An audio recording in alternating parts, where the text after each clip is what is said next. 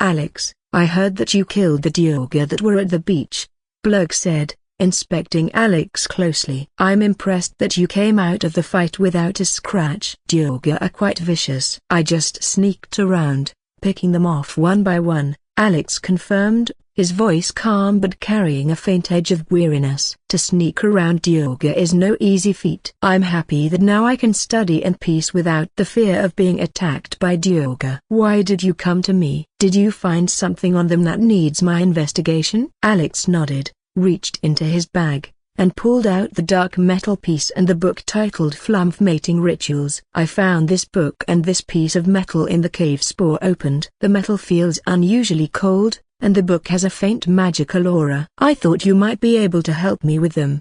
Blug took the items and examined them closely, his brow furrowing in curiosity. Interesting finds, indeed. The metal piece appears to be part of an ancient artifact, and the book. Well, let's see if Omelum can decipher its magical properties. As Blug handed the items back, Omelum floated over, his smooth, otherworldly movements radiating curiosity. What do we have here? He asked telepathically, his voice echoing in Alex's mind like ripples through water. Alex handed the book and metal piece to Omelum. I found these next to a drow corpse. Blug thinks they might be of significance. Omelum's eyes gleamed as he inspected the book, his tentacles shifting slightly. This book has an illusion spell on it. Unfortunately, the spell is quite potent and I don't have the means to dispel it. And this metal piece. It is indeed part of an ancient drow artifact. You should investigate further. Maybe there are more pieces lying around. Thank you, Alex said, his tone sincere.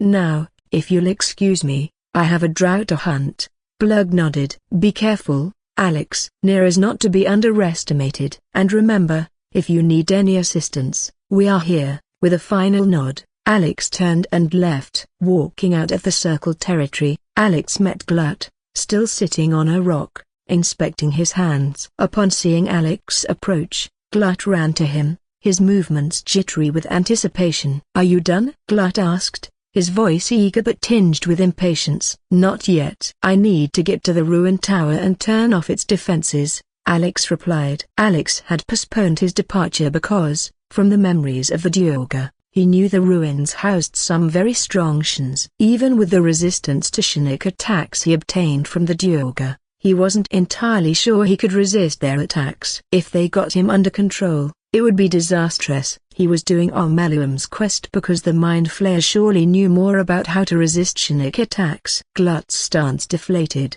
his fungal form wilting slightly. But after this, we go. Alex nodded, his tone firm. Glut seemed to cheer up.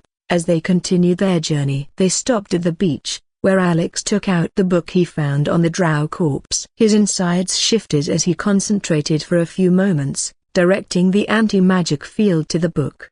The book's appearance flickered and changed. What did you do? Glut asked, his voice filled with awe and curiosity as he looked at the book Alex was holding. The book now had a very ornate and detailed design, featuring a black cover with an elaborate golden design that included a compass rose in the center, with a keyhole at its core. The golden design extended outward in intricate patterns, possibly indicating that the book was locked or held significant value. The edges of the cover were also adorned with decorative elements, giving the book an ancient and mystical appearance. Keeping the anti-magic field up, Alex put his palm over the keyhole. Flesh tendrils slithered inside the lock, twisting and probing until they found the mechanism and opened it with a satisfying click. He opened the book and started to read. The pages, apparently copied from a master tome, describe the construction and use of a grand forge in the Underdark. Among the Sharans dwelled the gnome Salufiali, whose talents for wizardry were known from candle keep to sorcerer. Under his tutelage, the Sharans built the Great Forge, which could heat mithril with such vigor as to turn it to adamantine. With this astonishing metal, they could mold the finest blades and armor. Yet the jewel of Yarli's eye was not the forge itself, but the protector he conjured from the magma to guard it, a construct said to be so mighty that no blade could fell it, and no spell could pierce it. Instructions for operating the Great Forge are listed underneath. Ingredients: Raw myth, raw lore and a proper mold. Place the ore and mold into their respective chambers. Pull the lever to lower the hammer and prepare the ore for smelting. Open the valve to allow lava into the crucible, and drop the hammer again to forge the product. This could be useful, Alex murmured, his eyes narrowing as he traced the words on the page. If I could replicate the structure of the adamantine, my arsenal would become more deadly, he thought, a flicker of determination igniting within him. Let's go, he said, putting the book away. One step at a time. After a bit more walking, they reached the tower courtyard entrance. The air was heavy with the weight of untold stories and a foreboding silence that seemed to seep into their bones. I smell blood, Alex commented, pausing to sniff the air, his brow furrowed with suspicion. But not from here. His sharp gaze shifted as he turned around and walked to a gigantic stone wall. At its base, in a pool of blood, lay a dead drow, his body crumpled as though discarded by fate itself. It seems he fell from somewhere high, Alex noted, squatting next to the corpse. His eyes traced the body with clinical precision, taking in the shattered bones and the lifeless stare. Without hesitation, he placed his hand on the corpse and began to consume it. Glut watched with a mixture of glee and unease, the flicker of Alex's dark power leaving an impression that felt both awe-inspiring and chilling. This drow was a scout of the House Vandree, Alex said, fragmented memories flowing into his mind like ink spreading across water. He died when he stepped on one of those mushrooms on the wall, and it disappeared beneath his weight. He was searching for a way to the surface alone. Indeed, something seems suspicious about this place, Glut remarked, his tone hushed and wary. A rotten influence lingers around here. Did you never explore this area? Alex asked, his voice low but commanding. We did, Glut replied, shifting slightly. But we found nothing except a tribe of Kyoto that live next to a cove. He raised his hand and pointed to a large hole in the corner of the area. We can get through that hole if you want. Let's get this done with this tower first, Alex decided, his tone brooking no argument. Alex looked at Glut. Stay here and keep watch. I'll go inside and see if I can turn off the defenses. Glut nodded, his fungal form stiff with anticipation. As Alex stealthily approached the gate, his senses heightened and ready for whatever lay ahead. Slightly to the left, Alex spotted one of the turrets. It hovered ominously, a sentinel of death and precision. The turret seemed to be made of yellow metal, adorned with arcane symbols that pulsed with an eerie blue light, like the rhythm of an otherworldly heartbeat. As soon as Alex walked close enough, the turret suddenly turned and started firing orbs of arcane energy. The projectiles tore through the air, leaving trails of faint light behind them. Seeing the orbs flying toward him, Alex dashed toward the turret in a zigzag pattern. The orbs curved slightly, homing in on him but failing to connect. He jumped high, performing an aerial flip before bringing his blade down in a precise arc. The turret split in two with a screech of rending metal, its glowing symbols dimming instantly. Alex dashed away, taking cover behind a jagged rock. A volley of arcane orbs struck the place where he had been standing moments earlier. A turret on the bridge to the tower far ahead was the one firing them. But this wasn't the only problem. The turret he had cut in two was slowly mending itself, pieces realigning with a disturbing autonomy. Fuck it, Alex muttered, sheathing his blade. He ran around the rock and dashed toward the tower, taking cover behind a fallen piece of stone. He leapt onto the tower, landing on a balcony to the right. The turrets couldn't shoot him through the tower walls as he hoped. He slowly opened the large double doors of the balcony but immediately shut them as a turret right next to the door swiveled to aim at him. He could hear the arcane orbs smashing into the wooden door, the sound unnervingly rhythmic. Omeluum, I really hope the reward is worth it, Alex lamented, his voice edged with frustration. He doubted the turrets could kill him, but for all he knew, they could burn his soul to ashes. I really need to consume a mage, he grumbled. This lack of information is getting on my nerves. Grabbing onto the wall, Alex began to move along the side of the tower. When he reached the corner, he jumped, landing a couple of meters below in what seemed to be a neglected garden. The garden was surrounded by a shallow moat of murky water,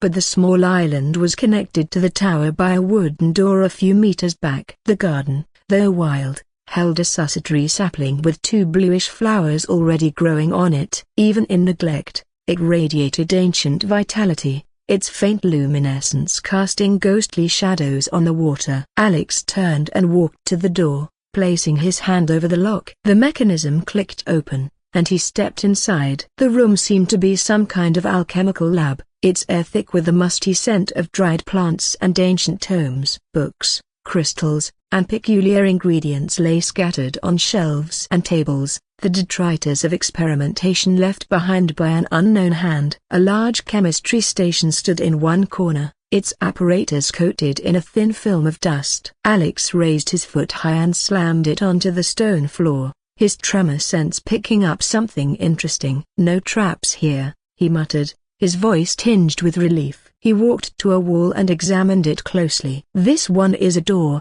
but how do I open it?" He could smash the stone wall to get to the other side, but doing so might trigger hidden defenses. Better look around before trying something like that, he decided. Walking deeper into the lab, he spotted a strange piece of machinery standing in the center of the room. It resembled a massive boiler with a metallic bowl at the front, perforated with small holes. A thick pipe extended from the boiler's side, vanishing into the wall. A small, yellowed note was attached near the bowl. "Put another susser flower at," followed by a date that had passed long ago. "So this thing uses susser flowers as fuel," Alex mused. He walked out of the lab and returned to the susser tree. Approaching it, he could feel the magic organ of the spectator within him resisting the anti-magic field of the tree. Even as a sapling, the tree's power was formidable. Alex walked to it, drawing his sword. He cut a small branch, its glowing sap oozing faintly. Tendrils of flesh wrapped around the branch, consuming it. Inside, Alex shifted, activating an anti-magic field that radiated from him like a silent explosion. The field clashed with the saplings, creating a palpable tension in the air. Alex stepped back, allowing the tree's natural energy to stabilize. Shifting his insides back to deactivate the field, Alex gently plucked one of the glowing flowers. With it in hand, he returned to the lab. He placed the flower in the bowl and pressed a button beside it. The flower ignited in a blaze of blue fire, its energy coursing through the boiler. The machine hummed to life, and the entire tower shuddered slightly as if awakened from a long slumber. "Did something happen?"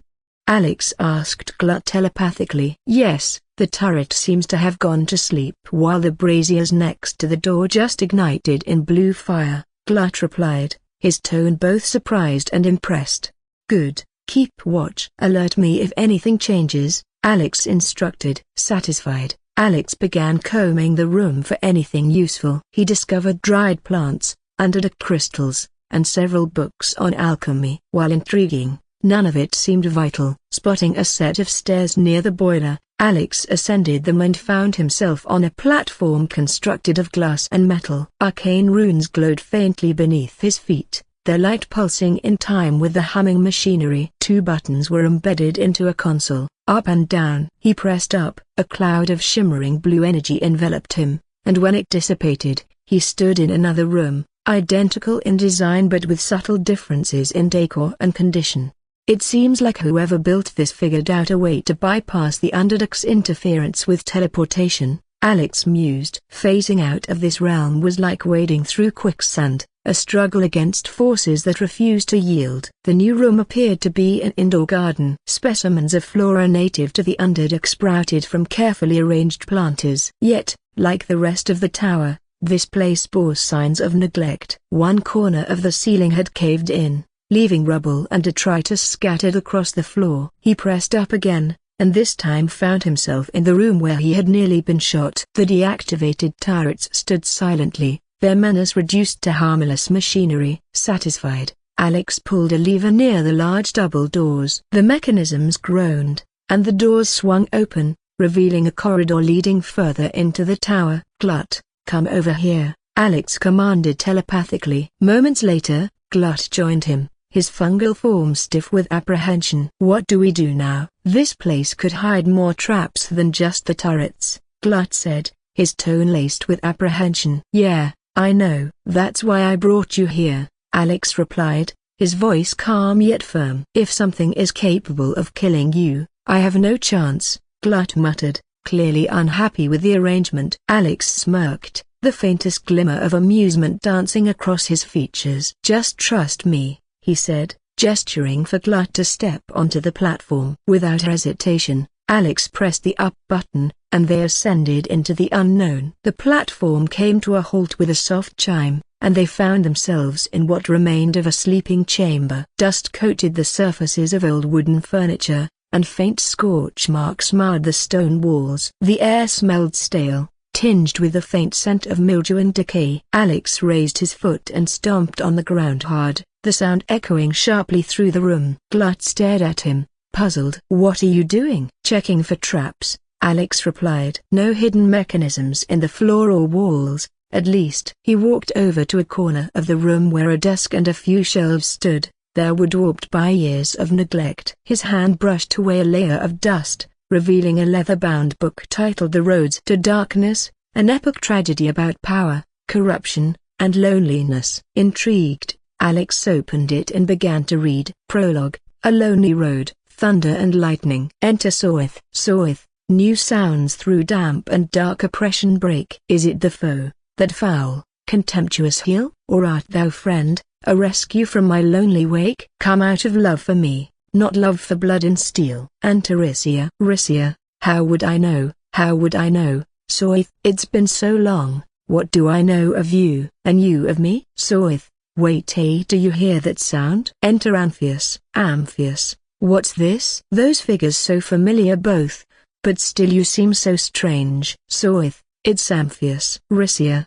dear Amphius, what happened to your face? It's pale as death. Soith, your eyes are black as char. Amphius, and you? I saw your teeth, they're sharp as blades. And what is with this road, so slick with blood? What happened here? What happened to us all? Exeunt. End prologue. Alex resonated deeply with the tragic narrative, recognizing echoes of his own life. He, Karen Parker, and Macmullen mirrored Soith, Risia, and Amphius. Karen had been his lover, their bond strained by Alex's obsession with creating blacklight, to an obsession nurtured by Macmullen. In the end, Alex Mercer had died, and blacklight had consumed him, reshaping him into something a broken bar other. Karen survived, or at least Alex hoped she had. Macmullen, however, had chosen the cold comfort of a bullet. Snapping the book shut, Alex placed it back on the shelf. His gaze drifted to Glut, who was repeatedly pressing a button on a console with childlike fascination. "Did you find anything?" Alex asked. Glut,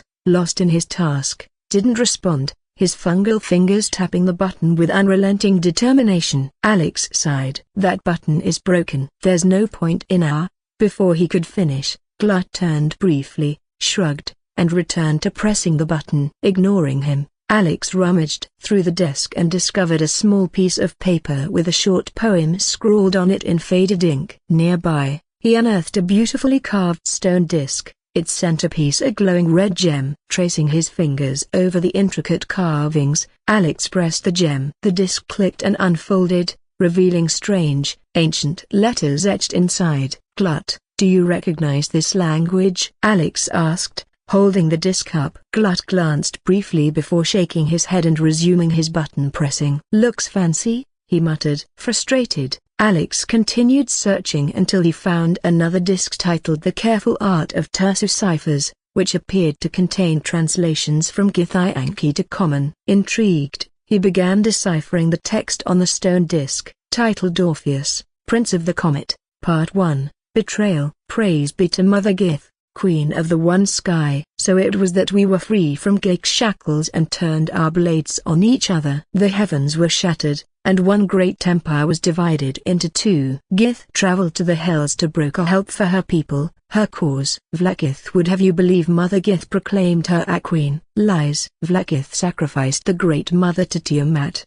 The price for the dragons are Kithraki Narid. But Gith had nurtured a son, Orpheus, Prince of the Comet, the true heir. He knew Vlakith's treachery, knew his mother's sacrifice. He rallied Gith's honor guard and declared the throne for himself. The War of the Comet had begun. Alex pondered the story, marveling at its implications. "A rebellion in the stars," he murmured, putting the disc back on the shelf. Realizing they'd found nothing useful, Alex dragged Glut to the platform and pressed up once more. The lift ascended to the tower's pinnacle, where they stepped into a circular chamber dominated by an imposing construct and 4 magical armors. The armors aimed crossbows at them, while the construct strode forward, a spear in hand. New sounds through damp and dark oppression break. Is it the foe, that foul, contemptuous heel?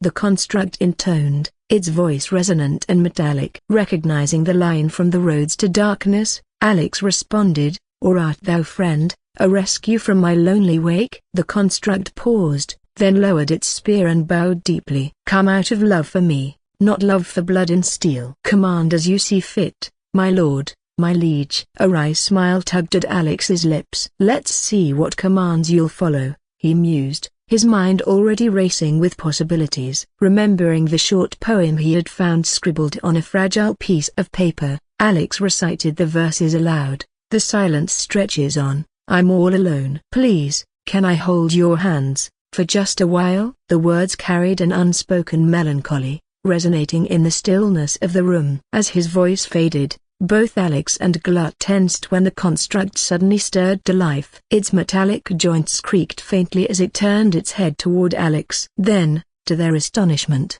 the construct moved forward, not with hostility but with a strangely awkward gait. It approached Alex and, instead of attacking, wrapped its cold, metallic arms around him in an awkward yet unmistakable hugger gesture seemingly meant for someone smaller and far more fragile.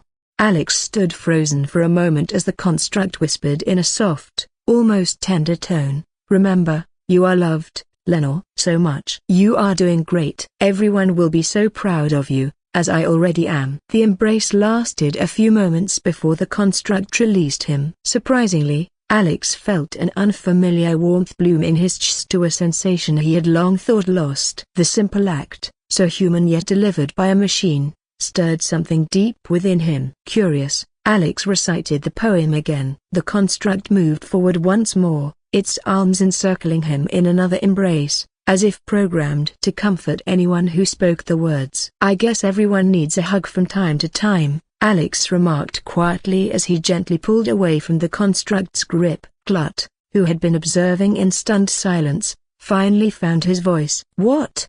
he asked, his fungal expression perplexed. "I'm surprised a creature like you would want to get hugged." "Yeah, me too," Alex admitted, shaking his head as he turned toward a small desk on the far side of the room. He began rifling through the scattered papers, searching for anything of use. Among the notes, Alex discovered a series of documents that provided insight into the construct. It was named Bernard, a name both simple and unexpectedly endearing for such a peculiar machine. Looking around further, Alex and Glut noticed a bookshelf concealing something unusual. With a slight tug, the shelf slid aside, revealing a hidden lever embedded in the wall. Alex pulled it, but the lever's activation produced no immediate effect. He frowned, the pieces of this mystery still falling into place in his mind. "The boiler room," Alex muttered, recalling the earlier secret door he had found there. "If this didn't do anything here, it must have opened something there." Together, they teleported down to the boiler room using the platform. As Alex had suspected, the stone wall near the machine had slid open, revealing a set of descending stairs carved into the rock. The air grew cooler and damper as they descended, the faint scent of ancient stone and something metallic lingering in the space. At the bottom, they entered a small chamber dominated by a wooden platform in the center. A desk cluttered with papers, surrounded by dusty bookshelves and a chest, beckoned them forward. Against one wall, a staff exuding a faint golden light leaned in an almost casual fashion, as if waiting for someone to claim it. Alex carefully searched the room, examining each item. The chest yielded a few magical scrolls and a ring inscribed with faintly glowing runes. The desk contained notes detailing the original purpose of the tower, an alchemical lab. These notes confirmed Alex's suspicions. The tower's purpose was deeply entwined with mind-altering experiments. "I think we're done here," Alex finally said, walking back toward Glut, who had been patiently standing at the stairs. The journey back to the Myconid colony was uneventful, but Alex's mind was restless with questions. Once they arrived, Alex wasted no time in recounting his findings to Omeluum. "Excellent," Omeluum responded after hearing Alex's report. "I feared the tower's state was worse inside than outside, but it seems I was wrong." Alex crossed his arms, his tone sharpening. "About the reward you mentioned?" Omeluum's tendrils twitched slightly. "I haven't forgotten. I need time to prepare it," the mind flare assured him. Alex's eyes narrowed. "I hope it's worth the trouble." "It is essential for our survival," Omeluum replied, its telepathic voice somber. A vivid image of a drow named Near flashed into Alex's mind, accompanied by a sense of foreboding. "When they attacked the colony, Blug and I aided the myconids in repelling them. But I retreated when I detected a tadpole inside Near's mind. It felt strangely mutated beyond anything I've encountered." "You fear an elder brain is nearby,"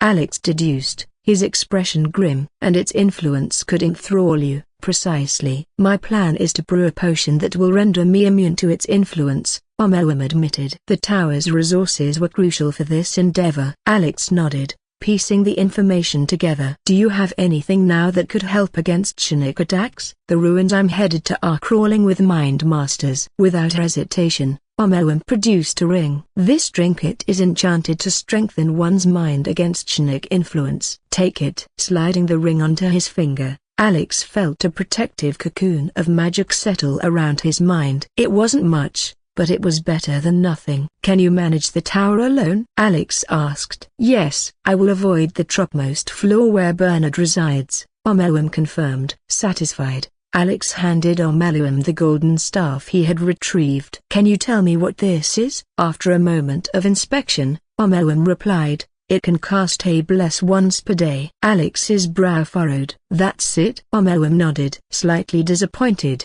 Alex stashed the staff and prepared to leave. The scrolls and ring might prove useful in the trials ahead.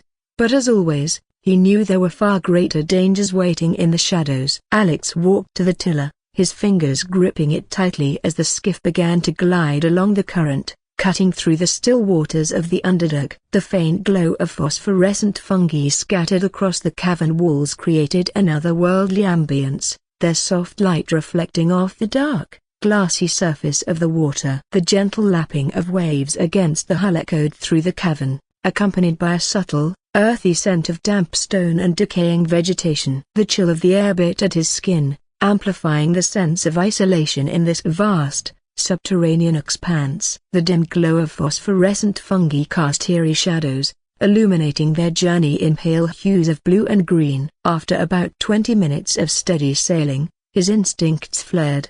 Thanks to an organ from the spectator, Alex could precisely measure time. Something was approaching from the left. He adjusted his grip, his senses sharp as a skiff identical to their own emerged from the darkness. Without warning, a Dioga leapt aboard their vessel, his heavy boots thudding against the wooden deck. "Where's Gah?" "Who are you?" the Dioga demanded, his eyes narrowing with suspicion and malice. Alex didn't flinch. Instead, he turned to Glut, his tone calm but commanding. "They're yours." Glut's eyes lit up with an unrestrained fury. "That's what I was waiting for." "Time to die, Dioga rot!"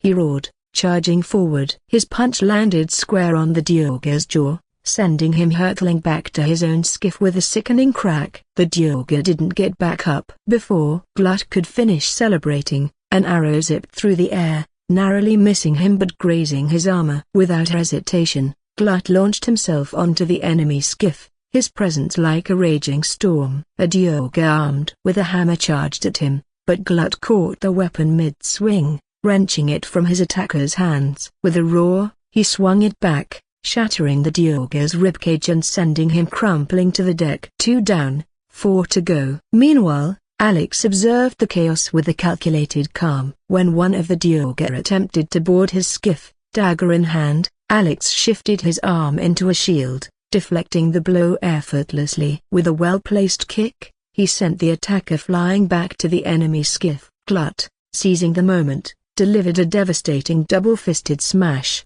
crushing the Dioga with a force that rattled the entire vessel. The battle intensified. Glut's relentless ferocity was matched only by Alex's precision, each movement a testament to their contrasting strengths. Glut's frame bulldozed through the chaos, his fists swinging like wrecking balls, while his guttural growls echoed through the cavern, his every punch fueled by a desire for vengeance. On the other hand, Alex's actions were sharp and calculated, his movements precise as he danced around the Diorga's attacks. His eyes remained cold and focused, his whip fist slicing through the air with deadly accuracy. Together, they were an unstoppable force, their synergy creating a storm of raw power and tactical brilliance that left their enemies utterly overwhelmed. A Diorga lunged at Alex, axe swinging, but Alex sidestepped smoothly, his whip fist slicing through the air to entangle the Diorga's weapon. With a quick tug, the axe flew into the water,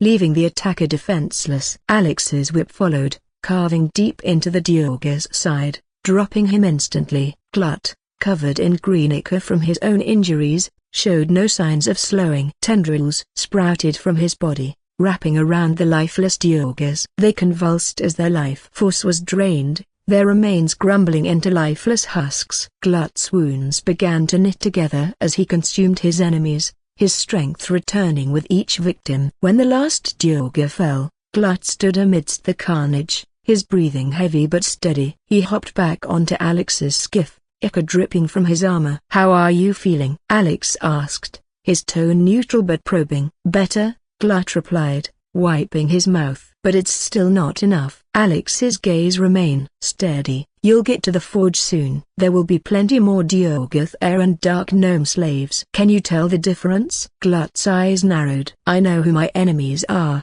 he growled, moving to the front of the skiff. Alex shrugged, letting the tension dissipate for the moment. He returned to the tiller, steering the skiff deeper into the dark waters. The tranquil silence was shattered when Alex's senses prickled again, a subtle yet unmistakable warning coursing through his nerves. The once gentle lapping of water against the skiff suddenly seemed ominous, its rhythm disrupted by faint, unnatural ripples that disturbed the surface of the dark waters. A cool, damp breeze wafted through the air, carrying with it a faint, briny odor that was tinged with something acrid and metallic, like the scent of blood diluted in the vastness of the Underdark.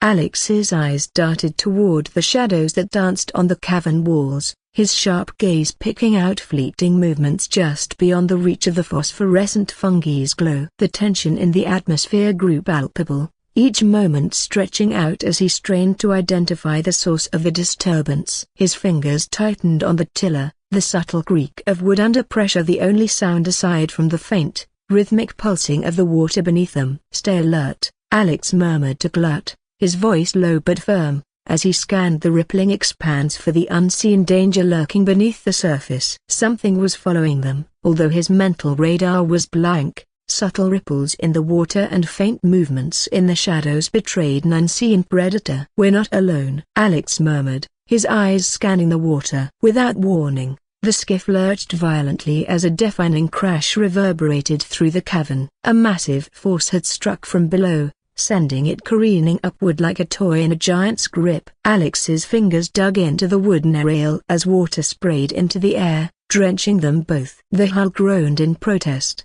and Glut let out a startled shout, his balance wavering but his instincts keeping him upright. The skiff hung in the air for a fleeting moment before slamming back into the water with a jarring crash that sent ripples racing across the dark surface. Alex's ears rang with the impact, and his sharp gaze darted toward the ominously still water, now eerily silent except for the faint sound of the skiff's creaking timbers. The water stilled for a moment, an ominous calm that set Alex's nerves on edge. Then, with a surge of dark water, a young aboleth emerged. Its slimy, serpentine body glistened under the faint light, its tentacles thrashing as its three glowing eyes locked onto them. "Glut, get ready!" Alex shouted, bracing himself. The aboleth struck again, its tentacles smashing against the skiff. Alex shifted his arm into the whip fist and lashed out, its sharp tip slicing through the water. He missed as the creature dove, but Glut reacted quickly, releasing a cloud of glowing spores into the water. The luminescent particles clung to the aboleth's slimy body, marking its position. The aboleth screeched, its thrashing creating waves that rocked the skiff. "Aim for its eyes," Alex ordered. As the creature lunged, Alex's whip found its mark, slashing across one of its massive, glowing eyes. The aboleth roared in agony, rearing back. Glut seized the moment, leaping onto the creature's back and releasing another burst of spores directly into its remaining eyes. Blinded and writhing, the aboleth's movements became erratic. Alex's whip struck again, the barbed tip slashing through the air with a sharp whistle before embedding deep into the creature's slimy, glistening flesh. The impact sent a ripple of force through the water, and the aboleth screeched, a guttural, resonant sound that reverberated through the cavern, sending shivers down Alex's spine. The whip's barbs dug in further, tearing at the soft tissue as Alex pulled with all his might. A spray of dark, viscous ichor erupted from the wound, staining the water around them with an eerie, shimmering cloud. The creature thrashed violently, its massive tentacles smashing against the skiff, rocking it precariously as waves crashed over the sides. Alex held firm, his muscles straining against the creature's strength, his eyes narrowing with grim determination. The air was thick with the acrid stench of the aboleth's blood, mingling with the damp, earthy scent of the underdog. Despite the chaos, Alex's focus remained unbroken, each second bringing them closer to victory. He pulled with all his strength, tearing into its soft tissue as the aboleth's convulsions grew weaker. Finally, with a desperate surge, the creature dove into the depths, disappearing into the dark waters. Alex and Glut watched the water settle, their muscles tense and ready for another attack. "Is it gone?" Glut asked, his voice tinged with uncertainty. "For now," Alex replied, scanning the water. "But we can't take any chances. Let's fix the skiff and keep moving." The two worked quickly, patching the skiff's damaged hull as best they could. With the immediate threat behind them, they resumed their journey, both aware that more dangers awaited them in the shadows of the underdog. A few minutes later, Alex and Glut arrived at a site that marked the entrance to the forge. Towering statues carved into the wall on their left loomed over them, depicting armored warriors standing vigilant, their faces etched with grim determination. Each statue rose dozens of meters tall, their colossal forms framed by streams of molten lava trickling from the cave's ceiling, forming glowing rivers that cut through the dark stone. But these statues were mere precursors to what lay ahead. On either side of the massive gate, two imposing statues of a woman holding pitch-black swords stretched skyward. Their black stone forms radiated an ominous energy, each standing at least 100 meters tall. Identical in every detail, they seemed to gaze down at the intruders with a menacing presence that it was impossible to ignore. The figures' intricately detailed armor shimmered faintly, giving them an almost lifelike quality. As Alex and Glut approached, the ground trembled slightly. Gears on either side of the gate began to grind, their echoes reverberating through the cavern as the grated barrier lifted. Alex's body shifted seamlessly,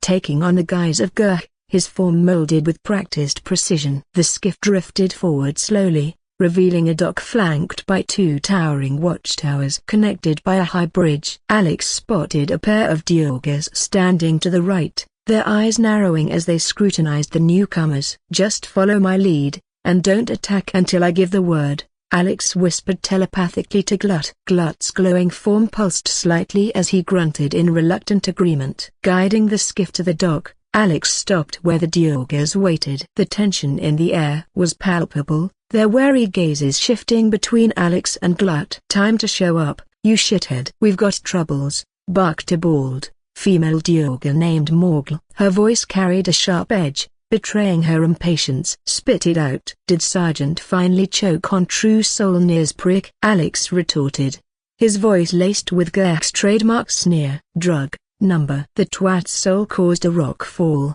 trapped tighter than a ring on a fat finger. Morgl growled back. "You're shitting me." "He paid up." "That's the trouble. He's got the gold on him." "Sergeant's arm is falling off with all the gnomes she's been beating," Morgl said, her words accompanied by a glance at Glut. "Who's the hoon?"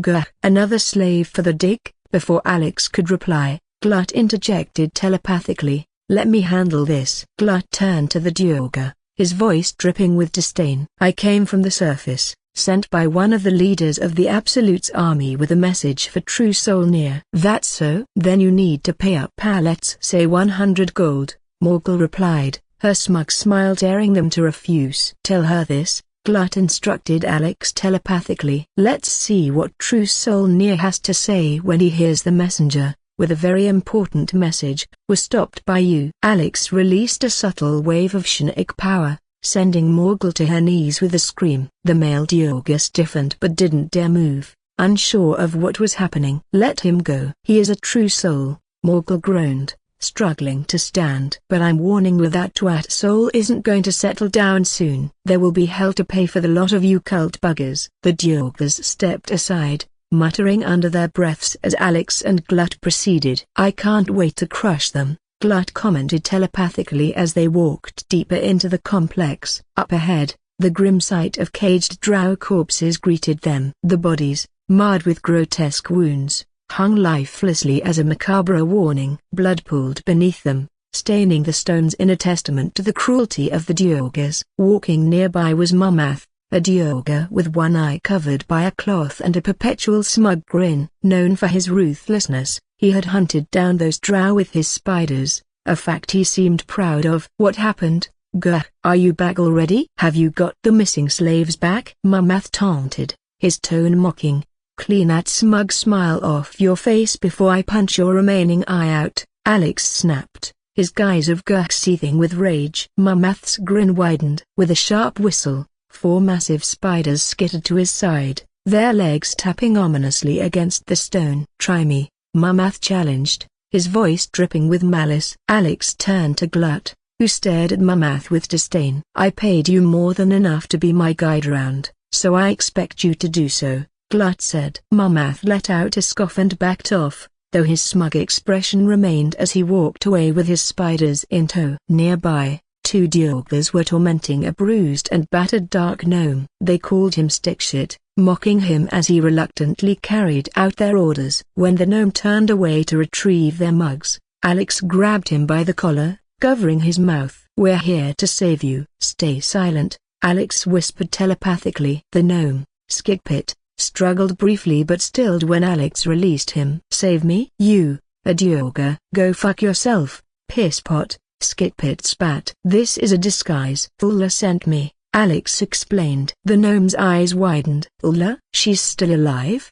He asked, his voice hushed with hope. Alex nodded and handed him 2 mugs laced with a special concoction. Give these to your guards. It will destroy their brains, and it'll look like they drank too much. Once they're down, hide somewhere safe. Skidpit obeyed, his hands trembling as he delivered the drinks. Moments later, the Dialgas collapsed, leaving Alex and Glut free to move on. They took the left path and came upon a gruesome scene. 2 Dialgas were tossing gnome corpses into the water. Blood soaked the stones, and 11 bodies remained on the ground. Without hesitation, Alex released a Shanic wave, stunning the Dialgas. His hands shifted into claws as he moved with deadly precision. Britwin's neck was slashed just enough to silence him, while this was impaled through the chest. Flesh tendrils extended from Alex, consuming both Dialgas and the corpses around them. A flood of emotions overwhelmed Alex as he absorbed the memories of the slain gnomes.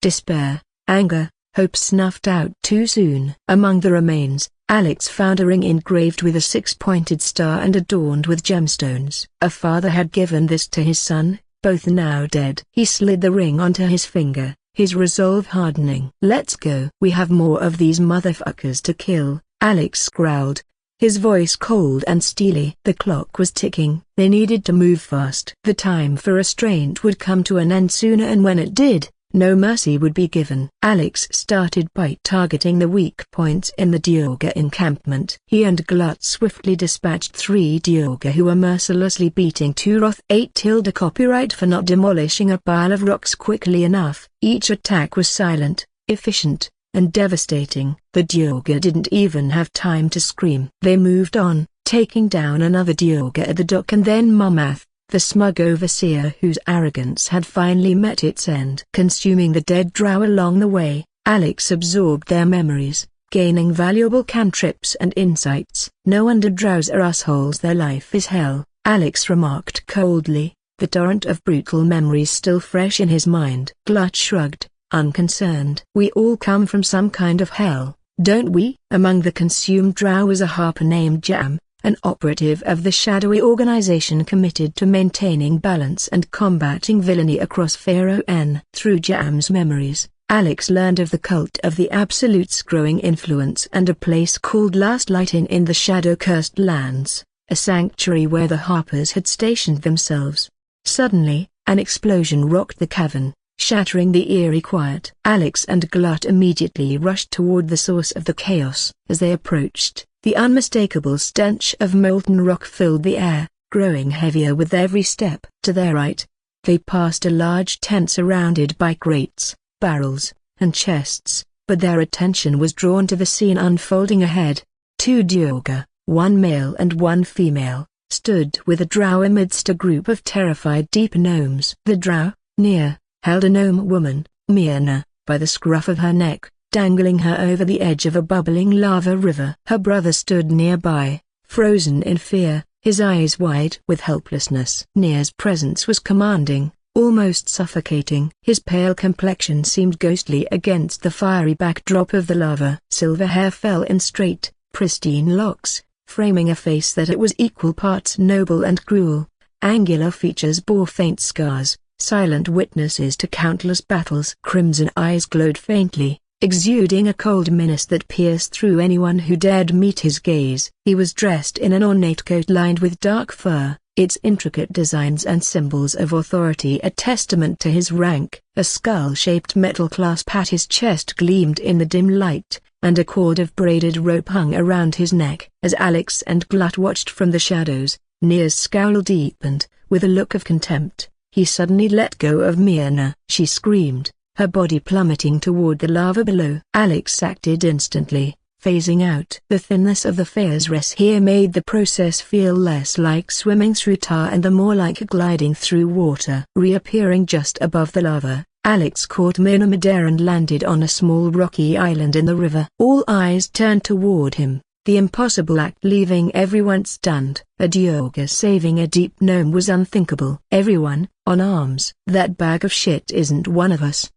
bellowed Sergeant Thrin, her voice cutting through the silence like a whip. Mindmaster Dunol, a masked Duergar standing nearby, wasted no time. He unleashed a Shinnik blast that slammed into Alex's mind like a battering ram. Alex's Shinnik defenses held, but barely the force of the attack left him momentarily dazed. Dunol's mind rippled with power, and Alex could tell he was preparing a spell to pit allies against each other. "Glut, time to smash the Duergar," Alex ordered telepathically, his voice steady despite the pressure. "Finally, nothing will remain of you Duergars," Glut roared, charging forward with a ferocity that sent several Duergars scattering. Nir unsheathed his sword and dagger, his crimson eyes locking on to Alex. Another Shinnik attack struck Alex's mind, this one from Nir himself. Alex gritted his teeth as his defenses strained under the assault. Nir's expression soured slightly when his attack failed to take hold. "Hold tight," Alex told Myrna before phasing out again. He reappeared beside the other cowering gnomes, gently placing her down before turning to face Nir. The drow closed the distance with deadly precision,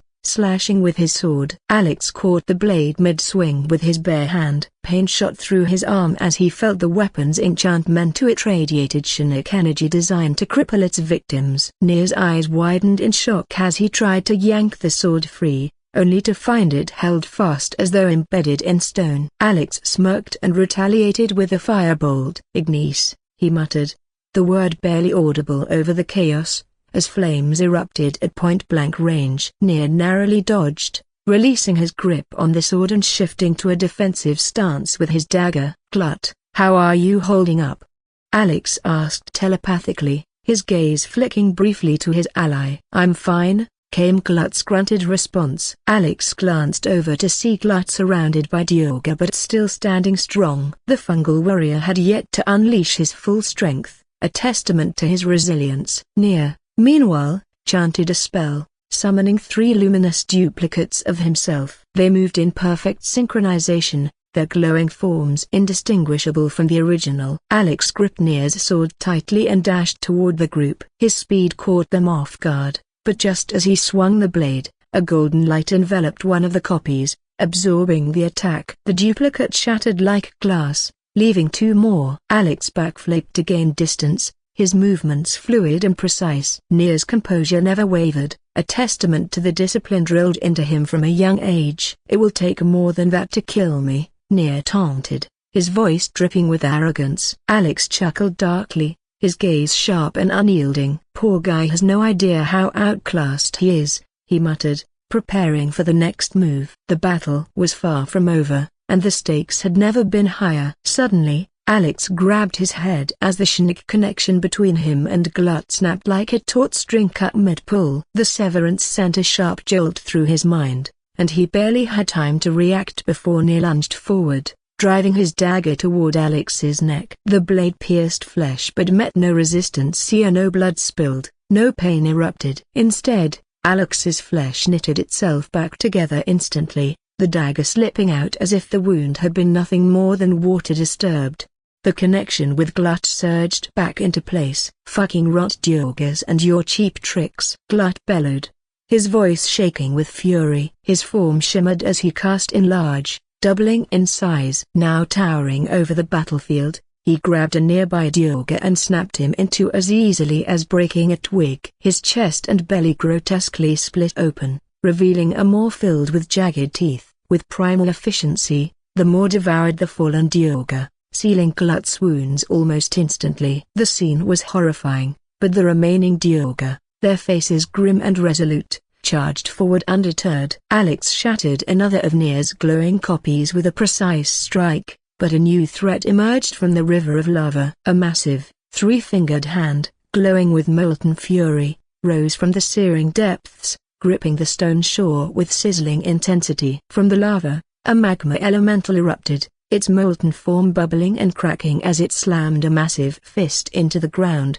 the sheer impact sending a shockwave through the cavern. The elemental's presence was overwhelming, and its molten body began to melt even the stone beneath it. Its glowing eyes fixed on Nier first, charging at him with a thundering roar. Nier sidestepped with practiced precision, evading the massive fist that smashed into the ground where he had been standing moments before. The elemental shifted its attention to Alex, who stood between it and a group of trembling gnomes desperately retreating from the encroaching danger. Alex's body shifted, reverting to its normal height as his armor morphed into a sleek, exoskeleton-like gray. His fists grew massive, resembling wrecking balls, and his resolve hardened. The pragmatic, paranoid part of him whispered to let the gnomes die and keep his abilities hidden. But he silenced the voice. He refused to become the monster he had been before. With a resounding punch, Alex stopped the elemental's charge, driving his fist clean through its molten chest. Lava splattered everywhere, hissing as it hit the cooler stone. For a moment, it seemed like a victory, but the hole in the elemental's chest regenerated almost instantly, the fiery energy within knitting it back together. The heat around the creature was overwhelming, molten rock pooling at its feet and quickly spreading. Even Alex's extreme fire resistance, bolstered by his intellect devourer's mucus coating, was struggling against the inferno. His biomass burned away rapidly, forcing him to heal just as fast. The gnomes scrambled further back, terrified but alive, while Alex fought to keep the elemental at bay. Meanwhile, Nier and the Dioga had turned their attention to Glut, their combined attacks steadily wearing him down. Nier's Schnick attacks, bolstered by the Mind Masters, relentlessly hammered Glut's mind. The fungal warrior's resilience was impressive, but even he had limits. Alex could feel Glut's mental state grumbling under the assault. "I need a solution, fast," Alex muttered, his mind racing.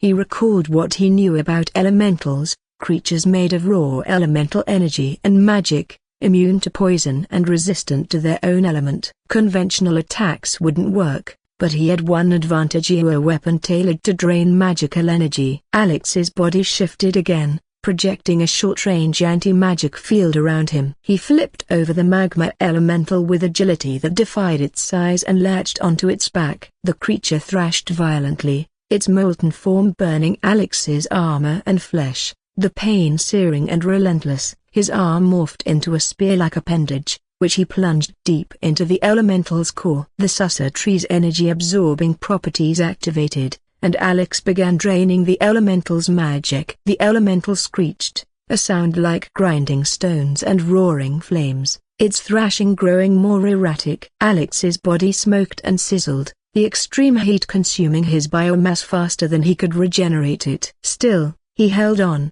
forcing himself to endure the unimaginable pain. The elemental's movements slowed as it shrank, its fiery glow dimming. Finally, with one last convulsion, it collapsed, its molten form hardening into lifeless stone. Alex staggered back, his armor darker and streaked with glowing red veins, his body radiating a heat that distorted the air around him. His claws glowed orange, their metallic talons sharp and deadly. The lower part of his helmet cracked, revealing obsidian black, shark-like teeth beneath. A bestial roar erupted from Alex, shaking the cavern and rattling the bones of everyone present. The Duergar froze, their confidence wavering. Like a predator spotting prey, Alex moved with terrifying speed, his claws rending the nearest Duergar into pieces. The remaining Duergar fell into chaos, their ranks crumbling as Alex and Glut tore through them. Alex focused on the Mind Masters, knowing they posed the greatest threat. One by one, he consumed them, silencing their Shinik attacks and bolstering his own strength. The remaining Duergar tried to flee, but Alex phased in front of them, cutting off their escape. With methodical precision, he dismantled their defenses, his movements a blur of fury and efficiency. The last to fall was Nier. Despite his skills, Shinik attacks, and summoned copies, he was no match for Alex's overwhelming strength and ferocity. Nier's crimson eyes locked with Alex's as he realized the inevitability of his defeat. In his final moments, the once proud drow wore a mixture of fury and fear. As Nier's lifeless body crumpled to the ground, Alex loomed over him, contemplating his next move. He needed Nier's head to deliver to Spore, but the temptation to consume the drow for his abilities gnawed at him. After a long pause, Alex made his decision. He would negotiate with Spore to keep Nier's head. "Let's finish this," Alex said, his voice cold and determined. Together, they prepared for the next step, leaving behind the smoldering remnants of a brutal battle.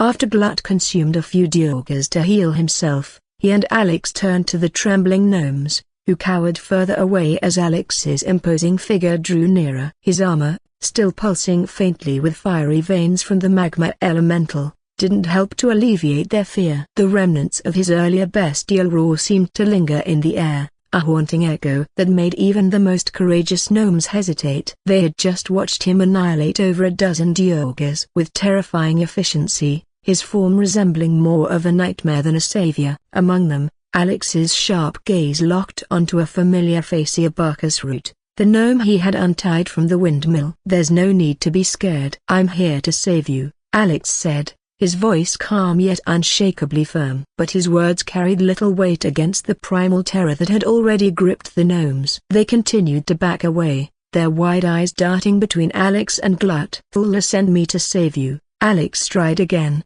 his tone softer this time. The name sparked recognition, and the tension in the air shifted. Slowly, a gnome wearing a tattered red shirt stepped forward. His name was Baldur, and though his hands trembled, he forced himself to meet Alex's piercing gaze. "I'm grateful for saving us, but why would a being like you want to save us?" Baldur asked, his voice steady despite the fear in his eyes. "I doubt Ulla could offer you something important enough that you couldn't take by force." Alex's response was simple but resolute. "Because I can help. That's why I did it." Baldur's brow furrowed, as if trying to process the unexpected answer. Alex's motives were more complex than he let on, but he didn't feel the need to explain further. A part of him did this for the gnomes who had been cruelly slaughtered by the Duergars. Their pain and fear had resonated with something deep inside him, stirring a vengeance he couldn't ignore. Myrna, her clothes still singed and stained,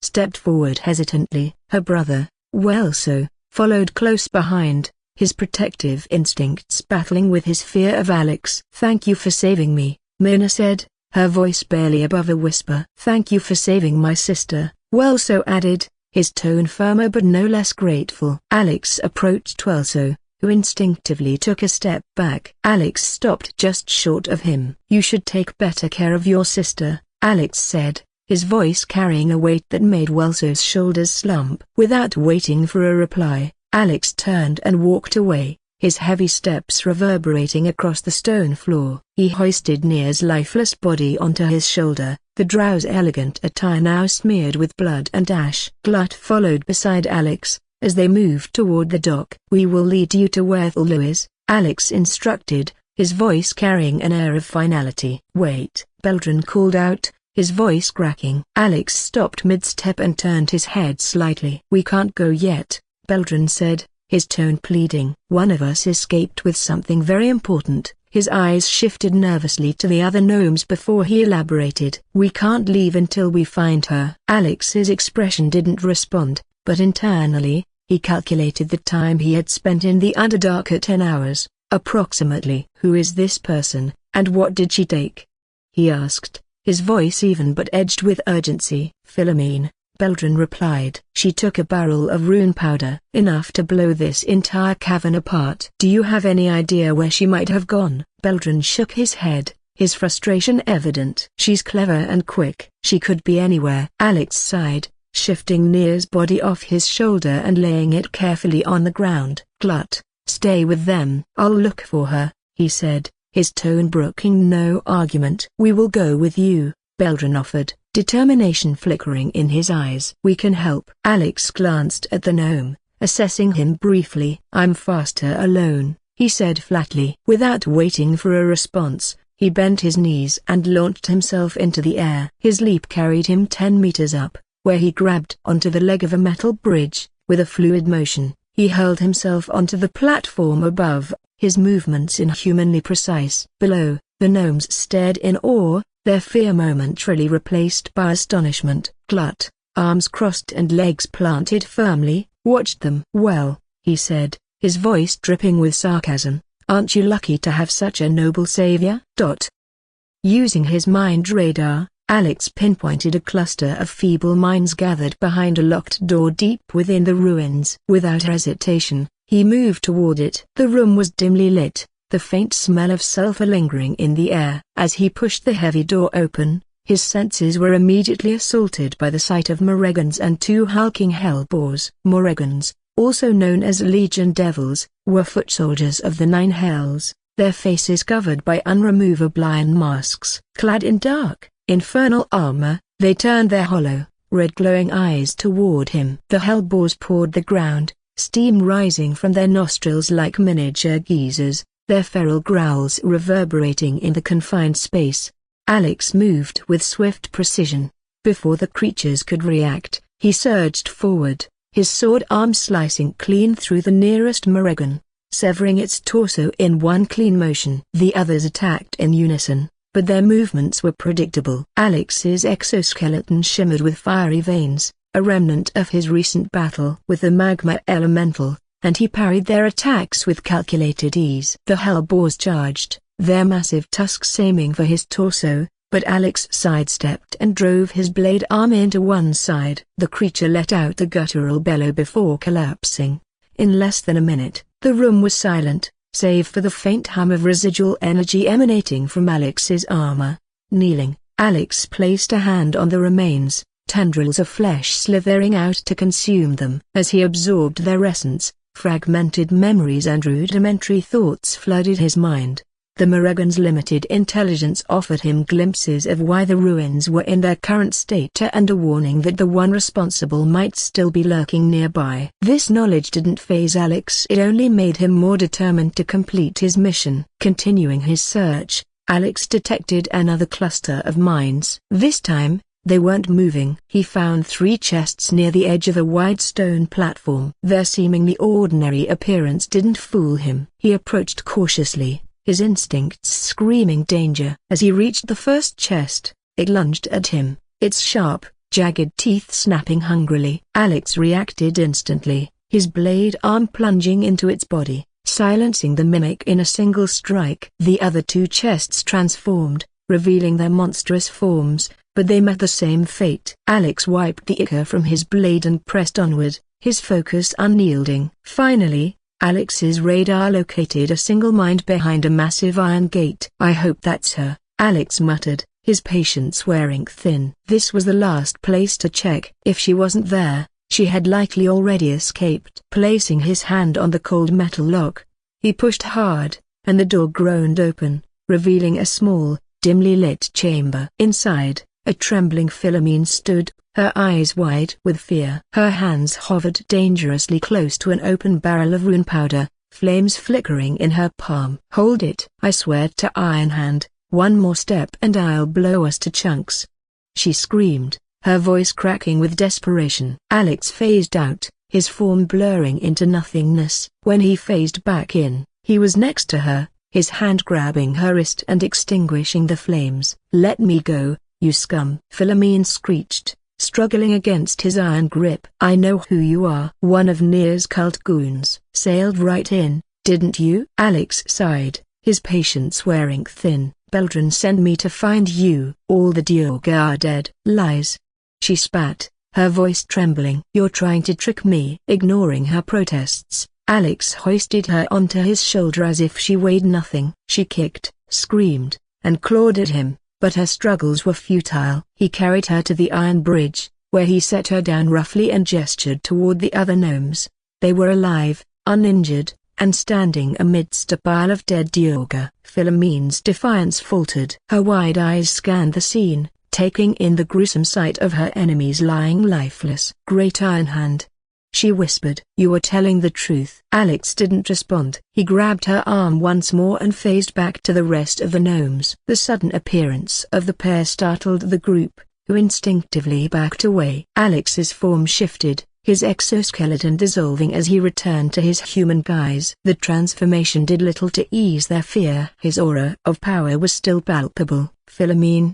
a gnome woman cried, breaking the tense silence. She rushed forward and enveloped Philomene in a tight embrace. "You're alive, La Rider." Philomene's voice cracked as she clung to the other woman. "I thought I'd never see you again." The heartfelt reunion drew soft murmurs from the other gnomes, their fear momentarily giving way to relief. Alex stepped back, as he brought forth the rune powder barrel and placed it on the ground. "Move away from it," Philomene shouted, rushing to the barrel. Her trembling hands hovered over its surface, inspecting it for any signs of damage. Alex didn't wait to see her reaction. He turned, grabbed Nir's corpse, and began walking away. Glut fell into step beside him. Philomene watched Alex's retreating figure, her expression a mix of awe and confusion. She turned back to the gnomes, who were all staring at her expectantly. The weight of their gazes made her shoulders sag. "Where are the rest?" she asked, her voice barely above a whisper. The gnomes looked down, their silence speaking volumes. Philomene's face crumpled, her hand flying to her mouth to stifle a sob. "Oh no," she murmured, her voice breaking. Larida placed a comforting hand on her shoulder. "What do we do now?" she asked, her tone laced with uncertainty. "I say we follow him," a male voice interjected. The group turned to see Barkersroot stepping forward, his expression resolute. "That man saved me before, from goblins. He let me go without asking for anything in return." "The thing?" a gnome whispered, incredulous. "Are you sure?" Barkers nodded firmly. "I'll follow him," he said, his voice unwavering as he began walking in the direction Alex had gone. One by one, the gnomes exchanged uncertain glances before reluctantly deciding to follow. They climbed onto the skiff, their fear overshadowed by a faint glimmer of hope that Alex, despite his monstrous power, might be their best chance at survival. Alex placed Nir's body down on the skiff and turned to face the group of gnomes. Their faces bore the weight of exhaustion and fear, their clothes torn and dirtied, some carrying wounds that looked hastily dressed. Yet, there was resilience in their eyes, a silent determination to survive. "Glut, take care of them." "I have something to do inside the forge," Alex instructed, tossing a simple ring to Glut. The ring had been a gift from Armeluum, its enchantment offering resistance against Chinook influences. Alex had discarded it just in time during the battle with the magma elemental. Glut caught the ring with a dismissive grunt, waving Alex off with one hand. The gnomes watched in silence as Alex stepped off the skiff and disappeared into the darkness, his figure blending into the shadows of the Diorga camp.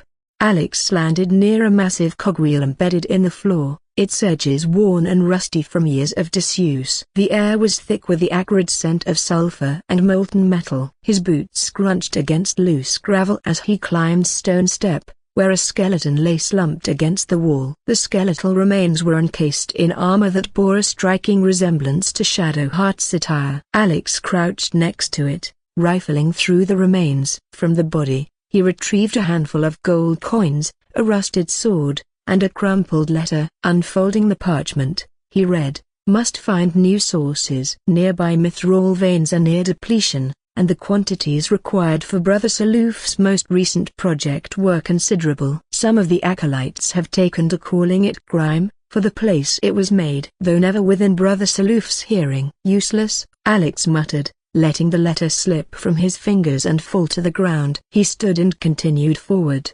ascending a short set of grumbling stone steps. Another corpse lay sprawled at the top. A quick search revealed a scroll of expeditious retreat. Alex scanned the arcane script and committed it to memory. It was simple enough he could experiment with it later. Pocketing the scroll, he moved further into the ruins. To his left, racks of spears stood abandoned, their shafts warped with age. Scattered pieces of armor lay among them, their once pristine metal now tarnished and brittle. What kind of battle took place here? Alex wondered aloud, the faint echoes of combat whispering through the chamber like ghostly memories. To his right, a narrow staircase spiraled downward. At the top of the staircase, a weathered stone plaque bore an inscription, "Forge your blades in the fire, and raise them in the mistress's name." Alex straightened and turned left, climbing another broken set of stairs. At the top, he found himself on a small platform. To his left, bookshelves sagged under the weight of ruined tomes. Ahead, a sturdy chest awaited. To his right, a table cluttered with scattered notes and a single book caught his attention. He approached the bookshelves first. Time had not been kind to the texts, so most were little more than piles of decayed parchment and frayed bindings. Disappointed, Alex turned to the chest, which for once was just a chest. Inside, he found an assortment of trinkets, a modest sum of gold, a severed finger, and a scroll inscribed with the spell Bestow Curse. The spell's complexity was beyond his current abilities, but he memorized the incantations, resolving to revisit it later. Peering over the edge of the platform, Alex's gaze fell upon the massive forge below. The forge was a marvel of ancient craftsmanship, its design a seamless blend of artistry and engineering. 4 massive stone platforms encircled a central core, each adorned with circular engravings that pulsed faintly with residual magic. At the forge's heart stood a colossal anvil-like structure, surrounded by mechanical arms and hammers designed to crush, smelt, and shape even the most resilient of metals. Lava coursed like a fiery river beneath the forge, its glow illuminating the cavern with an otherworldly light. Thick pipes and rusted gears snaked along the walls, their interconnected mechanisms hinting at a once mighty system of industry. The air was suffused with the metallic tang of molten ore, the heat palpable even from Alex's vantage point. Above, dimly glowing runes adorned the walls, their light flickering like dying embers. The ceiling stretched high above, obscured by shadow, with fragments of metallic scaffolding disappearing into the gloom. Chains as thick as tree trunks hung precariously, some swaying gently as if moved by an unseen hand. Despite its desolation, the forge radiated an undeniable aura of power and a menace, as though it were a slumbering beast waiting for a spark to awaken it. "That must be the forge," Alex murmured. "I'll need mithril and a mold to activate it." His thoughts drifted to the book he had found on the drawer, a manual detailing the forge's operation. He descended the stairs and approached the cluttered table. Among the scattered notes was a journal titled Forge Construction Log. Opening the journal, Alex skimmed through its pages. Hammer Test 2.5.66.8 The forge is functional, but operating at a scant 1/3 of its full potential. At current fractalization values, the hammer can force various iron alloys into molds, but adamantine remains unmoved and unmarked. Increasing levels of hypotorque to 6.94, doubling magma heat values. Hammer Test 2.6.70.0 Test unsuccessful. So hot was the magma that the adamantine shattered entirely under the force of the hammer. The properties of superheated adamantine are intriguing, but I seek to mold it, not to crush it. Maintaining hypotorque levels, reducing magma heat values by 1/5. Fascinating, Alex thought. He pocketed the journal and moved toward another open area. The floor was littered with more discarded weapons and shattered armor. As he searched, he found another skeleton, this one clutching a dusty book. Beside it lay a potion of animal speaking. Alex took a few sips from the vial before flipping through the book. A hymnal to the goddess Shah. Praise be to the Lady of Loss. She has, through Sister Ansar, taught Brother Saluf the true nature of our lives, so that they are loss and nothing but loss. Through that sorrowful lesson, he has turned from his fame and following and come to us, into the lady's loving embrace. But he has not left everything behind. The man once known as Saluf Yali brings with him his miracles of metallurgy. This dark alloy, adamantine, will let us spread the Dark Lady's will with new fervor. Alex closed the book with a frown. Why are Shah's followers always so fanatical? He muttered, shaking his head. The forger waited, but he would need to be ready for whatever secrets it still held. Alex glanced around, his eyes quickly scanning the area for threats. To his left, a set of broken stairs descended toward the forge. The air shimmered faintly from the residual heat emanating from below, but Alex decided to continue exploring the upper levels first. On a stone table, he found a mold with the symbol of a mace engraved on its surface. The intricate detailing suggested it had been crafted with great care. This will do, Alex muttered, securing the mold to his back. Tendrils of flesh emerged from his armor, wrapping securely around the mold as it became part of him. Just as he turned, an arrow whizzed past, embedding itself into the stone floor where he had stood moments before. His body instinctively tensed, his senses sharpening as he scanned for the source of the attack. Up ahead, on a narrow metal bridge, stood a figure clad in the same ancient armor as the skeletons he had passed earlier. Its face was obscured by a silvery mask that glinted ominously in the dim light. Another arrow flew toward him, forcing Alex to dive behind a nearby stone table for cover. He cursed under his breath. I can't feel their minds. I need to be careful, he thought. Whatever these things were, they were beyond his usual methods of detection. His arms bulged and darkened as his biomass shifted, muscle mass surging through his form. With one massive hand, he grabbed a discarded cogwheel lying nearby. It was as large as the table he crouched behind, but he hurled it effortlessly at the attacker on the bridge. The cogwheel hurtled through the air with a deafening whir, colliding with its target. Instead of a splatter of blood, the figure's armor scattered like brittle leaves in the wind. Nothing inside. They're animated constructs, Alex muttered, his mind racing to reassess the situation. From the corner of his vision, another animated armor raised its crossbow. His arm morphed into whip fist, the appendage shooting out and impaling the construct through its chest. Before it could retaliate, Alex reeled the whip back, yanking the creature toward him. With a single stomp, he shattered its helmet, the light animating it flickering out as the pieces clattered to the ground. But the respite was brief. 4 more armored figures emerged from the shadows, their swords glinting menacingly. Alex's sword slid free from its sheath, the faint sound of steel ringing in the air. This time, he didn't rely solely on brute force. He moved with a fluid grace, each swing of his blade deliberate and precise. The knowledge he had consumed from the drow flooded his muscles with instinctual expertise. He danced around the constructs, his blade an extension of his will. Despite their lifeless nature, these enemies fought with a discipline that impressed him. Ducking under a flaming sword, Alex phased out, reappearing on the broken bridge above. His movement drew the attention of another adversary. This one was different. A fire elemental, clad only in a chest plate and helmet, stood before him. In its hands, it wielded twin flaming scimitars,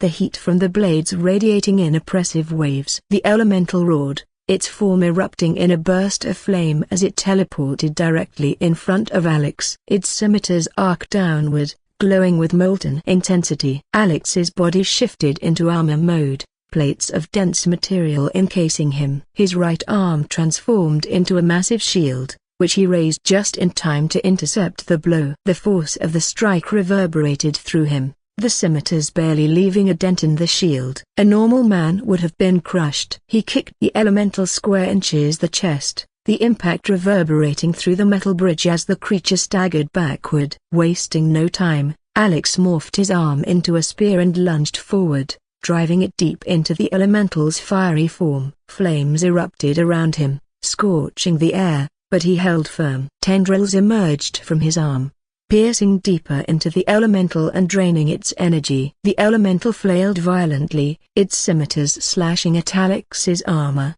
but he was unrelenting. With one final surge, the elemental's fiery core dimmed, its form dissipating into a cascade of embers. The chest plate and helmet shattered like brittle glass, falling to the ground. Alex stood, his breathing heavy. He examined his hand.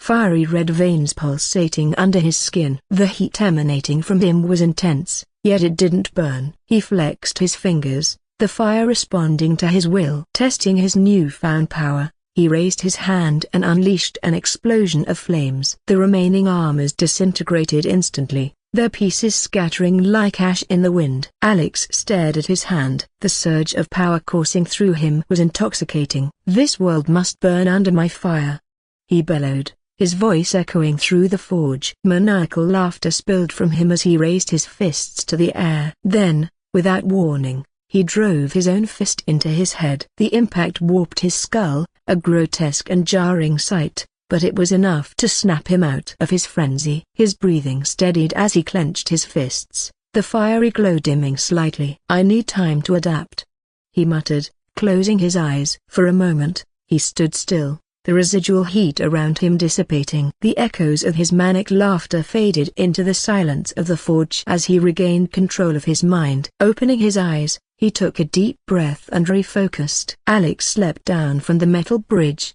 landing next to a massive chunk of mithril. The mineral gleamed like silver, yet its subtle blue tint caught the faint glow of the lava lake nearby, creating an almost ethereal shine. Alex's sharp gaze flicked toward the magma elemental calmly traversing the molten surface. It moved with an unhurried grace, its massive form radiating heat waves that distorted the air around it. For a moment, the elemental's glowing eyes met Alex's, but it quickly turned away, resuming its rhythmic, almost meditative stroll across the bubbling lake. The magma elemental from earlier must have been disturbed by the explosion, Alex muttered, his voice low. "It seems these creatures prefer peace when left alone." His focus shifted downward, toward the temple several dozen meters below. Constructed from the same obsidian black marble that defined the forge, its jagged architecture seemed to claw its way out of the fiery abyss. Massive, angular columns flanked its entrance, etched with glowing runes that pulsed faintly in the dim light. The temple exuded an ancient, foreboding aura, as if it were a gateway to an older, darker time. Alex's arms morphed into massive hammer fists. With one decisive swing, he smashed into the mithril chunk beside him. The impact reverberated through the cavern, sending shards of stone flying. He sifted through the debris, selecting a piece of mithril large enough for his purpose, then slung it over his shoulder as he descended the jagged stairs leading to the forge below. As he approached the central forge, Alex's keen eyes caught sight of a precarious stone platform. It jutted out over the lava lake, barely held together by the rusting metal supports beneath. Bookshelves lined one side of the platform, their contents long forgotten. "Maybe there's something useful here," Alex said, veering off his path to investigate. Before he reached the platform, the lava around him erupted violently. Dozens of magma mephits burst forth, their fiery wings crackling as they filled the air. Their glowing eyes fixed on Alex warily, but they made no immediate move to attack. Ignoring their presence, Alex stepped onto the stone platform and examined the shelves. On the top shelf, he found several scrolls, Melf's acid arrow, misty step, burning hands, and dimension door. Alex's brow furrowed in disappointment. "All of these are useless," he grumbled, already capable of feats far surpassing the spells inscribed on the scrolls. His attention shifted to a thick tome titled Grimforge, a history. The book's binding was ornate, but its contents were sparse. Flipping through its pages, Alex gleaned fragments of the forge's dark past. It spoke of the ancient builders who worshipped the Lady of Loss, constructing the forge as a sanctum of her power. Ketheric Thorm, a more recent inhabitant, had sought to restore the forge to its former glory, intending to spread Shah's shadows across the land and extinguish Seleni's light. "We know little of the ones that came before," but we know they worshipped the Lady of Loss. Just as Grimeford served our mistress 800 years nigh, so it would again. Here, Thorm's dark justiciars shall rise. Here, we will rebuild the lost city of Grimeford. So far will our shadows spread, and so dark will they be, that Seleni's light may be forever extinguished. Alex closed the book, his expression grim. This place never ceases to amaze me, he muttered. 8 centuries of darkness and fanaticism. He thrust the book aside and leapt to the forge platform below. The forge stood as a towering monolith of ingenuity and dread. Massive stone platforms encircled a central core, each platform etched with intricate, glowing runes that pulsed faintly like dying embers. At its heart rose a colossal anvil-like structure, surrounded by an array of gears, pipes, and iron arms designed to crush, smelt, and reshape even the toughest metals. Lava flowed beneath the forge, casting an eerie orange glow that danced across the dark stone walls. Alex placed the mithril chunk into a round crucible and set the molder symbol of a mace etched on its surface here into the designated chamber. Now to figure out how to heat this thing, he muttered, his eyes scanning the machinery. Spotting a lever near a set of pipes, he pulled it. The platform beneath him jerked and hissed, descending slowly toward a massive grated pipe emitting a faint orange glow. Alex turned a nearby valve, and the grate lifted, allowing lava to pour onto the platform. The molten rock hissed and bubbled, filling the chamber with oppressive heat. Just as Alex turned back toward the forge, a low rumble echoed through the chamber. From the grated pipe emerged a colossal figure, its movements deliberate and menacing. "So you must be Grime," Alex said, cracking his neck and flexing his fists. Grime stood as a monumental construct, a testament to the forge's dark craftsmanship. Its body was forged entirely of tarnished adamantine, its thick, angular armor plates etched with glowing arcane runes. Spikes jutted from its shoulders and limbs, each one glinting with lethal intent. Its right arm ended in a massive mace, while its left bore claw-like fingers capable of rending steel. Atop its head, a crown of jagged metal spikes encircled a glowing amber core that pulsed rhythmically, as if mimicking a heartbeat. Grime's eyes, narrow slits of searing light, scanned the chamber with an eerie, "Intelligence threat detected," Grime announced in its cold, metallic voice. Its glowing amber core pulsed as it locked onto Alex. Threat assessment initiated. Without hesitation, it charged forward, each step reverberating through the forge as its massive weight pressed down on the ancient metal platform. Alex sidestepped Grime's spiked hand with a sharp dodge, his body shifting instinctively. His arms morphed into hammer fists, dense and powerful. With a burst of speed, Alex leapt high into the air, slamming down with all his might onto Grime's towering frame. The impact sent a shockwave through the forge, but instead of triumph, Alex's expression twisted in pain. His hammer fist shattered on contact, the force reverberating back through his body. His arm exploded into a mist of flesh and blood, leaving him momentarily dazed. "Damn it," Alex hissed through gritted teeth, his biomass rapidly regenerating the damage. His legs coiled, launching him backward to regain distance. He landed with a heavy thud, his body trembling from the internal shock. Grime's frame, unyielding and barely dented, began to advance once more. Its clawed hand raised, its movements precise and calculated. The glow of molten heat emanated from its adamantine core,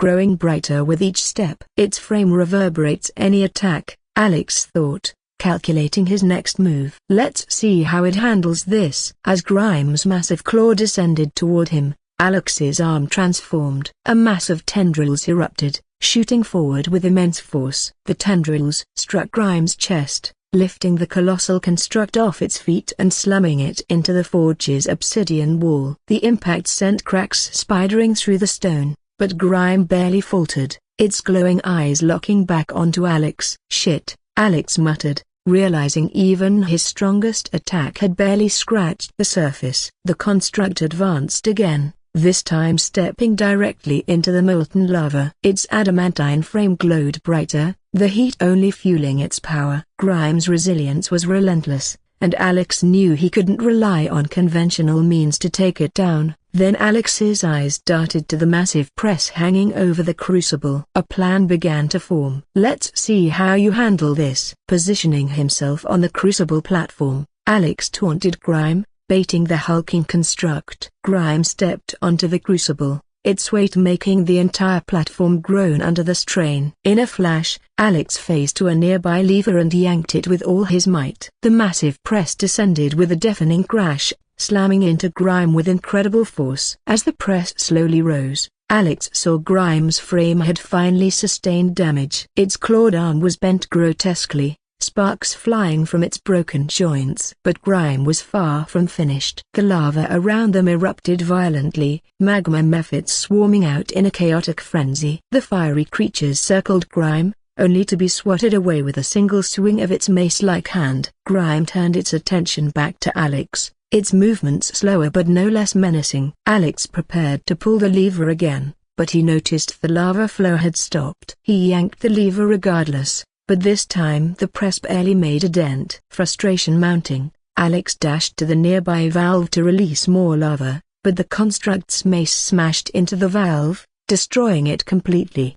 Out of options, Alex growled, scanning his surroundings for anything that could turn the tide. His eyes fell on a damaged wall, steam and water seeping through the cracks. Inspiration struck. "If I can't use the forge's systems, I'll create my own." Summoning his elemental energy, Alex focused on the magma around the forge. The molten rock began to bubble and churn, growing brighter and hotter under his influence. Grime stepped closer, its glowing frame reflecting the searing heat. Alex lured the construct back onto the platform, ensuring it was engulfed in the superheated magma. As Grime raised its mace to strike, Alex faced to the lever once more and pulled it. The press slammed down with a final, earth-shaking crash. When it rose, Grime's upper body had been completely flattened, its core shattered and lifeless. The massive construct collapsed onto the platform, its adamantine armor cracked and broken. Alex fell to his knees, his chest heaving as he struggled to catch his breath. He had expended almost all of his elemental energy to achieve this victory. The heat in the air was suffocating,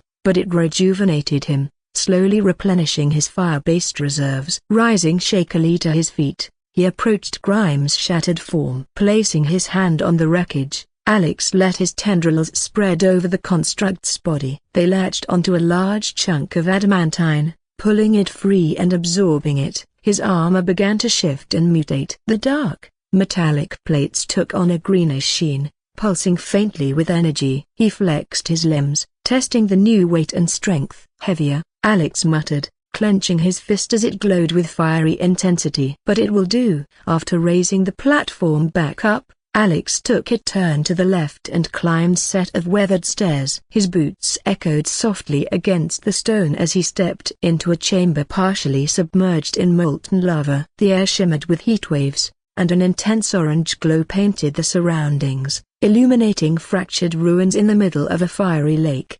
A massive magma elemental strolled leisurely across the lake, its molten form shifting like flowing fire. It glanced briefly at Alex, its ember-like eyes glowing faintly before it continued its aimless walk, disinterested. Alex observed it for a moment, his body tensing in case the creature decided to turn hostile, but the elemental merely trudged on, leaving him be.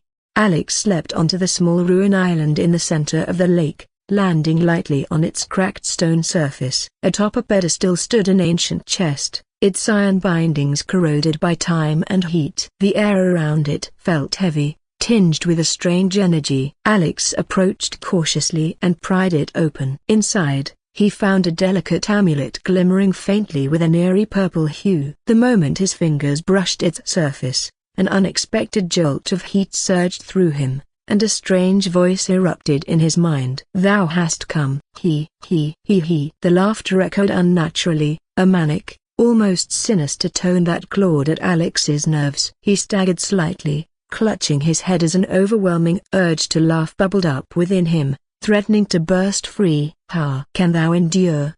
the voice asked mockingly, the laughter becoming louder and more unhinged. Alex's grip tightened on the amulet, his instincts urging him to crush it then and there. But before he could act, a ghostly figure materialized beside him. "No, Don't. Return me, take me home here and thou shalt glow with a blessing, the spirit pleaded, its voice a peculiar mix of desperation and eerie glee. Alex's eyes narrowed as he studied the ghost. It glowed with a soft purple light, its translucent form revealing the outline of a man dressed in simple, tattered robes. Long, unkempt hair framed a face that alternated between pained sorrow and manic joy. Interesting. And where exactly do you want me to take you? Alex asked cautiously, his grip on the amulet still firm. To my daughter, Shara Clawin. She serves Ilmater. She waits in Wim's Crossing. Take me there, and thou shalt breathe in her golden gifts. Oh, thou shalt be blessed indeed. Hee. The ghost's laughter was disconcerting, a jarring contrast to its tragic request. Alex tilted his head, his skepticism evident. You've been here for centuries, Alex said, his voice measured. Are you sure your daughter is still alive? For a fleeting moment, the ghost's laughter ceased. Its glowing eyes dimmed, and it stared into Alex's with a haunting stillness. The silence stretched uncomfortably long before the spirit fell to its knees, its laughter returning, but this time tinged with despair. It choked out between laughs. No. She can't be dead.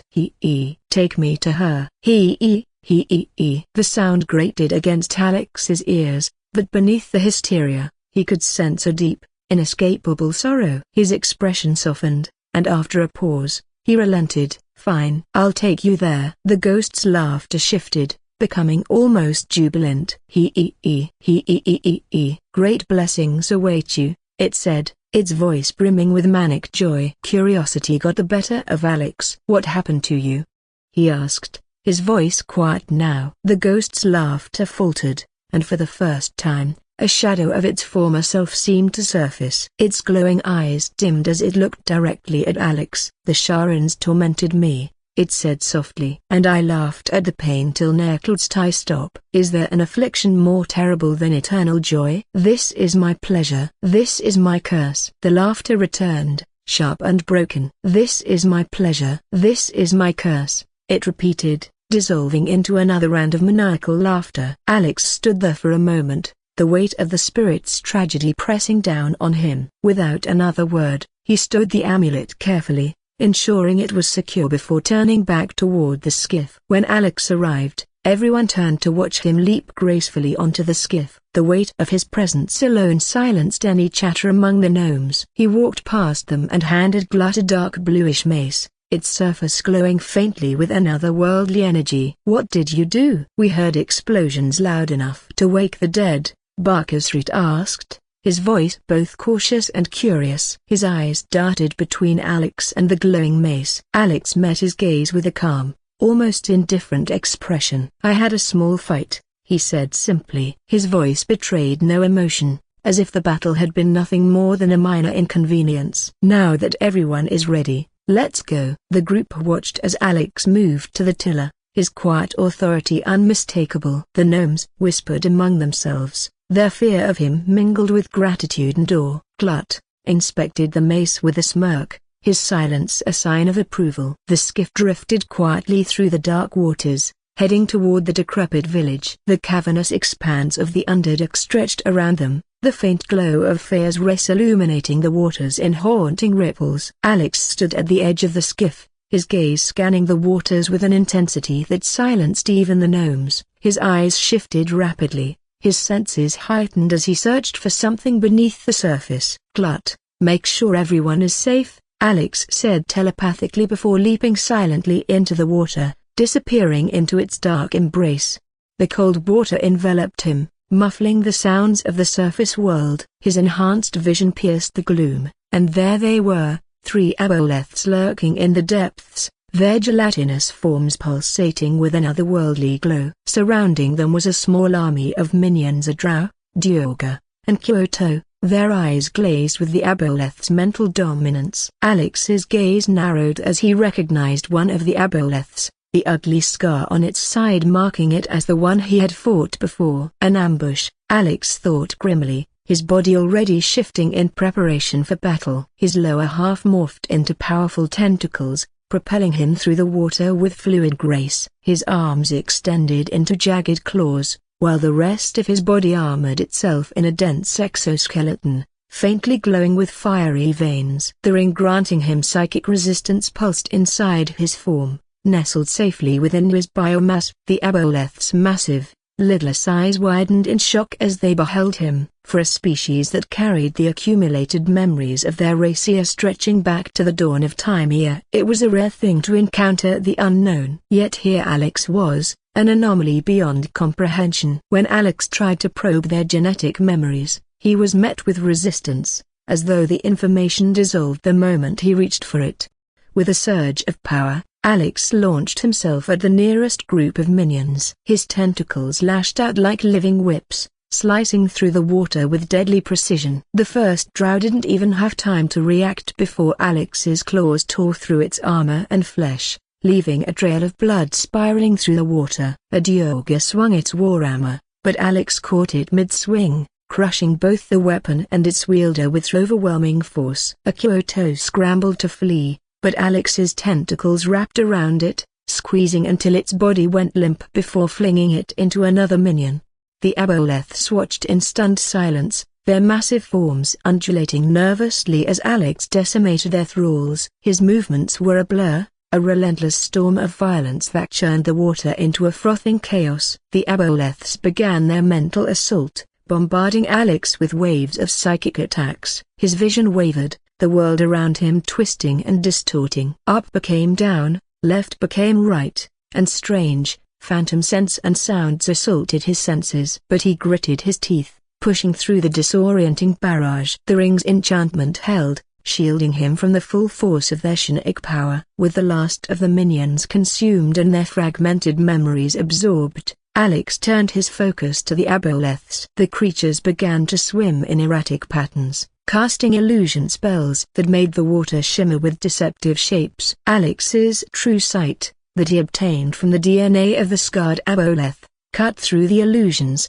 allowing him to track their movements. His arm shifted into a whip fist, and with a powerful strike, he lashed out, the whip slicing through the water and catching one of the aboleths across its scarred side. The creature recoiled, its massive body convulsing as Alex reeled himself toward it. His other arm morphed into a fiery blade, glowing with an intense heat that bubbled the water around it. Alex drove the blade deep into the aboleth's side, the searing heat cooking its flesh from within. The aboleth writhed in agony, its tentacles flailing wildly as it attempted to flee, dragging Alex with it toward the cavern floor. The other aboleths lunged at him, their lamprey-like mouths snapping in an attempt to tear him apart, but their teeth met only his impenetrable armor, burning on contact with its molten surface.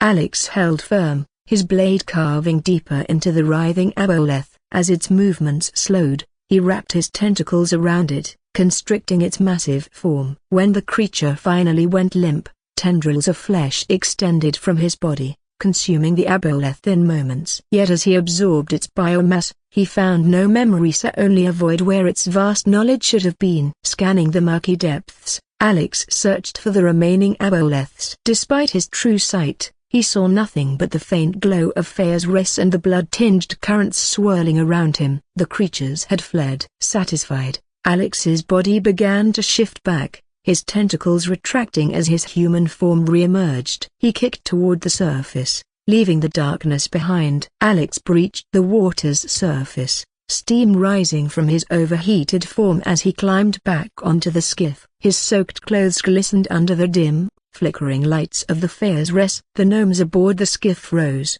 their wide eyes locked on him. Fear and awe mingled on their faces as they beheld the man who had descended into the depths and returned unscathed. Without a word, Alex strode past them, steam rising from his form as he moved toward the tiller. His expression was unreadable, his focus already shifting to the journey ahead. Behind him, the gnomes exchanged hushed whispers, their voices trembling with disbelief. What did he just fight down there? One of them asked. I don't know, another replied, their voice barely above a whisper. But whatever it was, it's dead now. Barkasroot, standing near the edge of the skiff, watched Alex intently. He felt a strange mix of gratitude and unease. This mana or whatever he truly was had saved them all, yet his power was beyond anything Barkus could comprehend. Alex tightened his grip on the tiller, his gaze fixed ahead. The skiff moved steadily through the dark waters, leaving behind the carnage and the aboleth's failed ambush. For now, the journey continued. Philomene stepped forward, her expression a mixture of gratitude and hesitation as she approached Alex. "Thank you for saving us," she said softly, her voice trembling. Alex's gaze met hers, his blue eyes unreadable beneath his stoic demeanor. He gave her a curt nod, acknowledging her words without fanfare. "They told me how you fought through all the Diogers and even killed Nia to save Mina," she continued, her tone shifting to one of wonder and confusion. "Why did you do it? Someone like you could have just a broken bar left." Alex's jaw tightened briefly, a flicker of something unspoken crossing his features. "Because I have a sister too," he said simply. Her eyes widened. "There are a broken bar more things like you?"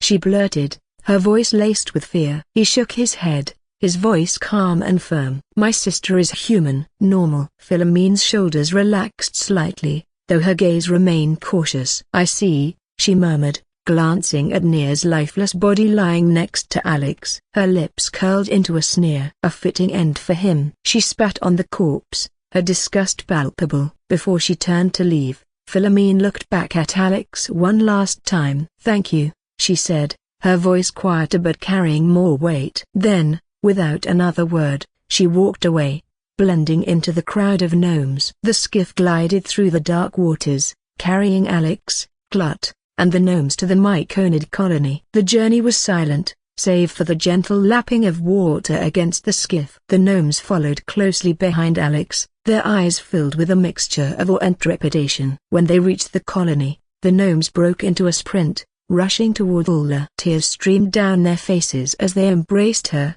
their voices choked with relief and joy. The sight was a rare moment of warmth in the otherwise grim depths of the Underdark. Alex, however, paid no heed to the reunion. He walked purposefully toward Spore, Nia's body slung over his shoulder like a discarded rag. He dropped the corpse unceremoniously at the Myconid elder's feet. "Peacebringer, be at home," Spore's voice echoed telepathically, resonating in Alex's mind. "I brought Nia's body," Alex stated, his tone devoid of emotion as he looked down at the lifeless drow. Spore regarded the corpse for a moment before responding. The drow sought to shatter our circle. Now his flesh may feed its growth. In dealing death, you have brought this circle life. Thus, we name you Life Chanter. The elder Myconid raised its hand, releasing a cloud of golden spores. As the spores enveloped Alex, his senses seemed to sharpen, his mind becoming clearer. Around him, the Myconids swayed in unison,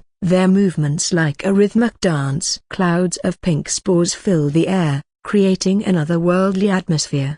The entire colony seemed alive with a song that resonated in Alex's mind, a melody of gratitude and renewal. "As our circle grows, so shall our song. Wherever you go, you may hear it," Spore intoned. The elder Myconid extended its hand, revealing a peculiar necklace of a blue worm strung on a rope. Alex glanced at the necklace and then at Nia's body. "I don't need the necklace. I wish to keep Nia's body." Spore's response was firm. His flesh would feed the circle. "There is no other way." With a resigned sigh, Alex grabbed the necklace and walked away, his expression unreadable. As he turned, Ulla stepped into his path, a small pouch in her hand. "What's this?" Alex asked, his tone sharp but not unkind. "The payment for saving my friends," she said, her voice steady but grateful. Alex shook his head and pushed the pouch back toward her. "I don't need it." "Just take it," she insisted, her eyes pleading as she pushed the pouch forward again. Reluctantly,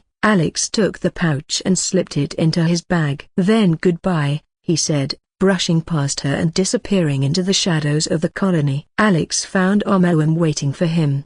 The mind flayer's thin, spindly fingers holding a small vial filled with a glowing pink elixir. "This is the reward I promised you," Omoam said telepathically. "This elixir will greatly increase your psionic resistance." Without hesitation, Alex took the vial, uncorked it, and drank its contents in one gulp. The liquid was cool and refreshing, spreading through his mind like a soothing balm. He felt as though his thoughts were wrapped in a protective layer, shielding him from any outside intrusion. "Well?"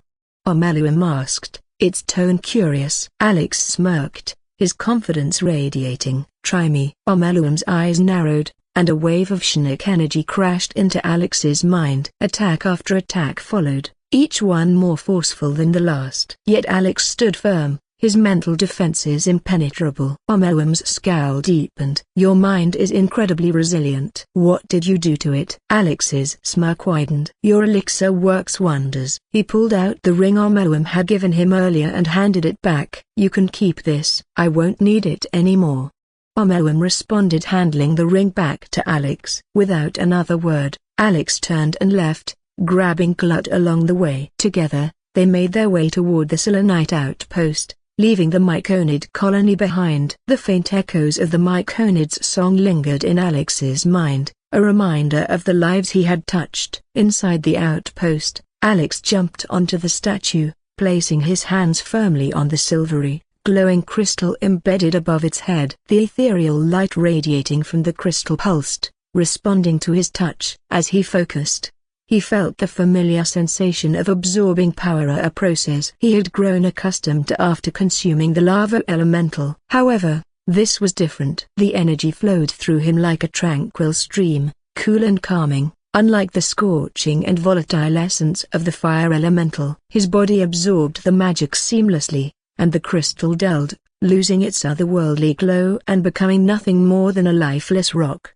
Alex's muscles relaxed, and a deep sense of serenity washed over him. "How do you feel?" Glut asked, his gaze sharp as he studied Alex's changing demeanor. "Calm," Alex replied, his voice unusually soft. "At peace." He looked around the room, his enhanced vision now cutting through the darkness like daylight. Every crack in the walls, every speck of dust floating in the air, became startlingly clear. Just as he began to adjust to this new clarity, he felt a soft, almost imperceptible touch on his shoulder. His reflexes kicked in, and he whirled around. But there was nothing. Just empty air. "What happened?" Glut asked, his mushroom-like head tilting with curiosity. Alex's eyes narrowed as he scanned the room. "Someone touched me.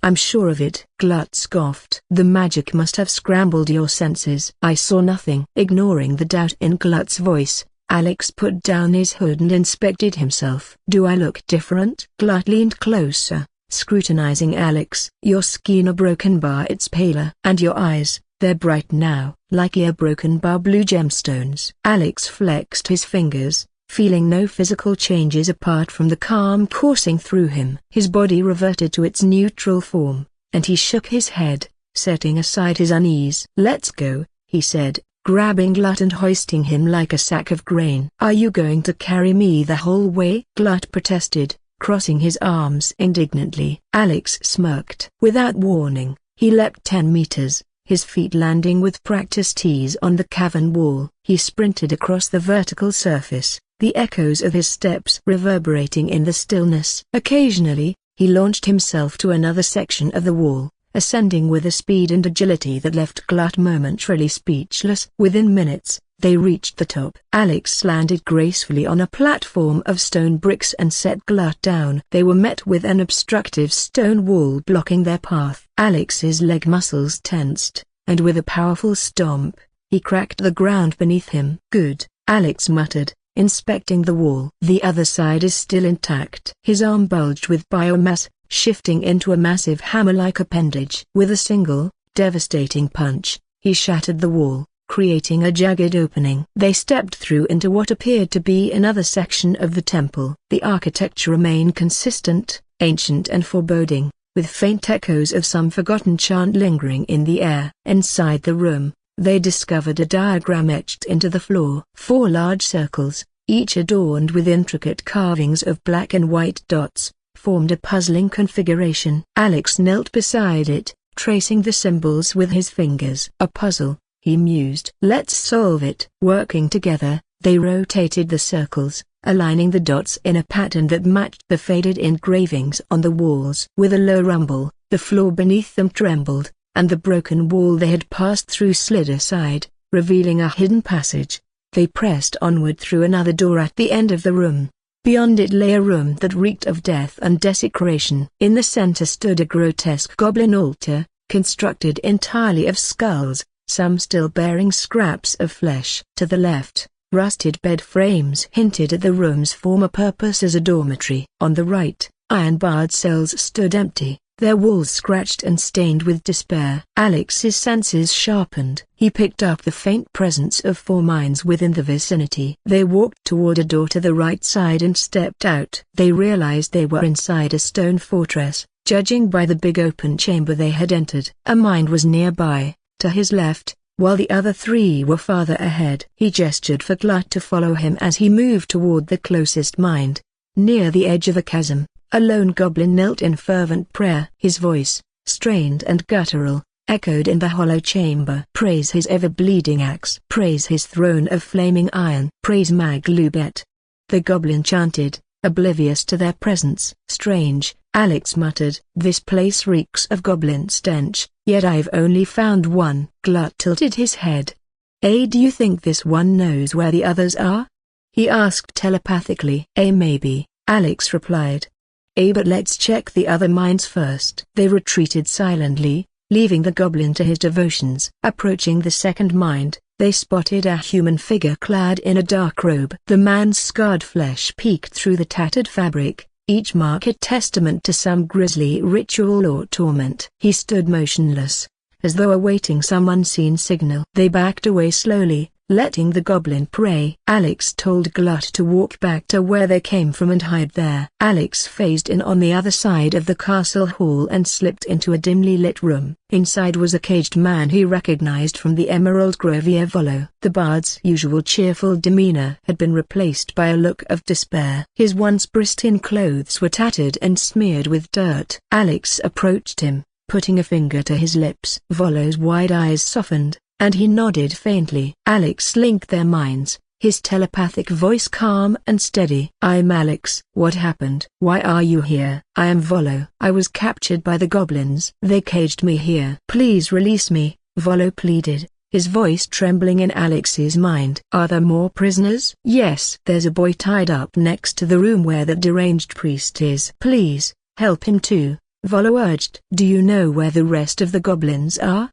Alex asked, his tone sharp. Volo's face shifted, and his eyes widened as he remembered something. They left to attack the grove. They marched out a while ago, Volo said, his words laced with urgency. Alex silently unlocked the padlock and swung the cage door open. Stay here until I've secured the area, he instructed. Volo nodded and shrank back into the shadows of the cage. Alex moved with purpose, his form shifting into shadows as he neared the room where the boy was held. The stench of blood and sweat grew stronger as he approached. Inside, he found a young man strapped to a torture rack, his body marred by bruises and fresh cuts. Though battered, his chest rose and fell weakly. Alex stepped forward, his eyes scanning the room for threats. When he was certain they were alone, he knelt beside the rack and broke the locks with ease. The boy flinched as Alex gently lifted him. I'm Alex. Can you hear me? Alex asked, linking their minds. The boy's thoughts were sluggish, his mental voice faint. Halson. They kept him somewhere else, he managed before slipping into unconsciousness. Alex checked his pulse, steady but weak. He carried the boy on his back and phased out, reappearing by Volo. Volo yelped but quickly quieted when he realized it was Alex. The bard's gaze fell to the unconscious boy, concern etched on his face. Is he alive? Alex laid the boy down carefully. He mentioned someone named Halson before passing out. Do you know him? Volo's eyes lit with recognition. Halson. He's the leader of the druids at the Emerald Grove. If he's here. His voice trailed off, a mixture of hope and dread in his tone. Alex nodded and produced a healing potion from his clothes. Tilting the boy's head back, he poured the liquid into his mouth. Moments later, the boy coughed violently and opened his eyes, blinking in confusion. Where am I? The boy rasped. The shattered sanctum, Volo answered, hovering over him. The boy's eyes snapped open, panic setting in. He struggled to sit up, but Alex's firm hand stopped him. Your wounds aren't fully healed. Take it slow, Alex said, his voice steady but gentle. The boy nodded weakly, his breath evening out. "Thank you for saving me." "Stay here," Alex instructed. "I'll find Halsn." Alex quickly put to sleep the scarred figure before leaving. He prowled through the corridors, his senses on high alert. He felt 3 distinct minds ahead and moved cautiously. He peered into the room and saw 2 goblin children laughing as they pelted a bear with sharp stones. The bear's jaws were bared, its golden eyes seething with rage, but it remained eerily still, enduring the abuse. Alex focused on the bear and reached out telepathically. "Are you Halsn?" The bear froze, its gaze darting around the room. "Yes." "Please, release me."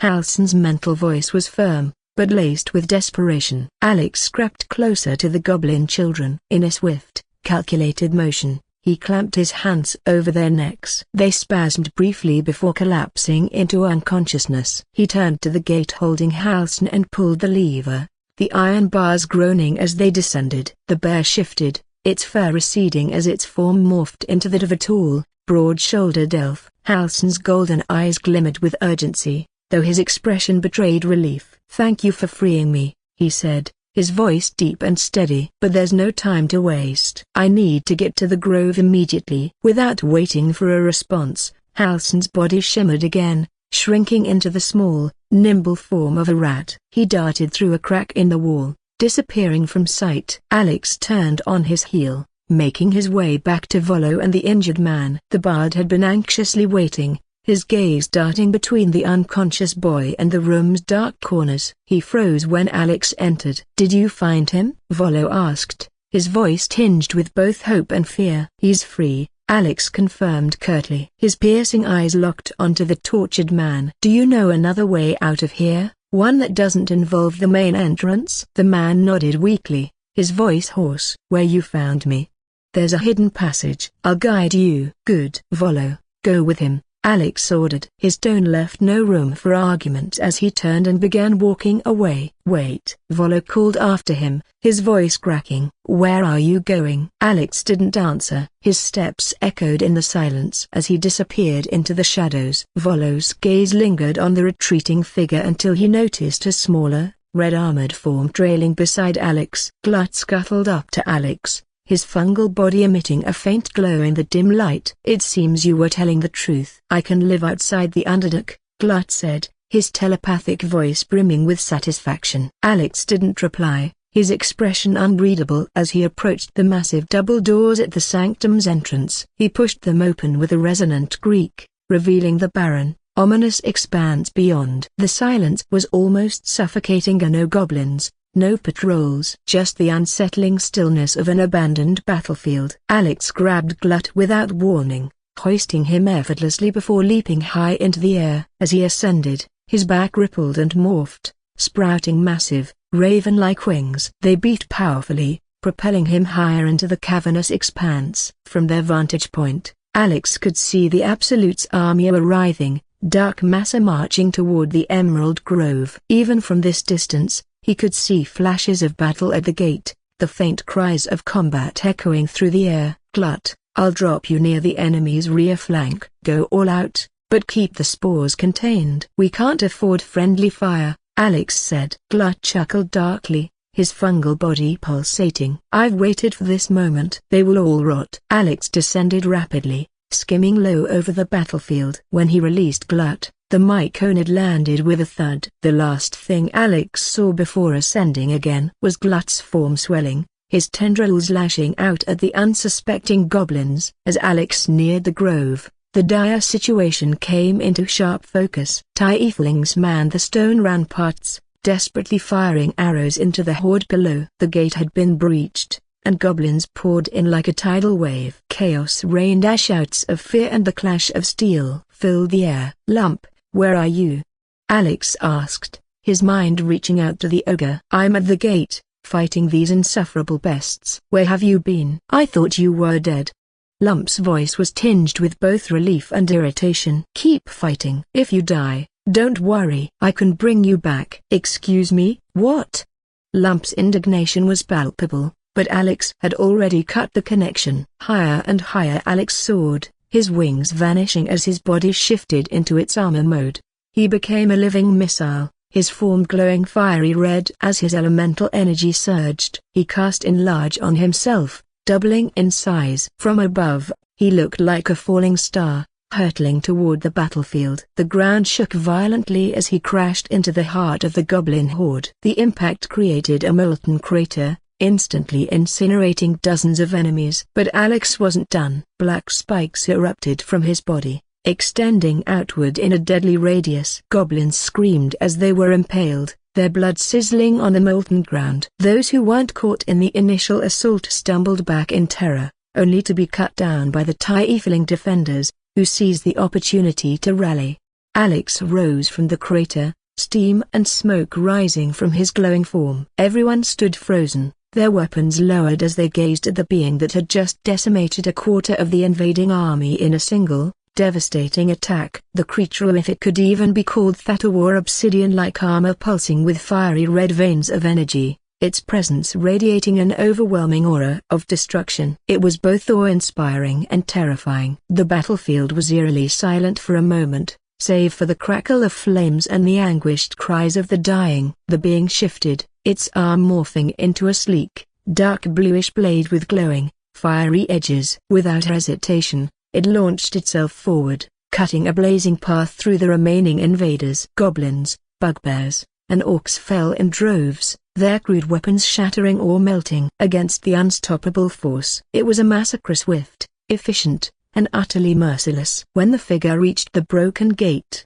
it stopped and turned, raising its arms high before slamming them down with incredible force. Spikes as tall as men erupted from the ground in a deadly cone, impaling anything caught in their path. Screams echoed as goblins and their larger allies were skewered or left writhing in agony. "Is it with us?" a tiefling asked in a hushed voice, gripping his crossbow so tightly his knuckles turned white. His wide eyes reflected the carnage ahead, the sheer destruction reminiscent of the hellish battles of Avernus. "I hope so," another replied, his voice trembling. "Because I don't think we stand a chance against it if it's not." Inside the grove, the tieflings and druids fought desperately, their attacks now bolstered by the reprieve granted by the gate's sudden protection. Arrows flew, and spells crackled as they picked off the remaining goblins. But it was far from easy. Orcs and bugbears continued their relentless assault, battering down defenses and forcing the defenders into close combat. Yet, with each passing moment, the tide seemed to turn in their favor. At the rear of the battlefield, Glut was an unstoppable force of nature. Towering as tall as an ogre, his fungal form was grotesque and terrifying. His limbs were unnaturally elongated, his mace swinging in wide arcs that smashed anything in its path. Goblins and orcs alike fell before him,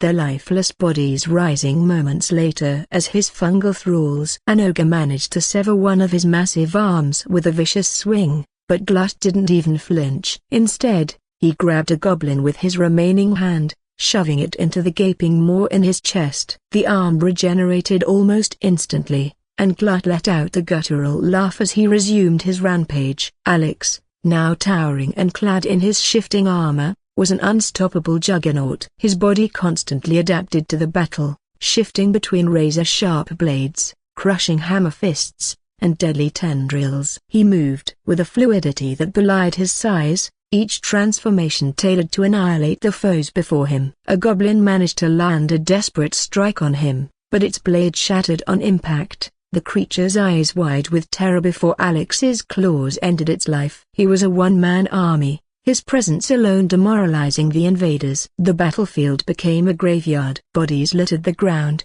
and the air was thick with the stench of blood and burning flesh. Glut, having reverted to his normal form, stood beside Alex, his body heaving with exertion but his hands still twitching, ready for more. Nearby, Bullet had made his presence known during the battle, his massive form dragging goblins beneath the earth with horrifying ease. Now, he was hidden somewhere underground, awaiting further orders. Lump lay nearby, his massive frame slumped against a shattered cart. He gnawed on the remains of a goblin, his body riddled with wounds that oozed blood, but his grin was as wide as ever. Despite their victory, the tieflings and druids remained wary. Crossbows were trained on Alex, and more than a few druids had spells ready to cast. Their eyes darted nervously between him and Glut, their relief tempered by the sheer destruction they had witnessed. Among the crowd, Alex spotted familiar face Isa Karlach and Weil stood side by side, their expressions unreadable as they watched him. From the crowd, a tiefling stepped forward. His gait was steady,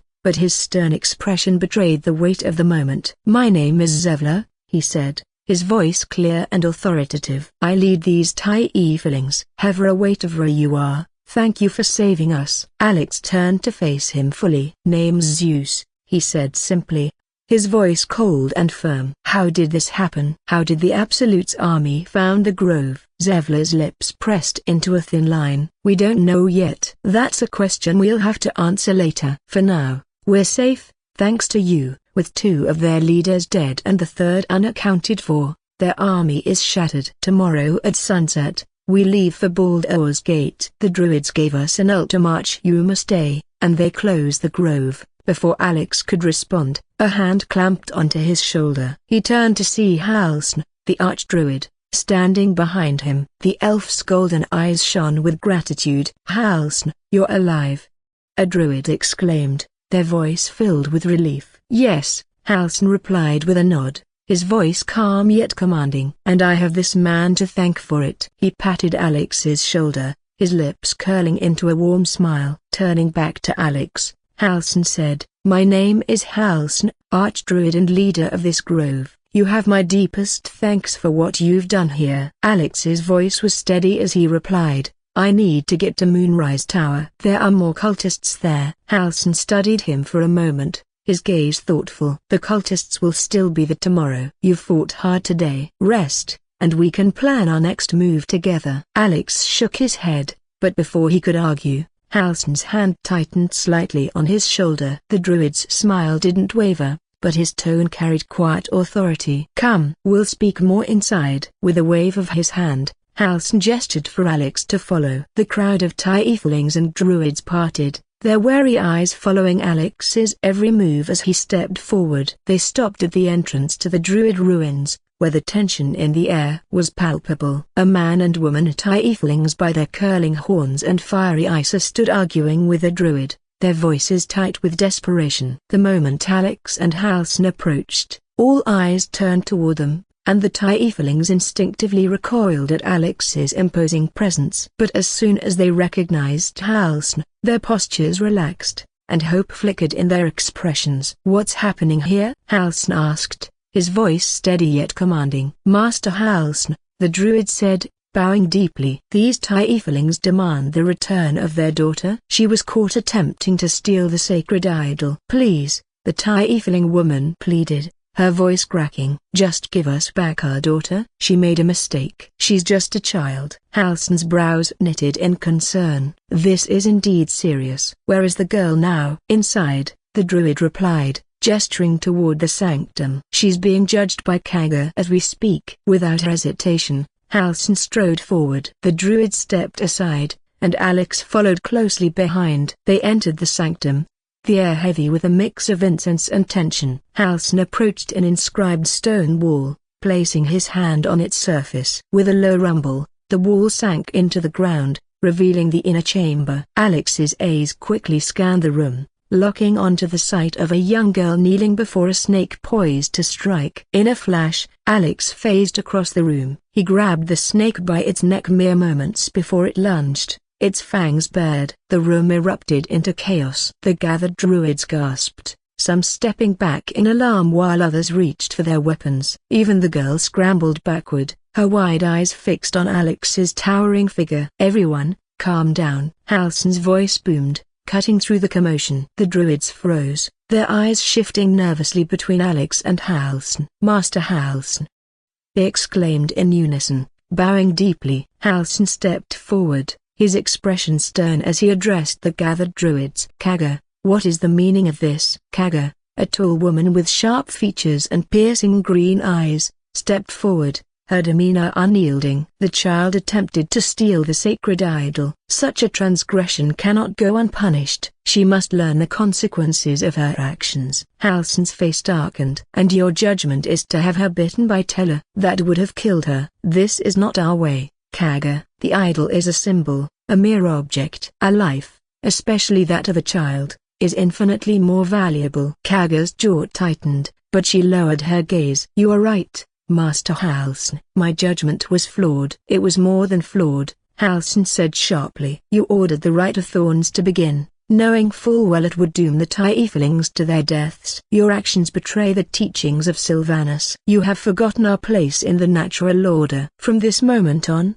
you are stripped of your rank. You will remain here as a novice and relearn the ways of the Druids. Should you stray again, nature itself will judge you. Kaga's lips pressed into a thin line, but she nodded. As you command, Master Halsin. Halsin's expression softened as he turned to the trembling girl. He knelt before her, his voice gentle. What is your name, child? Arabella, she stammered. Arabella, I am deeply sorry for the fear and pain you've endured. This was a failing on my part for entrusting Kaga with responsibilities she was not ready for. You have my word that this will not happen again. He placed a comforting hand on her shoulder before rising to his full height. Go to your parents and tell them they are safe. The Rite of Thorns will not force them to leave. Arabella nodded, tears streaming down her face as she bolted from the room. Alex released the snake, which slithered away into the shadows. Halsin sighed deeply, turning to Alex. I am sorry you had to witness this. Please,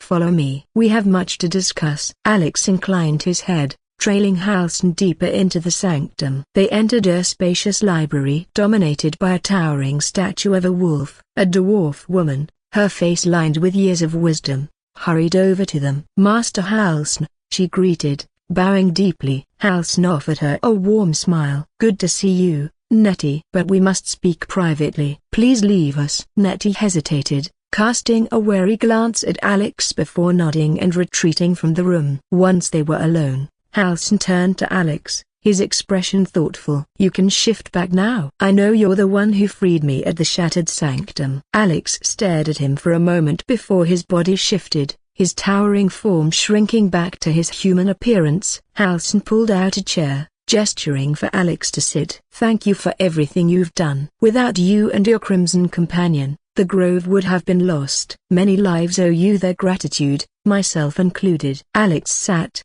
his gaze unwavering. This isn't the end. What happened here is just the beginning. The Absolute's army is far larger than what we faced today. Halsin nodded gravely. I fear you are right. Their strength is unnatural, their methods insidious. I intend to investigate the Moonrise Towers. It seems they are the cult's central stronghold. Alex's eyes flicked to a jar on a nearby table, where a tadpole floated in clear liquid. If they're using these, then they must have an elder brain. But something is off. These tadpoles don't transform their hosts like they should. Something is blocking the process. Halsin stroked his chin thoughtfully. You've noticed it too. This deviation could mean many things, none of them good. They sat in contemplative silence for a moment before Halsin spoke again. If I may ask, what are you? I have traveled far and wide, seen many wonders and horrors, but nothing like you. Alex hesitated, his eyes narrowing slightly as he weighed his response. Halsin's demeanor was open, his respect genuine. Perhaps he could trust this man, an ally whose heart was clearly with the people he protected. Alex stood before Halsin, his voice steady but guarded. I came from the nautiloid that crashed on the beach. I remember waking up in a dark place, unable to move or see. I felt a shock and then woke up in a swamp. Everything before that is a blur. I don't remember much of who I am. Halsin's golden eyes narrowed thoughtfully, his broad frame radiating calm as he stroked his beard. An Illithid ship. I didn't see it myself. I must have already been captured by that time. Did the ship have the ability to shift between planes? Alex shrugged slightly, his expression unreadable. I don't know. Halsin leaned forward, his voice lowering with concern. Did the mind flayers infect you? Are you carrying a tadpole? No, Alex lied smoothly. I have no tadpole. He had no issue sharing how he arrived in this strange world, but the truth of his origins that he came from another world entirely was something he wasn't ready to reveal. Halsin's face softened slightly. You are a very lucky individual, then. Few can say the same after an encounter with those vile creatures. Alex's expression remained neutral as he met Halsin's gaze directly. I plan to destroy this cult of the Absolute. He paused for a moment, letting the weight of his words settle. I'm powerful, but I'm just one man. I can't be everywhere at once. I need allies. Halsin studied him closely, as if weighing Alex's intentions against his own principles. Alex continued, his tone calm but firm. I'll give you some time to think about it. For now, I need to make preparations for the journey. I'll see you at the party tonight. Before Halsin could respond, Alex's form shifted. His skin darkened into obsidian armor, fiery veins pulsing beneath the surface. Without another word, Alex turned and walked out of the sanctuary, his heavy footsteps echoing against the ancient stone. The moment Alex stepped outside, something prickled at the edge of his mind, a faint presence on his radar. His eyes darted to the side as he scanned the surroundings. Something or someone was moving, stealthily closing in on an unsuspecting mind. Alex leapt into the air, his armored form a blur as he landed on a stone bridge above. The tieflings below gasped, startled by his sudden movement. Ignoring their wide-eyed stares, he stalked toward a bush, where a shadowy figure lurked. Without hesitation, Alex reached into the foliage and yanked out a bugbear by its neck. The creature flailed in his grasp, growling and struggling to break free. Alex sent a sonic wave crashing into its mind, disarming it instantly. The bugbear's weapon clattered to the ground as it whimpered in pain. What in the nine hells is happening? A tiefling woman shouted from a higher vantage point. She froze when she saw Alex, her eyes widening in fear as they fell on the towering, armored figure holding the bugbear like a ragdoll. Two more tieflings, armed with crossbows, approached cautiously. What's going on here?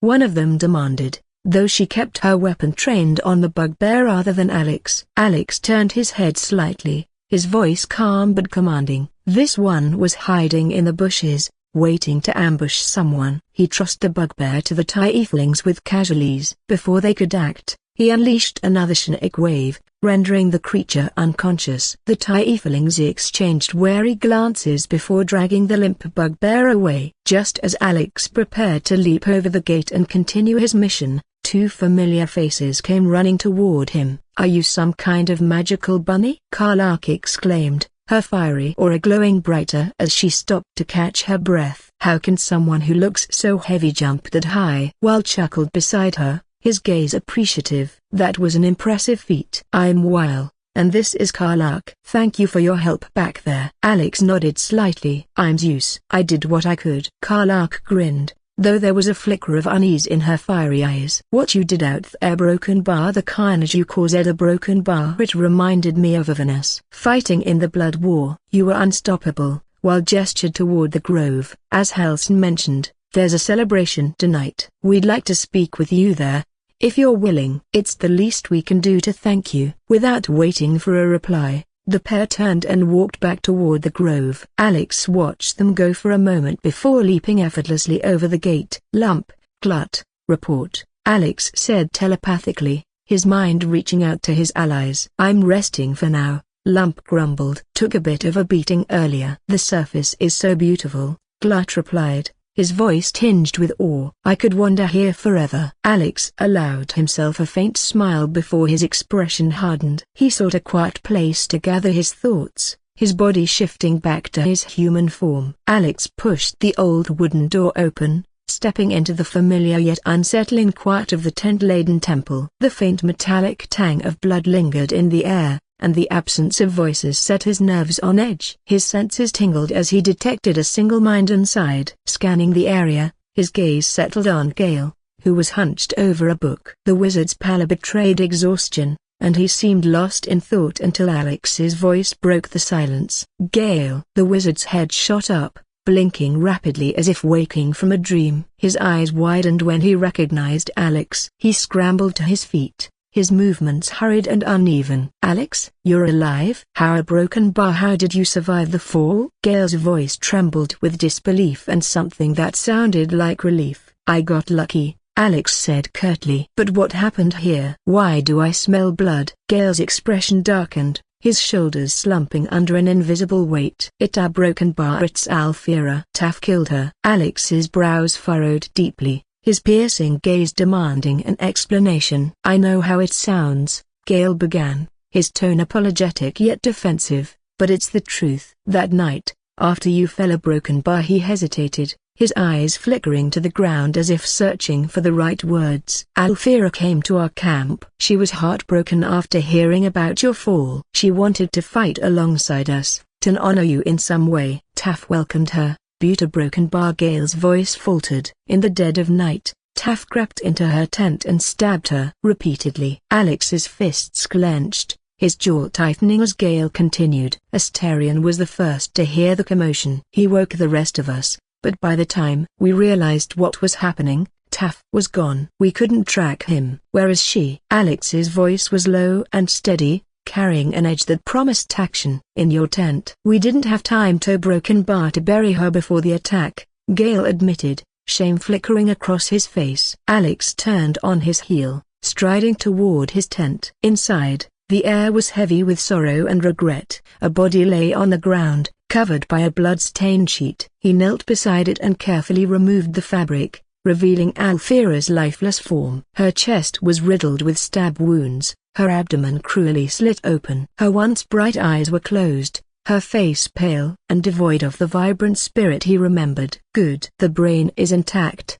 Alex murmured, a grim determination in his voice. Gale appeared behind Alex, his eyes widening in horror as Alex's arm began to shift. Tendrils of dark flesh sprouted, slithering into Alfira's wounds. The grotesque appendages burrowed deep, mending torn tissue and knitting together broken vessels. Gale's breath caught in his throat as he watched the macabre scene unfold. As the tendrils worked, Alfira's chest rose with a shallow breath. Her eyes fluttered open, but they were vacant, empty of recognition. Alex withdrew his tendrils, the flesh receding into his arm like an ebbing tide. Moments later, color began to return to her cheeks, and her eyes focused. She weakly placed a trembling hand over her chest, her gaze locking onto Alex. Gale, still frozen, finally found his voice. What in Mistra's name did you just do? Alex ignored him for the moment, turning his attention to Alfira. Do you have a healing potion? He asked without looking back. Gale nodded, fumbling to retrieve a vial from his pouch. He handed it over, and Alex gently helped Alfira drink its contents. Her breathing steadied, and she closed her eyes, slipping into a peaceful slumber. Alex stood, turning to Gale, who was trembling with a mixture of awe and fear. She's alive, but she needs rest, Alex said matter-of-factly. Alive? Gale's voice cracked. Alex, we're Broken Bar. You revived her. That a Broken Bar? That shouldn't be possible. I healed her, Alex corrected, his tone firm. No, you did something far beyond healing, Gale insisted, his voice rising. What are you? An escaped illithid experiment? A construct? Alex's gaze hardened. I'm a shifter. My powers awakened when I fell into that abyss with the spider monarch. That's how I survived. Gale stared at him, searching for deception in Alex's expression. Finding none, he sighed, running a hand through his disheveled hair. Yeah, Broken Bar, I see. Forgive my outburst. Apology accepted,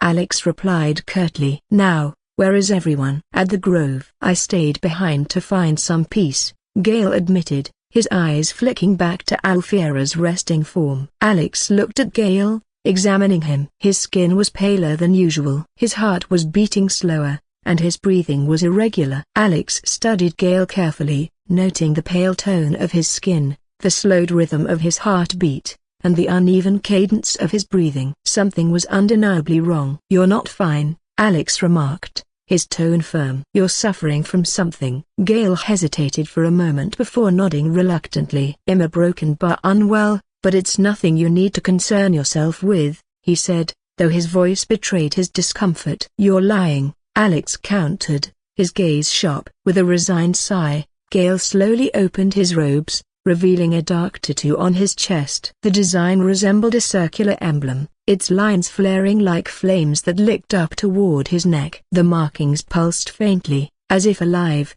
a sinister rhythm that seemed to sap the energy from his body. This is the source of my affliction, Gale admitted. It's killing me, slowly but surely. Alex's eyes narrowed. How do we stop it? We can't a Broken Bar, but I can stave off the inevitable by consuming enchanted items, Gale explained, his voice laced with both desperation and shame.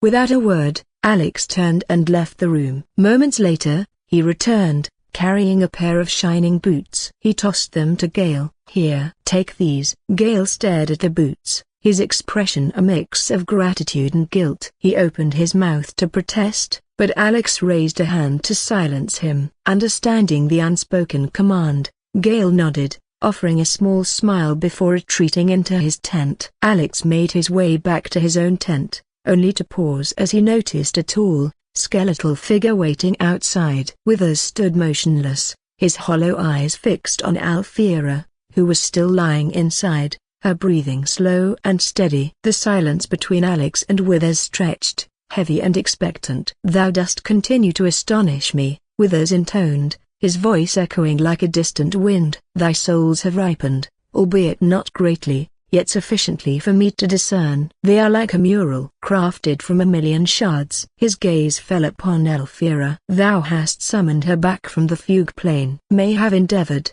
yet few have triumphed. Her soul appears weary from its arduous journey back to the material realm. Grant her a few days, and she shall regain her strength." Withers' words lingered in the air as he turned and walked away. Alex considered calling out to him, to ask about the cryptic mention of his souls, but something told him the answers would not come easily.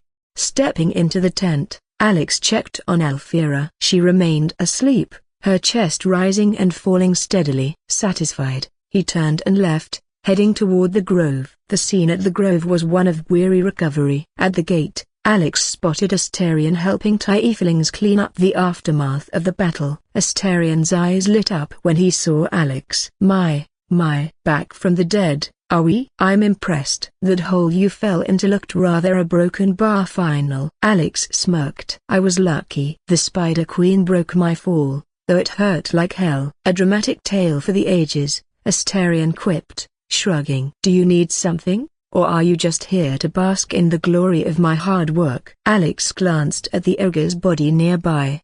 Before he could reply, roots emerged from the ground, enveloping the corpse in a cocoon. "That explains the lack of bodies," Alex noted. Without another word, he left Asterion to his tasks. Further along, Alex found Leslie meticulously cleaning her silvery armor.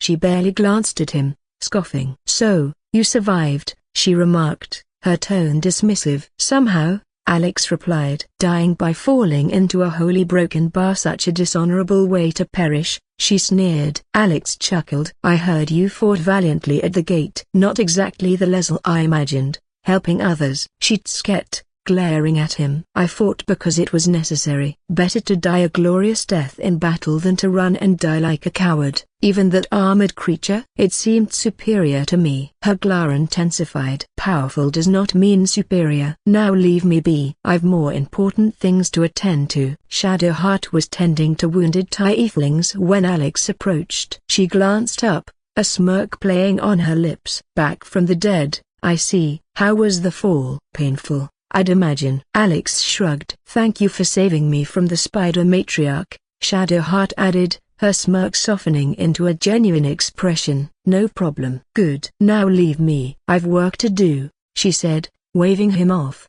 Near the Nautiloid, Alex found Glut gazing at the dead ship. The fungal creature's glowing form pulsed faintly. "So much flesh," Glut mused. "With it, I could raise dozens, perhaps hundreds of myconids." "Sorry, I need every bit of it intact," Alex replied. Glut turned to him. "What do you plan to do?" Alex's lips curled into a faint smirk. "You'll see." Everybody was inside the grove, celebrating with an energy that seemed to momentarily banish all the darkness and death they had endured. Laughter and music filled the air, interspersed with the clinking of mugs and the occasional shout of victory from a drinking game. But despite the lively atmosphere, a certain tension lingered as people glanced around expectantly. "Do you think he'll show up?" Karlak asked, her fiery hair practically glowing in the torchlight. "I hope not," Asterion said, sipping delicately from a goblet of wine. "His presence will scare everyone off." "Not exactly the life of the party, is he?" "Asterion's right,"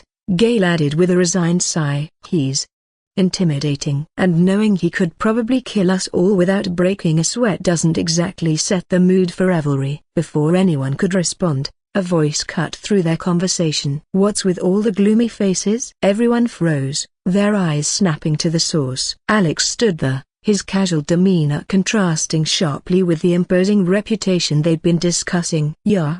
Karlach yelled, startled, throwing a punch reflexively. Alex sidestepped it with ease, a smirk playing on his lips. "When did you get here?" Karlach asked, her voice still tinged with surprise. "Just now," Alex replied, glancing around. "What were you talking about?" Karlach's expression shifted to sheepishness. "We were, talking about Zeus. You know, the armored guy? We invited him to the party, but it seems like he's not coming." Halsin joined the group, his large, calming presence grounding the conversation. He placed a reassuring hand on Alex's shoulder. "Why the long faces?" "The night is still young." Alex shot Halsin a warning look, speaking telepathically. "Don't even think about it." Halsin chuckled and addressed the others.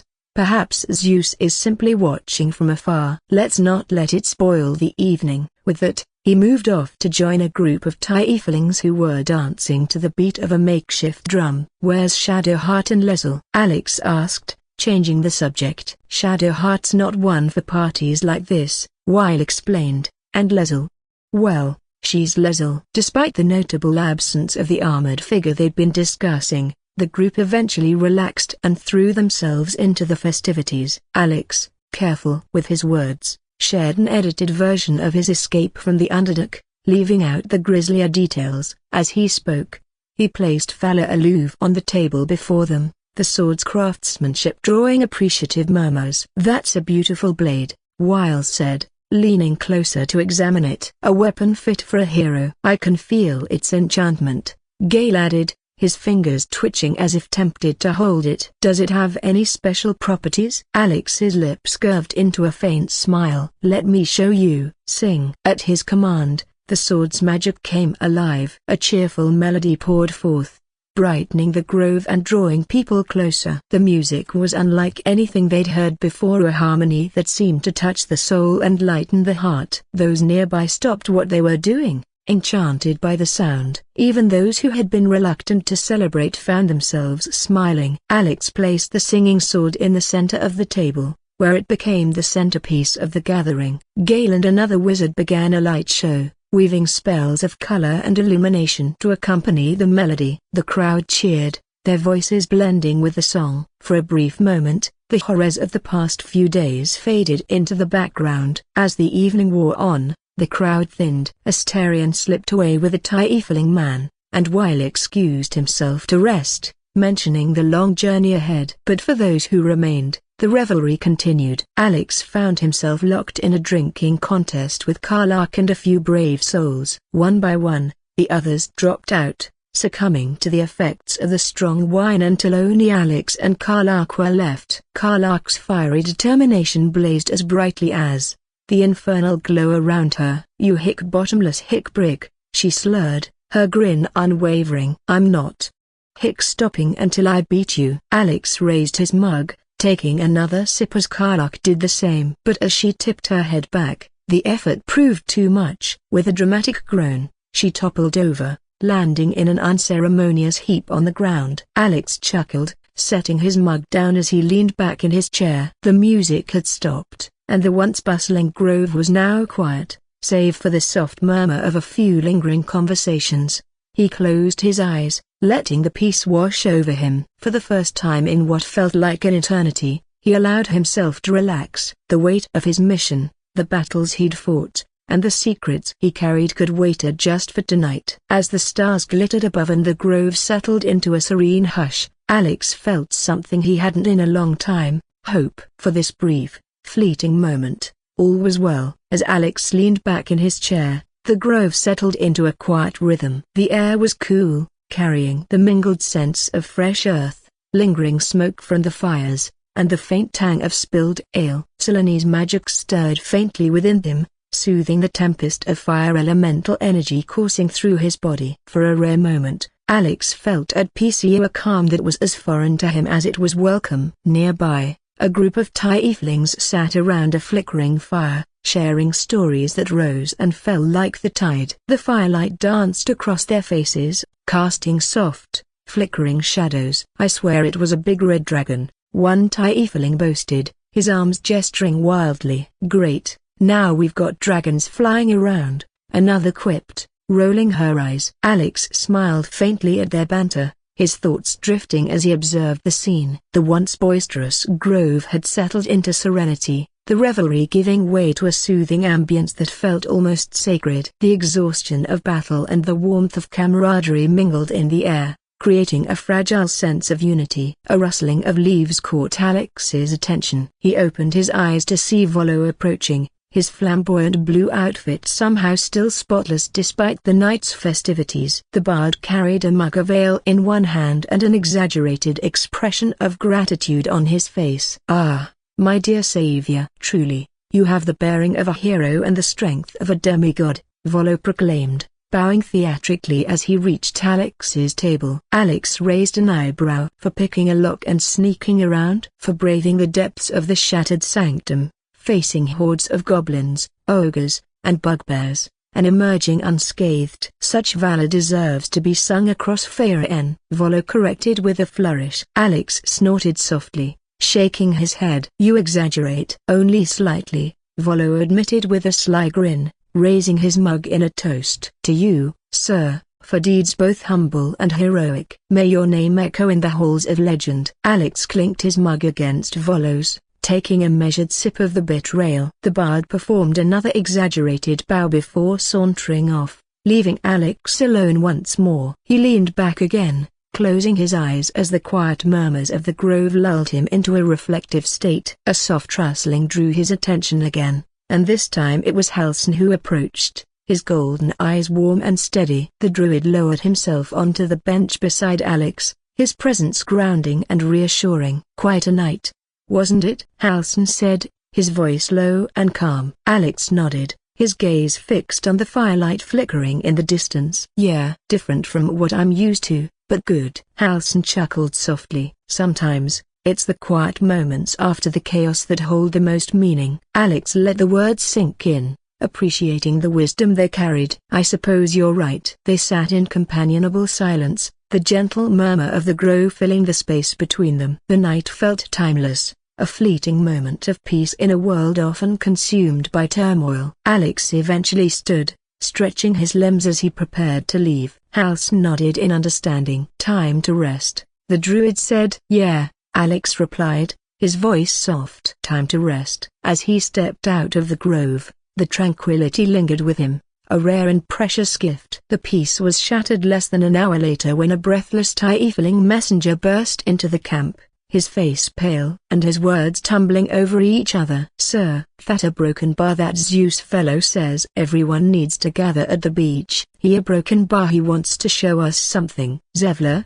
who had been poring over a map, lifted his head sharply. "Show us something? For what reason?" "I don't know," the tiefling stammered. "He just said it was important." Zevler's brows furrowed. "Tell everyone to gather at the beach," he ordered, his tone resolute. "And tell them to be armed. We don't know what's waiting for us." The tiefling swallowed hard, nodding before hurrying off to spread the word. An hour later, the beach was alive with activity. Tieflings, druids, and familiar faces Karlak, Weil, Gale, Lezel, Shadowheart, Asterion, Alex, and Halsina stood among the crowd, murmuring in curiosity and unease. The crater from the Nautiloid's crash loomed ominously nearby, but the ship itself was nowhere to be seen. "Where's the giant squid ship?" Karlak asked, squinting. The water quaked, sending ripples across the shoreline. Everyone stood frozen, their eyes wide with shock as a black Nautiloid ship emerged from the depths, its chitinous shell gleaming ominously in the faint light of the rising sun. Weapons were unsheathed,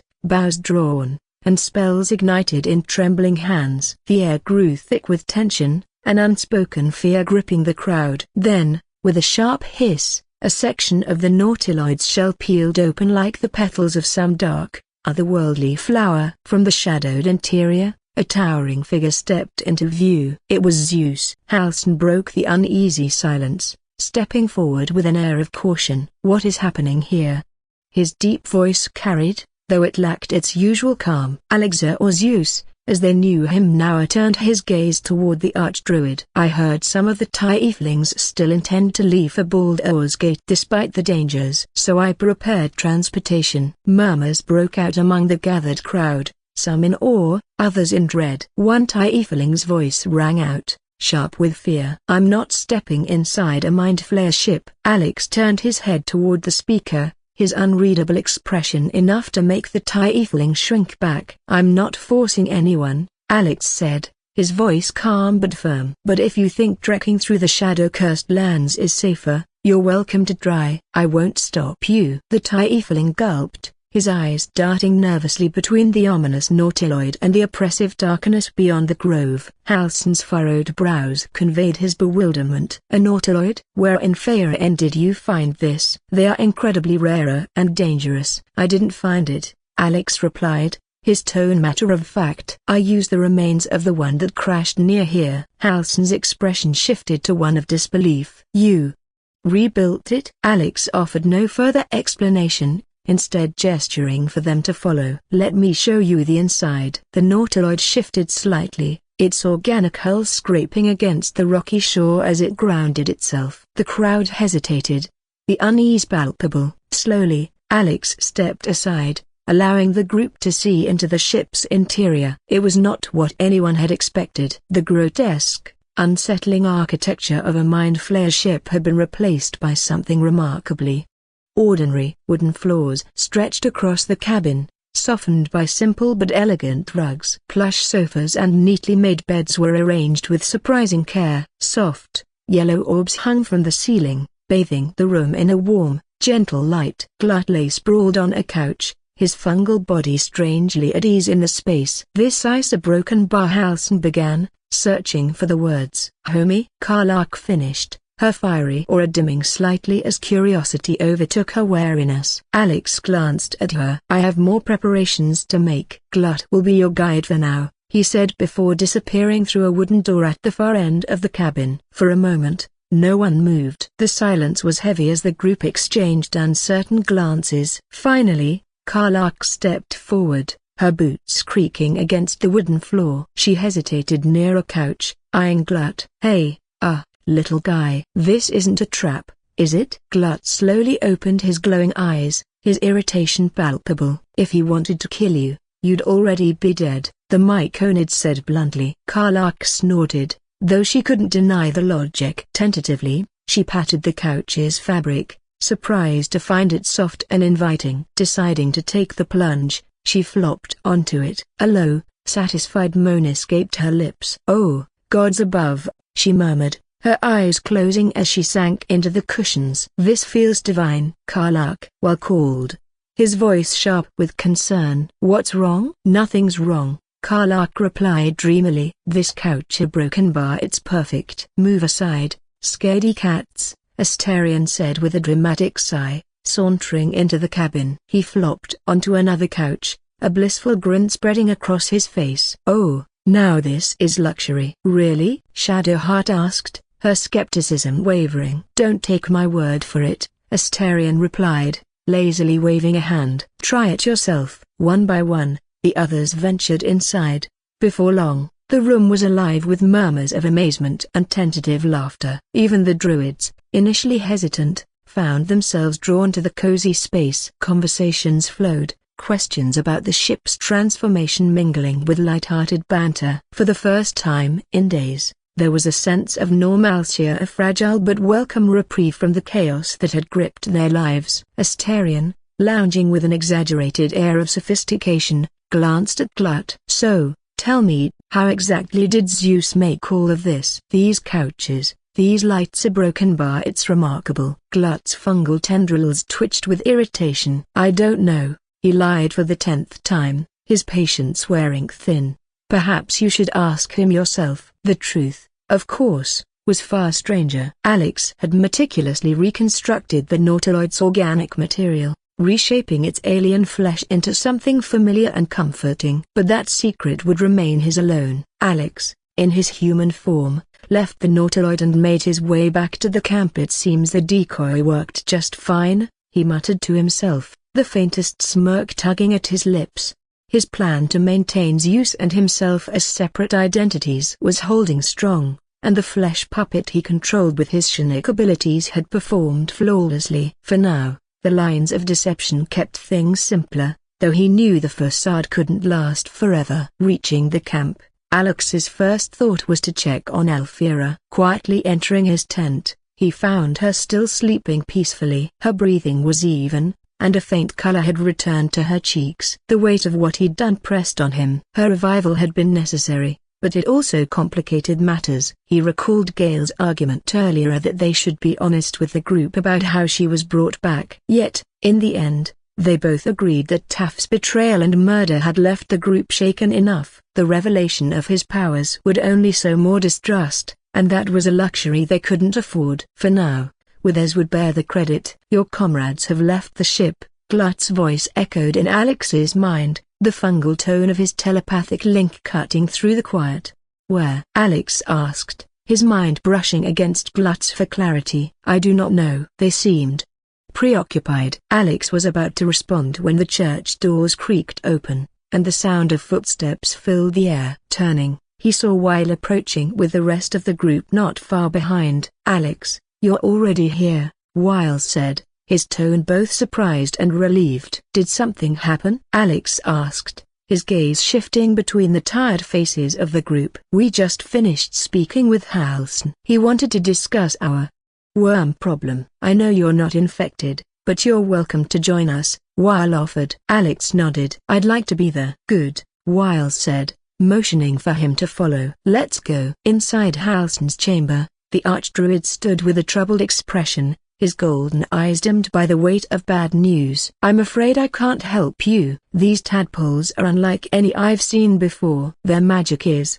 strange. Alien. I'm sorry. The group's collective disappointment was palpable. A heavy silence fell over them as Halson's words sunk in. If we could find a creche, Leslie interjected, breaking the silence, then we could remove these tadpoles. The Githyanki possess the knowledge and the tools to cure us. Unfortunately, we don't know of any creche nearby, Halson replied, his tone apologetic but firm. The disheartened group exchanged glances, their earlier hope fading like a candle guttering out. Alex cleared his throat. I heard some of the Tieflings talking about spotting a red dragon flying around recently. Leslie's eyes sharpened. If there is a red dragon, there is likely a dragon rider, perhaps a Githyanki patrol. They might know where to find a creche. Do we know where the dragon was seen? Gale asked, his curiosity piqued. We can ask the Tieflings for more details, Alex suggested. They found a Tiefling woman near the grove's outskirts. She pointed westward. I saw it flying over the hills at dawn,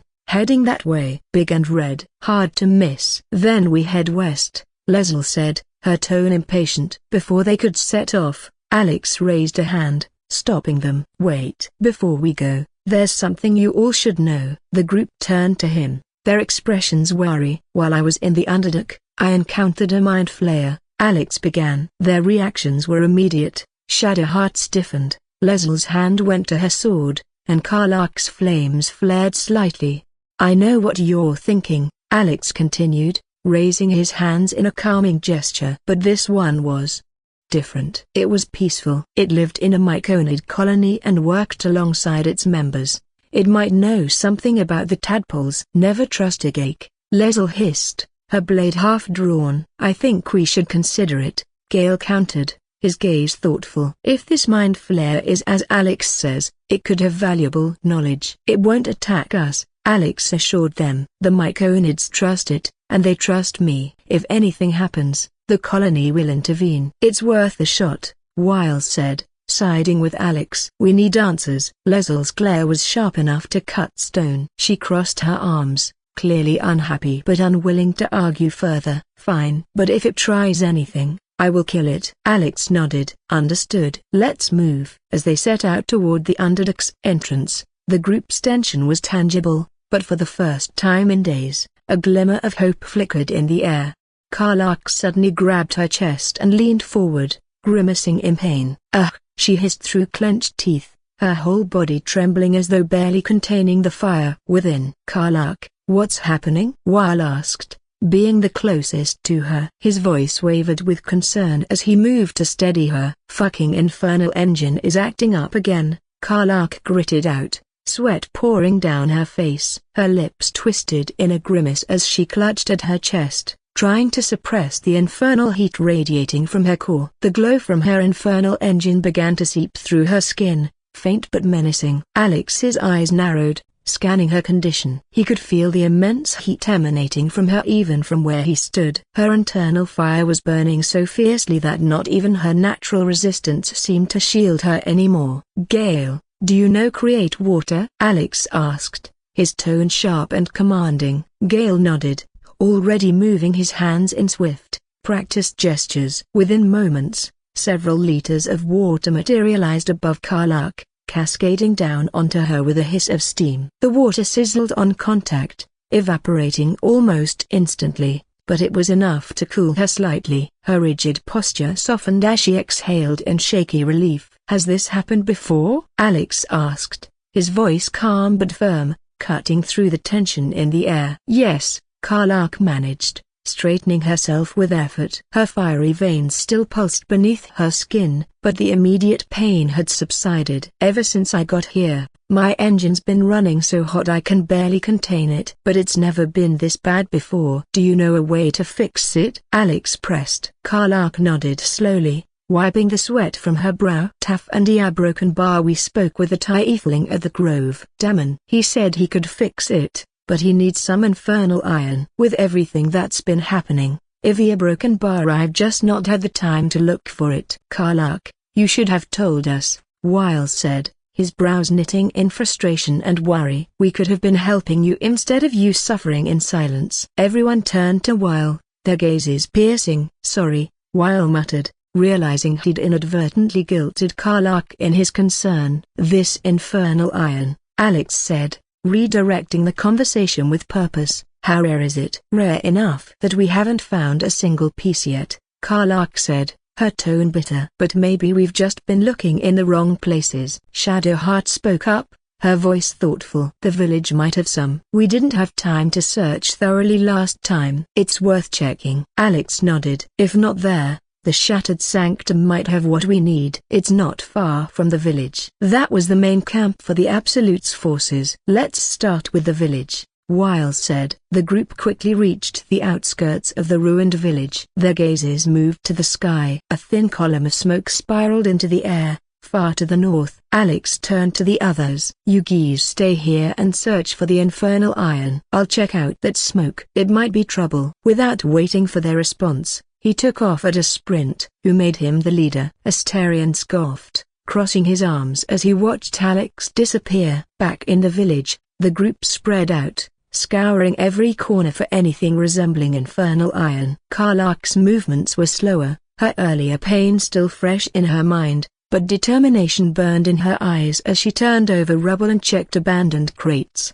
"Any luck?" Wile called out, his voice echoing faintly as he rummaged through the remnants of an old blacksmith's forge. "Not yet," Shadowheart replied, crouched by a half-collapsed chest. Her frustration was evident in the tightness of her movements. Just then, Karlach's sharp eyes caught sight of something partially buried near the remnants of a collapsed building. She rushed over and began digging with her hands, dirt and ash caking her fingers. With a grunt, she pried open a battered box, revealing several pieces of blackened, twisted metal. Her breath caught as she held up one of the pieces. "Guys, I think I've found something," she called out, her voice tinged with hope and disbelief. The others hurried over, their eyes widening as they saw the jagged, dark metal glinting faintly in the fading light. Shadowheart took one of the pieces, turning it over in her hands. "This looks like infernal iron," she confirmed. "Let's hope it's enough for Damon." Alex jumped over a broken bridge and sprinted toward the source of the smoke. As he approached, the scene came into view. A once majestic mansion now engulfed in flames, the air thick with smoke and ash. Goblin and drow corpses were scattered across the courtyard like discarded puppets. Near the burning structure, a woman clad in silver armor with a crimson cloth draped over her shoulders knelt beside a man's lifeless body, her sobs muffled by the crackling of the fire. Her tears streaked down her soot-covered face as she whispered prayers to a deity for peace that would never come. Nearby, a group of men and women dressed in the same silver armor struggled in vain to force open the mansion's main door. Their hands were blistered, and their movements frantic as they shouted over the roaring inferno. Grand Duke Ravengard could still be inside. "Don't stand around, push harder," one of the armored figures barked, desperation in their voice. Alex approached the group. One of them turned to him, his expression a mix of hope and doubt. "We can't get through. The fire's too strong, and the door's stuck fast," the soldier exclaimed. Alex didn't respond. Instead, he stepped forward, surveyed the situation, and with a single powerful kick, the massive door shattered inward, its remnants crashing to the ground. The soldiers froze, staring at him with wide eyes, their disbelief momentarily silencing their urgency. "Go," Alex commanded, his voice sharp and commanding. Without hesitation, the soldiers poured inside, but Alex stayed behind for a moment. His sonic senses scanned the mansion, detecting faint minds upstairs. Two distinct presences, fragile and faint. Leaping effortlessly over the destroyed staircase, Alex landed on the upper floor, his boots sinking slightly into the charred wood. He turned toward the room on the right, already engulfed in flames. Heat waves shimmered in the air, and the acrid smell of burning wood filled his lungs. He walked through the flames, unharmed, as though the fire was nothing more than a warm breeze. Inside, he found a man pinned beneath a heavy wooden beam. The flames hadn't reached him yet, but they were closing in fast. "Please help, I'm trapped," the man pleaded, his voice trembling with fear and desperation. Alex knelt and, with one hand, lifted the beam as though it weighed nothing, tossing it aside. He grabbed the man by the arm and helped him to his feet. "Go," Alex instructed, pointing to the shattered doorway. The man didn't need to be told twice. He stumbled through the corridor, coughing but alive. With no time to linger, Alex turned and headed toward the other presence. He'd sensed the fire was spreading faster now, the heat intensifying. Smoke choked the air, but Alex moved with purpose, his vision cutting through the haze. Reaching the far room, he found an elven woman collapsed on the floor. Her dark skin shimmered with sweat, and her silver hair clung to her face. Her chest heaved as she struggled for breath, her robes already singed at the edges. Without hesitation, Alex scooped her into his arms and sprinted toward the corridor. The ceiling groaned ominously, threatening to collapse. Kicking away debris and leaping over fallen beams, Alex reached an open balcony. He jumped down, landing gracefully amidst the gathering crowd. Gently, he set the woman down, her breathing stabilizing as fresh air filled her lungs. A group of soldiers rushed to her side. One of them, a woman with a commanding presence, stepped forward, her eyes filled with relief. "Counselor Floric," she exclaimed. The elven woman raised a hand, signaling she was fine. She stood, her gaze locking onto Alex. "Your boldness is a blessing," she said, her voice steady despite the chaos. "I am Counselor Floric. You have my deepest gratitude." "Counselor, are you all right?" another soldier asked, his concern evident. "It takes more than fire to break me," Floric replied with a faint smile. Then her expression hardened. "But duty calls. The Drow have taken Grand Duke Baldur Ravengard westward, if my sources are correct." She turned to another soldier. "Gauntlet, report to the Manip and request reinforcements." "We must retrieve the Duke." "On your command, Counselor," the soldier said, saluting before sprinting off. Floric addressed the remaining soldiers. "The rest of you, count the dead. Ensure their sacrifices are known to the city." Finally, she turned back to Alex, her eyes filled with resolve. "I must ask for your aid again. Please rescue the Duke from his captors. The Council will reward your efforts generously. May I trust you to see it through?" Alex considered her words, recalling fragmented memories from the drow and goblins he had consumed. "If the Duke was taken west, that means Moonrise Tower. Is that correct?" Floric's eyes widened slightly. "Yes, Moonrise Tower, along the old road. The place is cursed a few who venture there return." This was no random attack. The Duke was their target. Alex nodded slowly. "I plan to head there soon. If I find him, I'll do what I can. But why is the Duke so important? Grand Duke Ravengard is the cornerstone of Baldur's Gate's stability. Without him, the city risks falling into chaos. I fear that may be exactly what his captors intend. Alex nodded again. I'll do what I can. Florrick's expression softened, gratitude flickering in her eyes. Thank you. And if your courage falters, remember the Duke's generosity and leadership. Approach the tower with care. Darkness hangs over that place. She gestured to a soldier who approached with 3 weapons, a bow, a trident, and a staff, each glowing faintly with arcs of blue energy. Choose one to aid you on your journey. Alex shook his head, gesturing to the sword strapped to his back. I already have a weapon. Florrick smiled faintly. Then take this promise: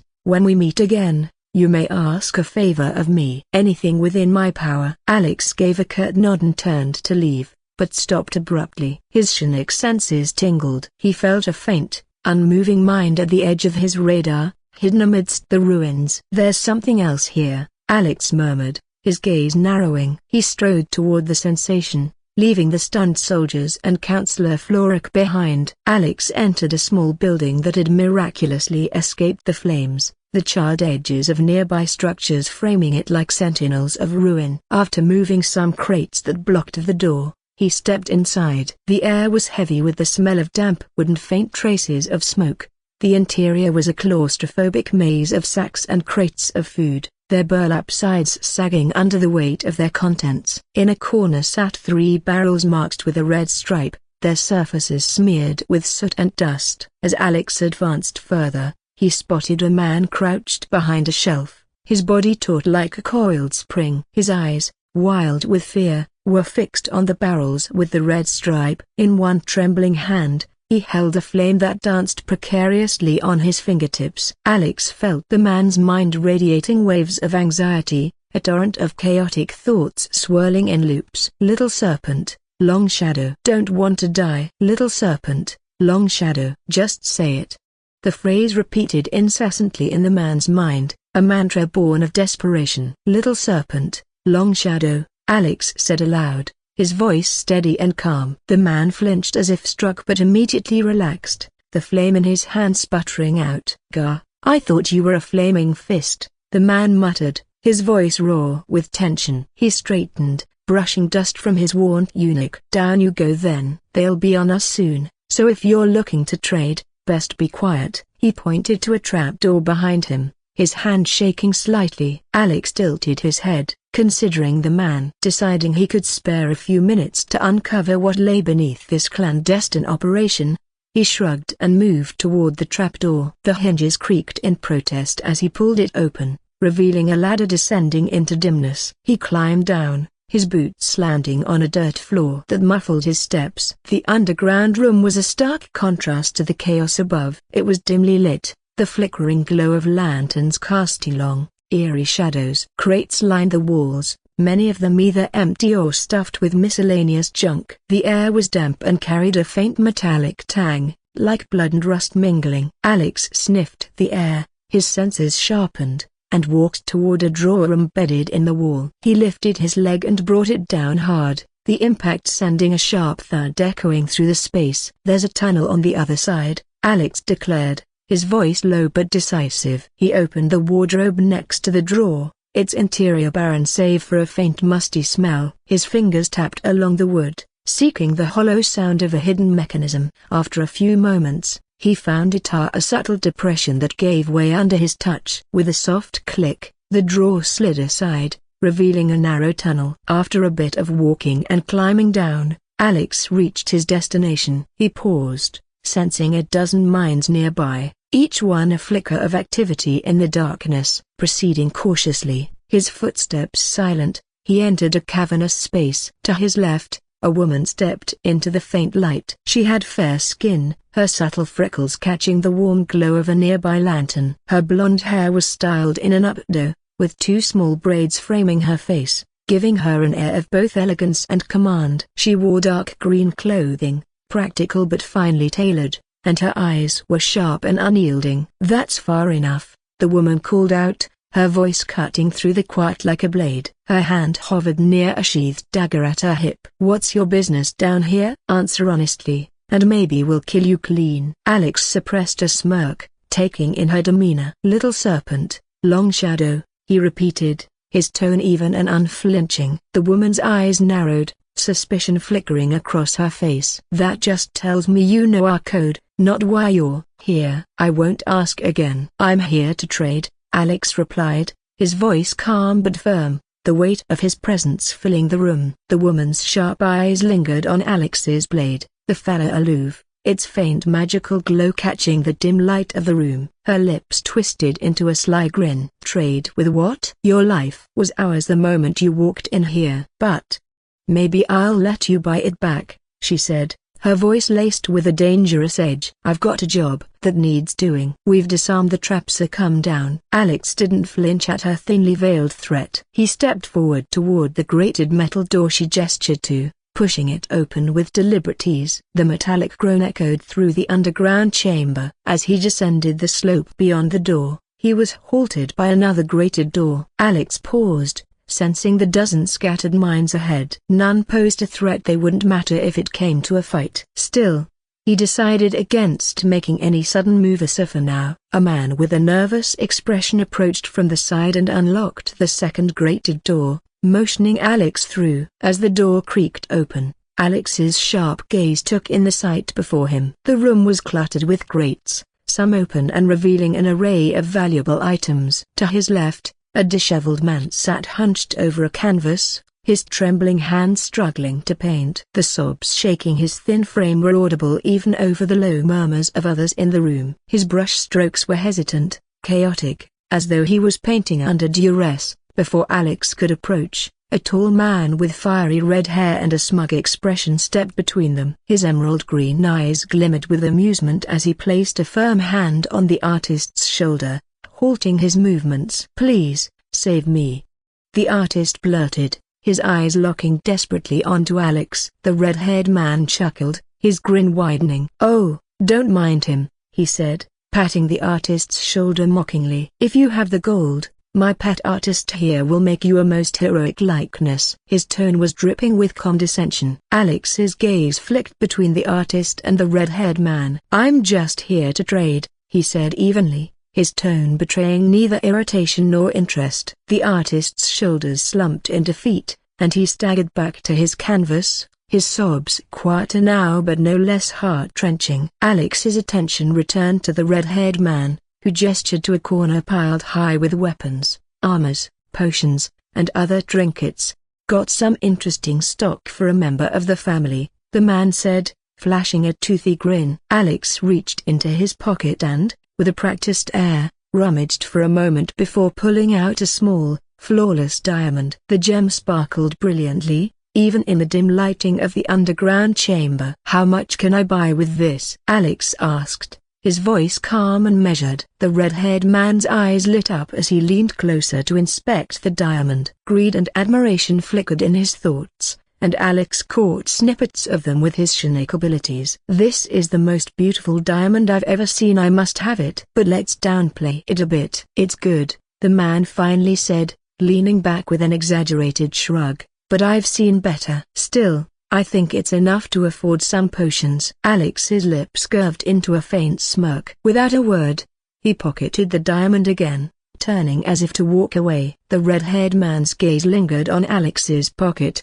a glimmer of frustration breaking through his otherwise confident facade. "Wait," the man called, his hand darting out to grab Alex's shoulder. Alex stopped and turned, his expression unreadable. "After you speak with the boss," the red-haired man said, his voice lower now, "come to me. I can show you something worth it." Alex gave a small nod, more out of courtesy than agreement, and moved toward the ladder leading to the boss. His boots clanged against the rungs as he climbed. The woman watched Alex intently as he approached her, her sharp eyes scanning his every movement. "Not many can talk their way into a Zentrum outpost," she remarked, her voice a mix of curiosity and challenge. "Some of my people are missing and more importantly, so is their cargo. Keep them alive if you can. Failing that, just bring the shipment back unopened." Alex nodded, his expression unreadable, but his mind was already piecing together where the cargo might have ended up. He turned to leave,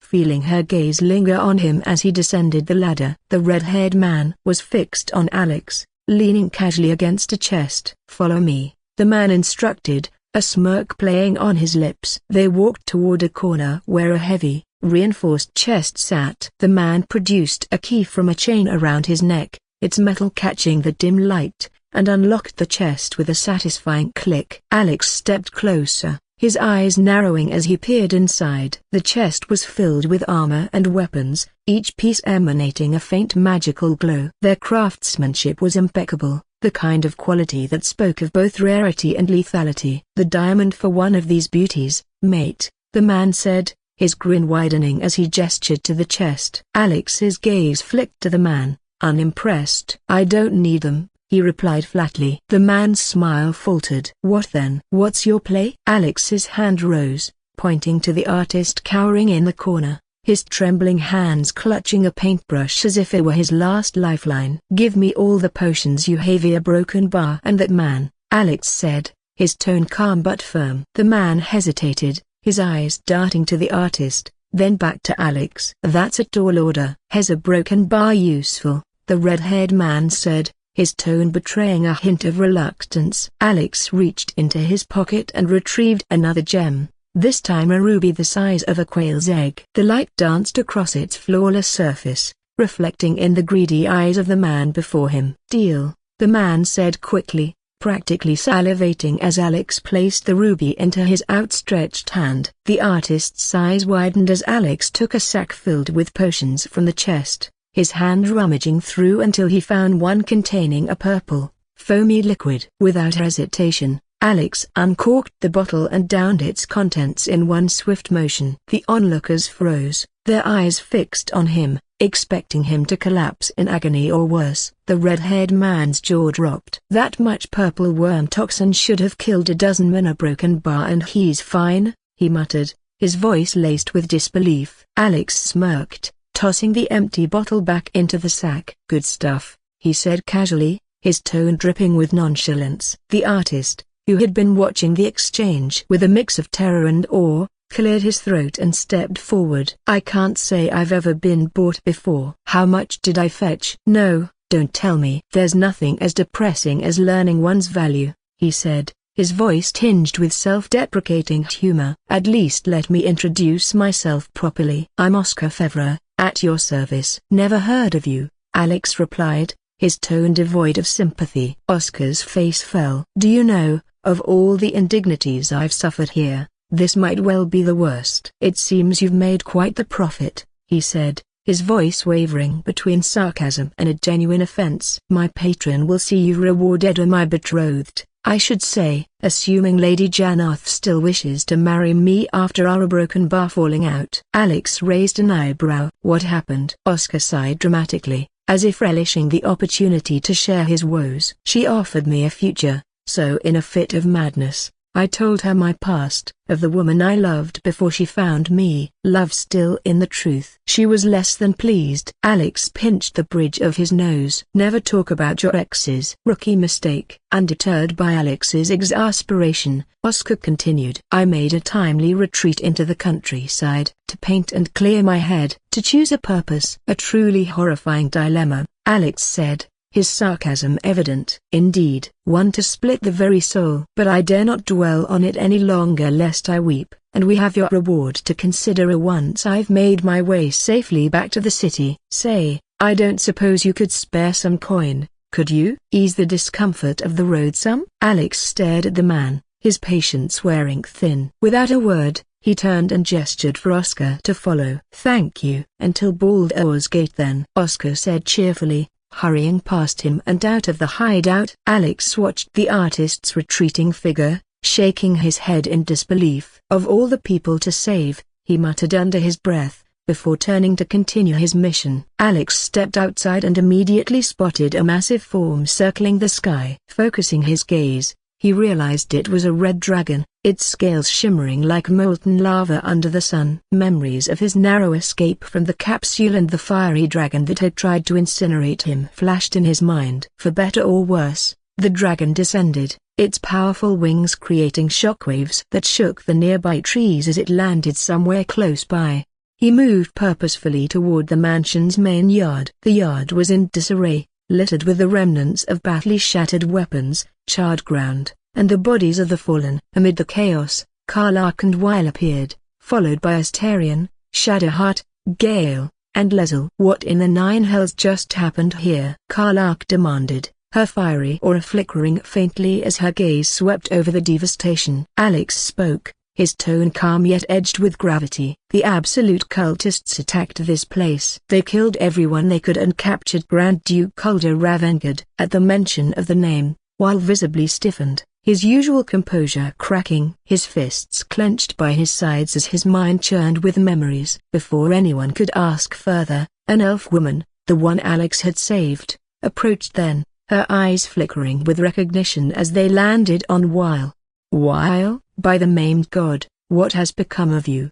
she asked, her voice filled with both shock and relief. "A story left for calmer days," Weil replied, his tone steady but carrying a hint of sadness. "Now, Counselor Floric, are you in pain?" "A scorched throat, a few hairs singed off." "Nothing a bit of time and fresh air can't cure," she said, brushing off her injuries with a faint smile. "What happened to father?" Weil asked, his voice low but laced with urgency. "Father?"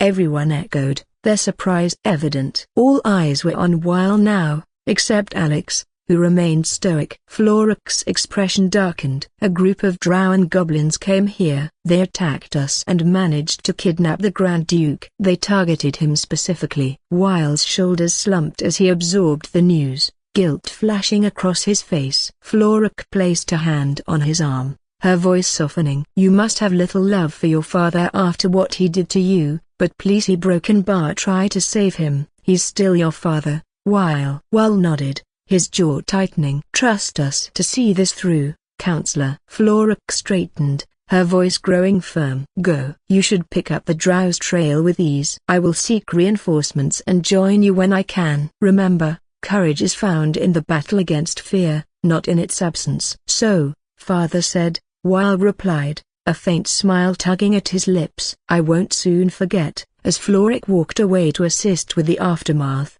the group turned to Weil, their curiosity burning. "Shit," Weil muttered, running a hand through his hair. "You can put distance between you and yesterday, but it will never fully leave you behind." Floric spoke true. "I'm the Grand Duke's son." The group collectively froze. Shadowheart broke the silence, her tone tinged with curiosity. "And not just any Grand Duke. The most influential in Baldur's Gate, if my memory serves me right." "And for once, I think it does." Alex raised an eyebrow, filing away the comment about her memory for later. "If your daddy is such an important figure, then why are you here?" Astarion asked, his smirk widening. "Running from family drama?" Weil's expression hardened. "My father and I were close, once, until he disowned me and cast me out of Baldur's Gate. I can't tell you more. A broken bar, the pact forbids it. My lips are quite sealed." Literally. He paused, his voice quieter. "That said,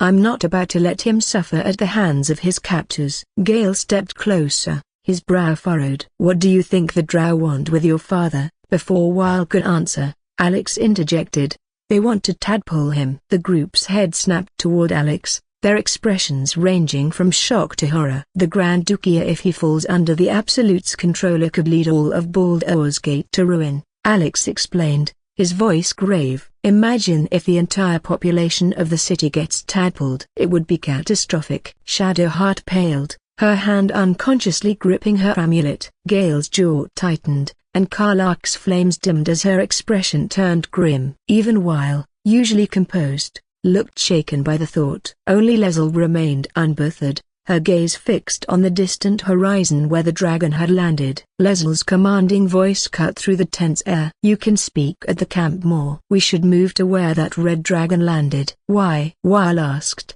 his tone filled with apprehension. "Tsk, that was a red dragon." "The mount of a dragon rider," Leslie replied, her words sharp and impatient. She didn't wait for further questions and walked past the group, her gait purposeful and unwavering. "Follow me," she added curtly. As the group cautiously approached the site, The sounds of yells and screams grew louder, mingling with the faint clang of steel. They moved with care, keeping to the shadows, until they reached a vantage point overlooking what could only be described as a slaughter. Below them, a group of Githyanki warriors, their silver armor gleaming coldly in the light, stood amidst a sea of blood and bodies. Flaming fist soldiers lay strewn across the battlefield, their lifeless forms a testament to the ferocity of their opponents. In the center of it all, a massive red dragon loomed, its fiery eyes scanning its surroundings with an air of absolute authority. The beast's scales shimmered like molten metal,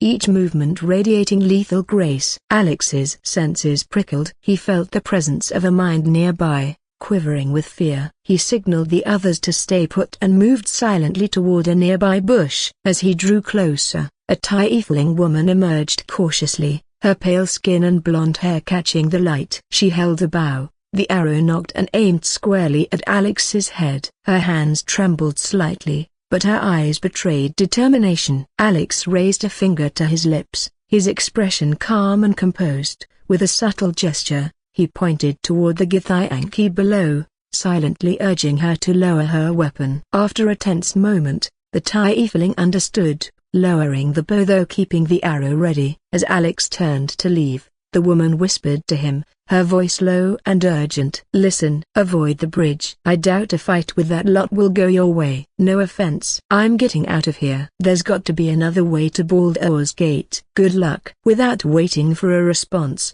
she slipped past him and disappeared into the forest. Returning to the group, Alex exchanged a look with Leslie, who was fixated on the scene below. Her gaze was unwavering, almost reverent, as she studied the Githyanki and the dragon. "You should go and speak with them," Alex said quietly. Leslie nodded, her expression hardening. She descended the slope with purpose, her every step filled with resolve. As she approached, the Githyanki turned their attention to her. Their sharp eyes studied her intently, and even the dragon shifted its massive head, its gaze heavy with disdain. It watched her as if she were a mere insect beneath its notice. "Raider, my time is short. Lead me to the creche," Leslie commanded, her voice steady and unyielding. The Kithrak, a towering figure clad in ornate silver armor, raised a hand to silence her. His voice, dripping with mockery, rang out. "SH, SH, SH.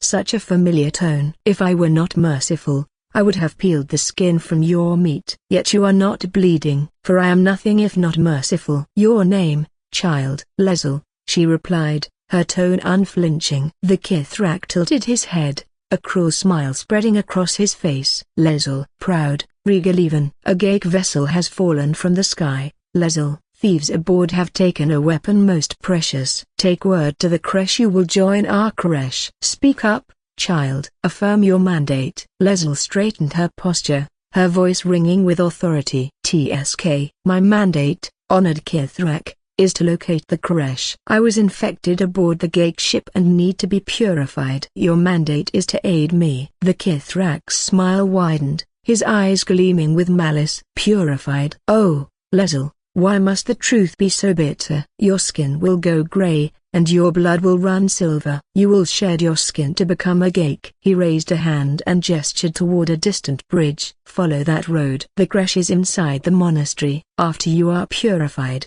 you will join us in the search for the weapon." "Yes, honored Kithrak," Leslie responded, her voice steady despite the venom in his words. "Everyone, move." The Kithrak barked. With a powerful leap, he mounted the red dragon. The beast roared, its wings unfurling with a deafening rush of air. In a single, fluid motion, they ascended into the sky, disappearing over the horizon. The remaining Githyanki scattered, moving with purpose as they vanished into the terrain. The group exhaled collectively, tension releasing like a coiled spring. They had avoided confrontation, but the encounter left an uneasy weight in the air. "We must go back and find Zeus. We need to warn him to move the ship," Karlak whispered, her voice taut with urgency. The group turned to look at Leslie, who stood motionless, her eyes fixed on the horizon where the dragon had disappeared. Her expression was a mix of longing and determination, a rare vulnerability flickering across her face. Feeling the weight of their stares, she turned sharply and rejoined them, her composure restored. Together, they made their way back to the beach, their pace quickened by the lingering threat of danger. But as they crested the final hill, they stopped in their tracks. The nautiloid was gone. The beach was empty, save for the faint imprints in the sand where the ship had once rested. Waves lapped at the shore, erasing the last traces of its presence. "Did they leave already?" Shadowheart asked, her voice laced with curiosity as she scanned the beach. When the group looked around, they realized the answer wasn't so simple. Scattered crates and chests suggested someone had been there recently. Gale stepped forward, approaching a tiefling who was tying several crates together. "What happened here?" he asked. The tiefling, her hands busy securing a knot, glanced up. "I was preparing these crates to load them into the ship when, suddenly, it just sank." Gale frowned. "Did you see Zeus around?" The tiefling shook her head. "No sign of him." "Thanks," Gale said, turning back to the group. He crossed his arms as he relayed the information. "The ship sank, but no one's seen Zeus." "I need to speak with Damon," Karlach said, her tone resolute. "See if he can fix my engine." "Did you find some infernal iron?" Alex asked, tilting his head slightly as he studied her. "Yeah, but only a single piece." "I hope it's enough," Karlach replied, her voice tinged with cautious hope. "Mind if I come with you?" Alex offered. Karlach gave him a firm nod. "Of course." Alex turned to the others. "Do you still want to head to the Underdark?" Gale rubbed his chin thoughtfully. "The day's still young. If it's not too much of a detour, I'd say we should check it out." The group murmured their agreement, though Leslie scoffed audibly. "Fools. The crash could cure us all, yet we waste time with these trivial diversions," she sneered. Alex met her fiery glare with a steady gaze. "It's worth checking. Omoam told me that it was planning to leave at some point. Better to confirm before it's too late." Leslie scat but said no more, turning her eyes away in disdain. Alex followed Karlach back to the grove, where they found Damon hammering away at his forge. The heat from the embers reflected off his sweat-streaked face as he worked. "Hey, Damon," Karlach called out, her voice cutting through the clanging. Damon glanced up and smiled at the sight of her. "Karlach, good to see you." Alex stepped forward and extended his hand. "Alex," he introduced himself. The blacksmith gripped it firmly. "Damon, what brings you to me?" Karlach pulled out the dark, twisted piece of metal. "We found some infernal iron," she said, holding it up. The chunk glimmered faintly, radiating a strange, chaotic energy. Damon's eyes lit up as he carefully took the metal from her. Yes. The weight, the texture broken bar. This is the real deal." "Give me a moment." He turned to his anvil and began working. The forge roared to life, casting flickering shadows across his concentrated face. Alex watched as sparks flew, reflecting on how vital this moment was for Karlach. He recalled the blazing intensity of her flames during the battle against the Absolute's army, how she had burned brighter than anyone else on the battlefield. And yet, despite her power, she carried the burden of an engine that was slowly destroying her from within. "There we go," Damon finally said, holding up a finished product. It was a metal cage shaped like a ribcage, intricate yet sturdy. "This should help stabilize your engine. It won't fix the heat issue entirely, but it'll keep things from worsening." Karlach pressed something on her chest, and with a faint hiss, a compartment opened to reveal the infernal engine inside her. The sight was both fascinating and horrifying, a fiery contraption of gears, pipes, and pulsing heat. She placed the cage over it,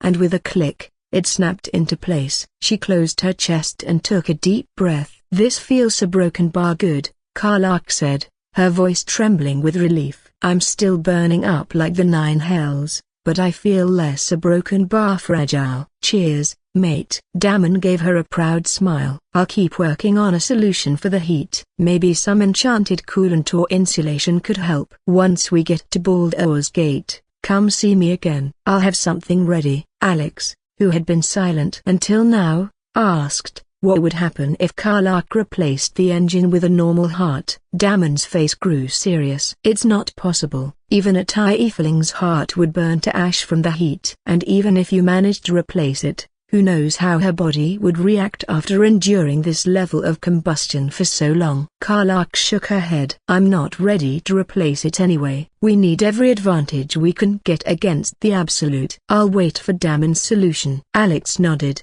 Fair enough. Let's meet back with the others, Karlach suggested, her fiery spirit reignited along with her stabilized engine. Back at the church, Alex spotted Alfira, her soft humming blending with the playful barks of a white dog at her feet. A small, tired smile adorned her face as she scratched the dog's head. The sight was oddly serene after all she had been through. Alex lingered, his gaze on Alfira. He walked past Karlach. "Hi, Alfira. How are you feeling?" Alfira looked up, her expression softening. "Better. My mind is still a little fuzzy, but I'll be all right," she said, her voice carrying a quiet strength. The dog at her feet barked once, wagging its tail eagerly, then padded over to Alex. "He's Scratch," Alfira explained with a faint chuckle. "He came here shortly after you left. Seems like he's adopted all of us." Alex crouched, extending his hand. Scratch sniffed it cautiously before nudging Alex's palm with his nose,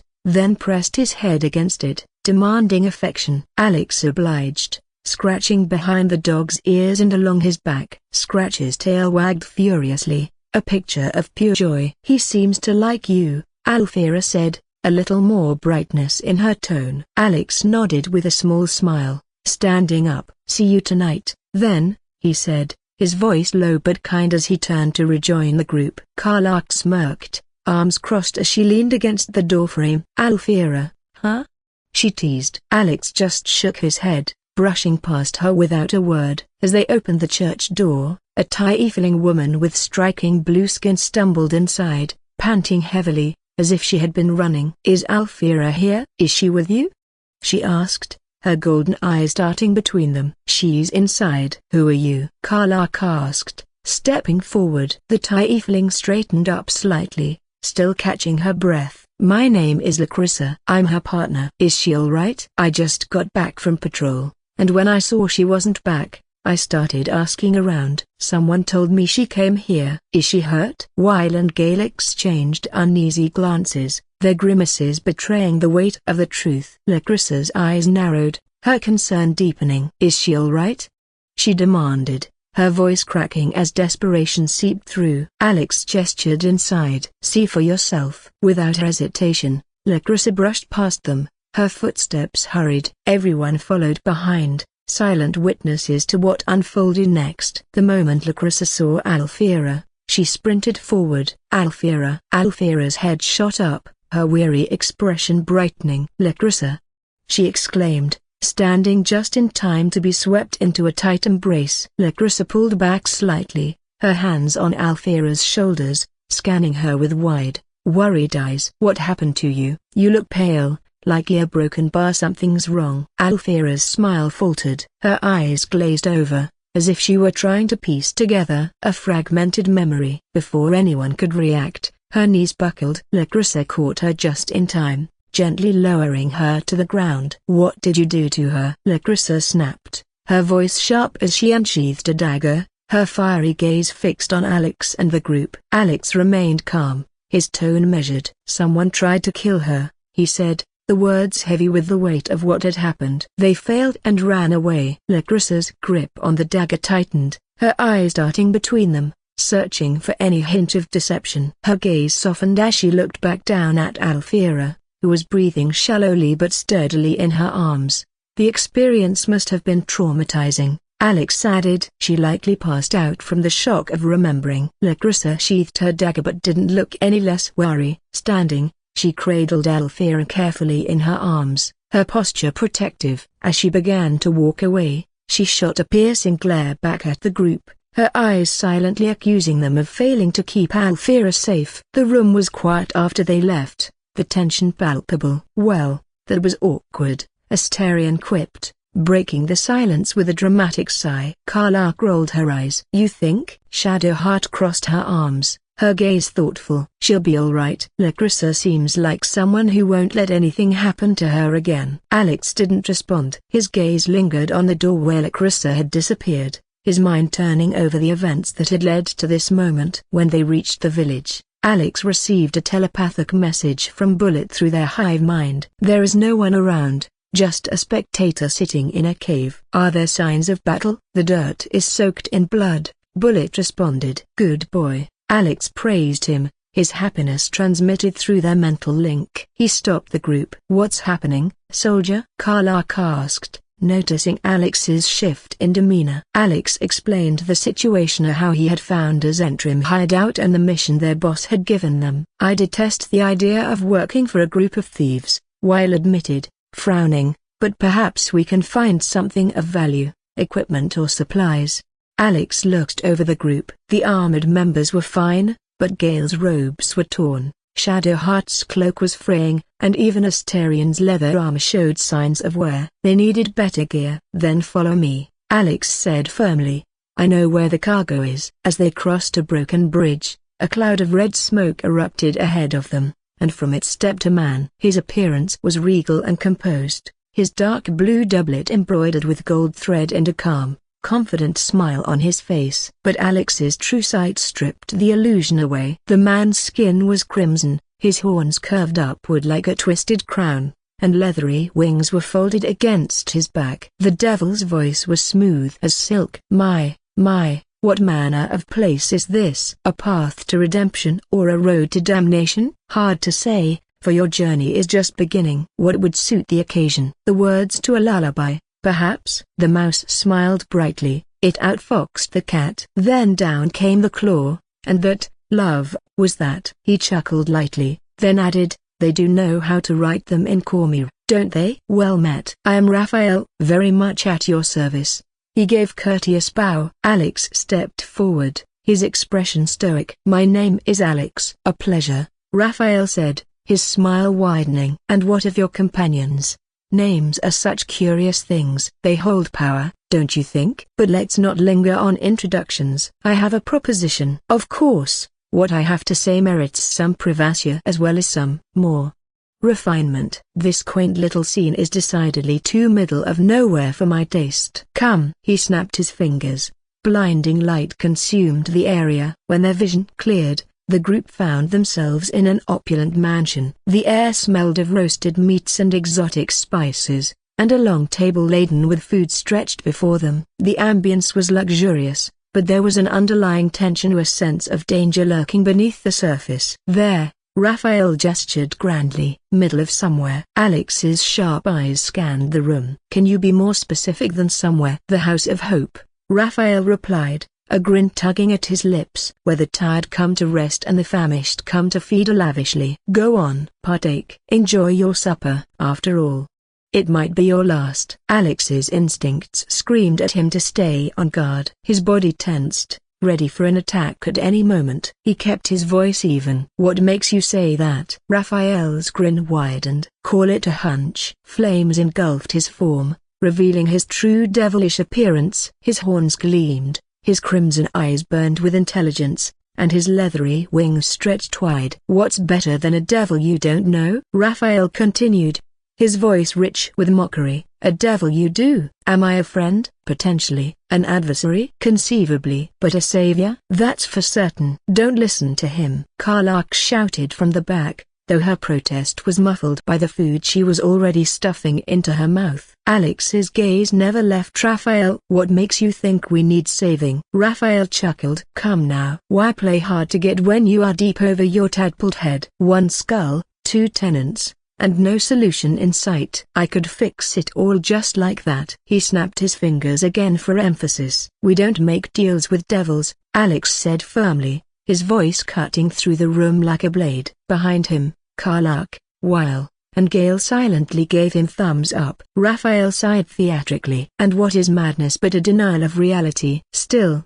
I have a feeling you'll change your mind before it's changed yours. Try to cure yourself. Shop around, a beg, borrow, and steal. Exhaust every possibility until none are left. And when hope has been whittled down to the very marrow, that's when you will come knocking on my door." "Hope? Ha ha ha. Such a tease." "Take us back," Alex commanded, his tone brooking no argument. Raphael's laughter echoed through the room. "I'll be around, watching you squirm like a tadpole through a nice juicy brain. All those pretty little symptoms are sundering skin, dissolving guts, so they haven't manifested yet, have they? One must say you are a paragon of luck. I'll be the one it runs out." With another snap of his fingers, the group found themselves back on the bridge. The air felt heavier, and the tension in their group was palpable. "I hate devils," Karlach muttered, breaking the silence. "Great, now we have a devil stalking us around," Shadowheart said. Walking to the northeast,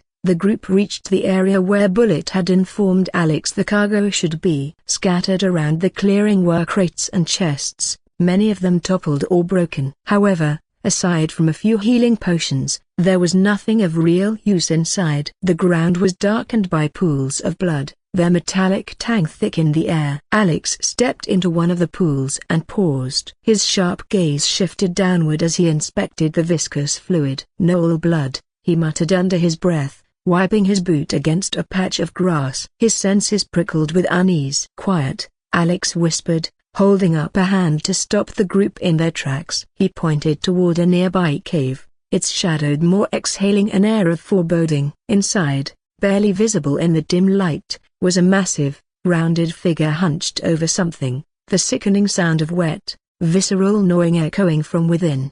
Karlach's face paled, and she tightened her grip on her great sword. "Who you are," she hissed, her voice barely audible as she took an instinctive step back. Everyone froze, their eyes locked on the cave. Shadowheart clenched her mace tightly, while Wiles' hand hovered over the hilt of his rapier. Even Astarion, usually poised, took a cautious step back, his face a mix of intrigue and alarm. "What the fuck is that?" Karlach whispered, her voice trembling despite her usual bravado. Alex's gaze didn't leave the creature. His tone was grim and measured. "A spectator." Confusion rippled through the group. Shadowheart furrowed her brow, her knuckles whitening around her weapon. "A spectator? What's that supposed to mean?" "A lesser beholder," Alex clarified, his voice barely above a whisper. "Still dangerous, though." "Its eye stalks were moving when I looked into the cave, but thankfully, none of them turned towards us." Wiles' jaw tightened, his eyes darting to the cave entrance. "Do we have to fight it?" Alex considered the question for a moment before answering. "Not necessarily. But if we want the cargo, we don't have a choice." Astarion's expression twisted into one of exasperation. "Well, good luck with that," he quipped, turning to leave. Before he could take another step, Wiles' hand shot out, gripping his shoulder firmly. "We're in this together," Wiles said firmly, his voice resolute. "If we plan it right, we might have a chance." Astarion sighed theatrically, but he didn't argue. Shadowheart glanced at Alex, her expression tense. "So what's the plan?" A small cat appeared at the cave opening and began to meow, its tiny voice echoing softly against the stone walls. The spectator's eye stalks twitched, its massive central eye swiveling to focus on the feline. Slowly, its grotesque form rose from the ground, hovering ominously as its eye scanned the area for hidden threats. One of its eye stalks pulsed with a crimson glow before releasing a thin, red beam that shot straight through the cat. The image flickered and dissipated into nothingness. "An illusion," the spectator mused, its alien mind churning with irritation. Before it could retreat back into its cave, something hard and small struck its body, shattering on contact. A surge of burning rage coursed through it. After barely escaping that infernal prison and finally satiating its hunger, some intruder dared disturb its peace. "I will feast on their flesh," it thought, gliding out of the cave, its eye stalks darting in different directions to locate the aggressors. Suddenly, an unnatural darkness swallowed the area. The air turned deathly cold, the biting chill gnawing at its flesh. A thick, black mist writhed around it, distorting the light, making it impossible to see beyond a few feet. Its eye stalks trembled as they were encased in a thin layer of ice. A sharp realization cut through its fury. Hunger of Hadar, it identified, the powerful spell consuming it in its void-like embrace. Desperate to escape, it pushed forward through the spell's grasp, but before it could break free, a bright red fireball erupted from the darkness. The explosion engulfed its side, searing two of its eye stalks into useless stumps. The agony was unbearable. It shrieked, the sound high-pitched and unnatural, its telepathic voice screaming into the void. The dark mist vanished, revealing four humanoid figures standing at the ready. Three wielded gleaming blades, while the fourth, a towering red-skinned warrior, brandished a massive war axe, flames licking along its edge. The spectator reacted on instinct, teleporting away before their weapons could strike. Its single great eye pulsed with a raw, desperate energy, unleashing a barrage of multicolored rays. Blinding light, crackling electricity, and twisting force beams shot toward its attackers. But they were prepared. Two of the figures flickered and reappeared where it had just been, their forms shifting like specters in the dim light. Panic seeped into its mind. It had been foolish to engage. The pain in its wounds was unbearable, its body barely able to maintain its levitation. With its strength failing and the odds stacked against it, it did the only thing it could do. It tore through the fabric of reality. A jagged tear in the air formed, revealing a swirling portal to another plane. With one final shriek of frustration, the spectator vanished through the rift, the hole in space sealing behind it with a whispering hum. A tense silence followed. The group stood motionless for a moment,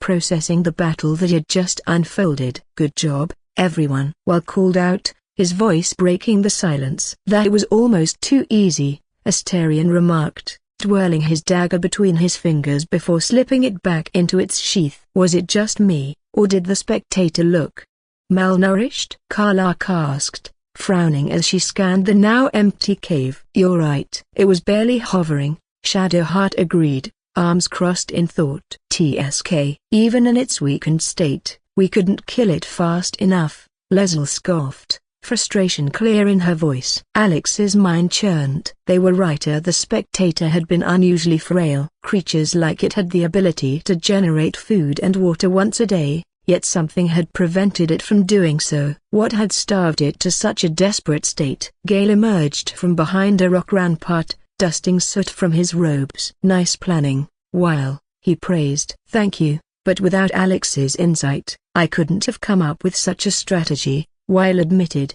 turning toward Alex. "How do you know so much about spectators?" "I saw one fight a group of drow while I was in the Underdark," Alex replied simply. Weil nodded, impressed. "That must have been quite the experience." He turned to face the rest of the group. "Let's see what's inside the cave." Whatever that thing was guarding, it must have been important. Without another word, they moved forward. The party stepped over the burned corpses into the cave and started to look around. They didn't find anything remotely close to a cargo. "Guys, look what I found," Gale said, presenting something. It was an iron flask that looked like it had exploded, with pieces of it missing. "I think this was the cargo," Alex noted. When he spoke to the boss, he read her thoughts and found out what the cargo was: a chest with an iron flask that contained a spectator inside.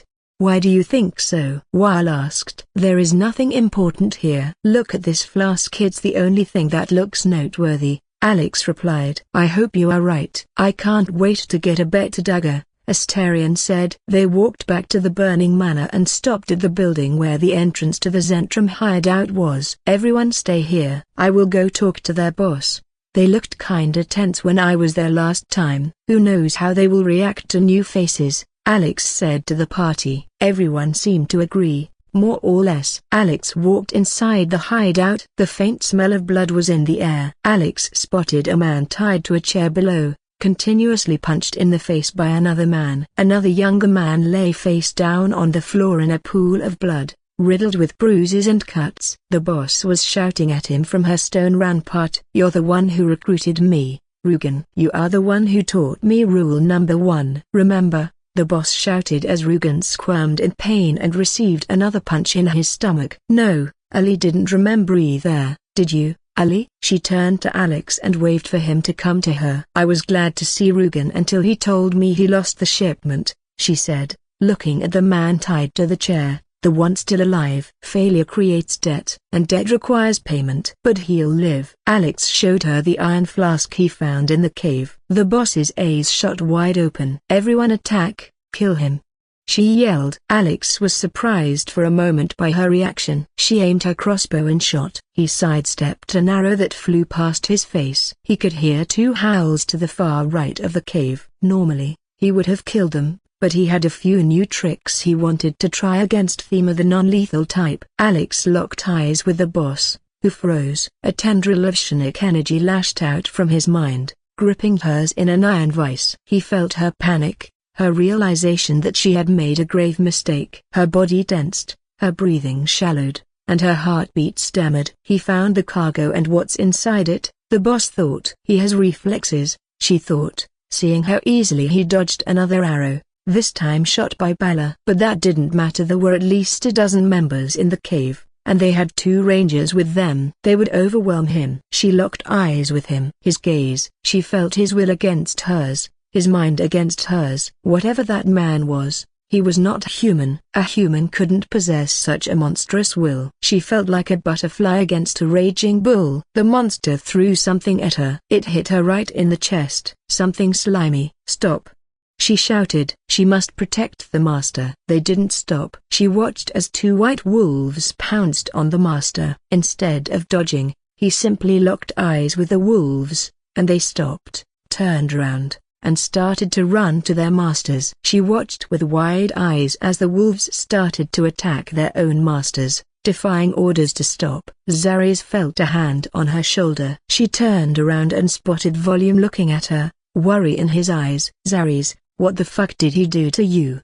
he asked. Before she could respond, a slime blob hit him in the face. Volume gasped and turned to the master. "We must protect the master," Volume said to her. "We must protect the master," Zaris repeated. Alex dodged a man's sword attack and threw another blob of slime at his face. The man gasped and let go of the weapon. "Forgive me, master," he pleaded as he fell to his knees. Alex didn't even look at him, instead surveying the cave. Every single living being in the cave was under his control now. This was one of the abilities of the aboleth. The aboleth secreted a slime that, if it came in contact with any living being, made them its servants if they weren't strong enough. The slime had the effect of transforming the victim's skin into a membrane that allowed them to breathe underwater but took away the ability to breathe air. He modified the slime, making it more potent without transforming the skin. "Master," Zaris said, bowing to him. "Why did you attack me?" Alex asked, though he already suspected the answer. "The contract said to kill anyone who found out what the cargo was." "Where did you plan on shipping the cargo?" "To Baldur's Gate." "For what reason?" "I don't know. We were paid to deliver it." "Who is the one who ordered the cargo?" "I don't know. Only the higher-ups know." "I will get my party down here." "Provide them with the best equipment you have," Alex ordered. "Yes, master,"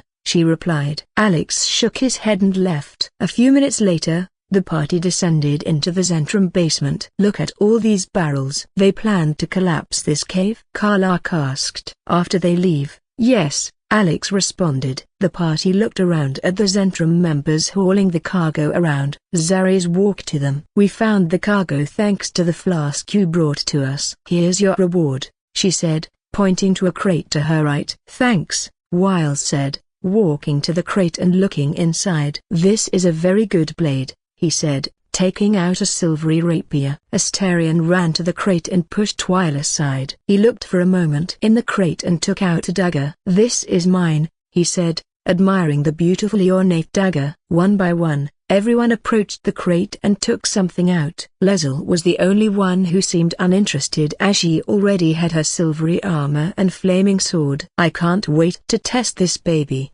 Karlach said, swinging around her new war axe. Weil did a small bow to Zaris and turned around. "Everyone, let's go," he commanded. They found themselves standing amidst the ruins of the goblin camp, the once bustling shattered sanctum now a ghost of its former chaos. The air carried the staleness of long extinguished fires and the rancid remnants of hastily abandoned revelry. Cups, overturned and forgotten, lay scattered across the ground, some still containing stale, half-drunk ale. A charred pile of coals smoldered weakly in the center, the skewered remains of meat still hanging above it. Except, among the meat, were the grotesque sights of a human foot and an arm, blackened by fire. Wiles' expression darkened as he took in the gruesome scene. "Bastards. Good they're dead now," he muttered. "This was once a temple of Selene," Shadowheart remarked, her voice laced with curiosity and something else, harder to place. She pointed to a worn statue on the far left, its delicate features still barely visible despite layers of grime and neglect. A sudden rustling drew their attention. They turned towards the left, spotting a small owl bear cub, its large, curious eyes fixated on them. Karlach let out a soft gasp. "Look at him. He is so cute." "Why is it here?" Weil wondered aloud, his gaze scanning the surroundings. "Do you think its mother is nearby?" "She's dead," Alex answered, pointing to a grotesque display of a severed owlbear head dangling from a thick rope, blood still dripping onto the dirt below. Karlach's fiery demeanor softened instantly. "Poor baby," she murmured. She made a few quick hand signs, casting speak with animals on herself, then slowly approached the cub, crouching down to meet its gaze. "Mother gone. Hungry," the cub whimpered in a small, sorrowful voice. Karlach's heart clenched. "I have a camp. You can come there. It's safe." The cub tilted its head. "New home? Maybe." She extended her hand, allowing the cub to sniff her fingers. The small creature hesitated, nostrils flaring, then suddenly bolted, vanishing into the shadows. Karlach remained kneeling, watching as it disappeared. "I hope he finds the camp," she said softly. "Follow me," Alex instructed, leading the party deeper into the temple. The sanctum was eerily silent, the absence of life making every step echo ominously. A pair of giant spiders scuttled behind a rusted metal gate, their legs twitching as they sensed movement. The party gave them a wide berth, focusing on their descent. Alex led them toward the vast, open chasm he had traversed before. Asterion peeked over the edge, his lips curling in dismay. "Do I really need to climb down all those steps? Surely, there must be an easier way." "There's no need for that," Gale assured him, pulling a scroll from his satchel. "After Alex's unfortunate accident, I found someone in the grove willing to trade me a featherful scroll." With a series of practiced gestures, Gale activated the spell. A soft, blue-white energy enveloped them all, a comforting lightness settling into their limbs. "I'll go first," Alex said, stepping to the edge. "Jump one by one. There isn't much space at the bottom for more than one at a time." Without hesitation, he leapt into the abyss. The others exchanged glances before following suit, drifting weightlessly into the depths below, vanishing one by one into the darkness of the sanctum's lower reaches. As the party entered the ruined Selenite outpost in the Underdark, an eerie silence settled over them. The grandeur of the ancient structure stood in stark contrast to the darkness that now tainted it. The light from bioluminescent fungi cast long, wavering shadows over the statue of Selene in the center of the outpost, her once peaceful gaze now seeming hollow and distant. "This is a Selenite outpost in the Underdark." "Intriguing," Gale murmured, his fingers brushing over the worn etchings on a nearby stone pillar. Alex noted the mage's curiosity. Selene was the deity of the surface, her light meant to guide those under the open sky. Here, beneath layers of stone, her presence felt muted, like a forgotten whisper lost in the dark. Alex reached for a rusted lever embedded in the temple wall. With a screech, the gate creaked open, revealing a passage that led further in. "Watch your step," Alex cautioned. "The myconids use spores for defense, and some of them can be deadly." As they moved forward, Alex abruptly lifted a hand, signaling the group to stop. "What is it?" While whispered, scanning the dim corridor. "This platform should be covered with exploding plants," Alex replied, his eyes narrowing at the disturbed ground. Something triggered them. He leapt ahead, landing lightly beside a mangled corpse. The body, grotesquely twisted and half dissolved by fungal growths, had the unmistakable features of a Kyoto. Alex crouched, turning the corpse slightly with the tip of his blade. "Kyoto?" he muttered. The sight sent a wave of unease through him. They were strange, fanatical creatures that looked like someone combined a goblin and a fish. They prone to creating deities from sheer belief. If they had been here, it meant trouble. Then, like the faintest melody carried by the wind, a voice whispered in his mind. "Peacebringer. Come to garden." It was Spore. Alex's stomach clenched at the frail, broken tone.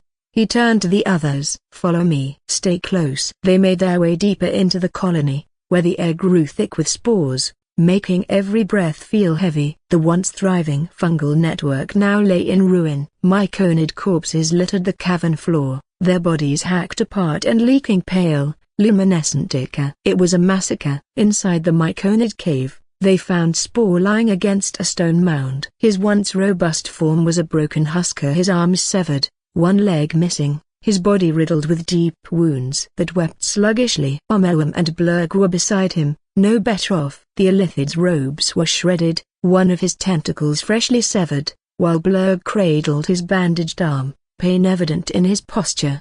Alex rushed forward, his chest tightening. What happened here?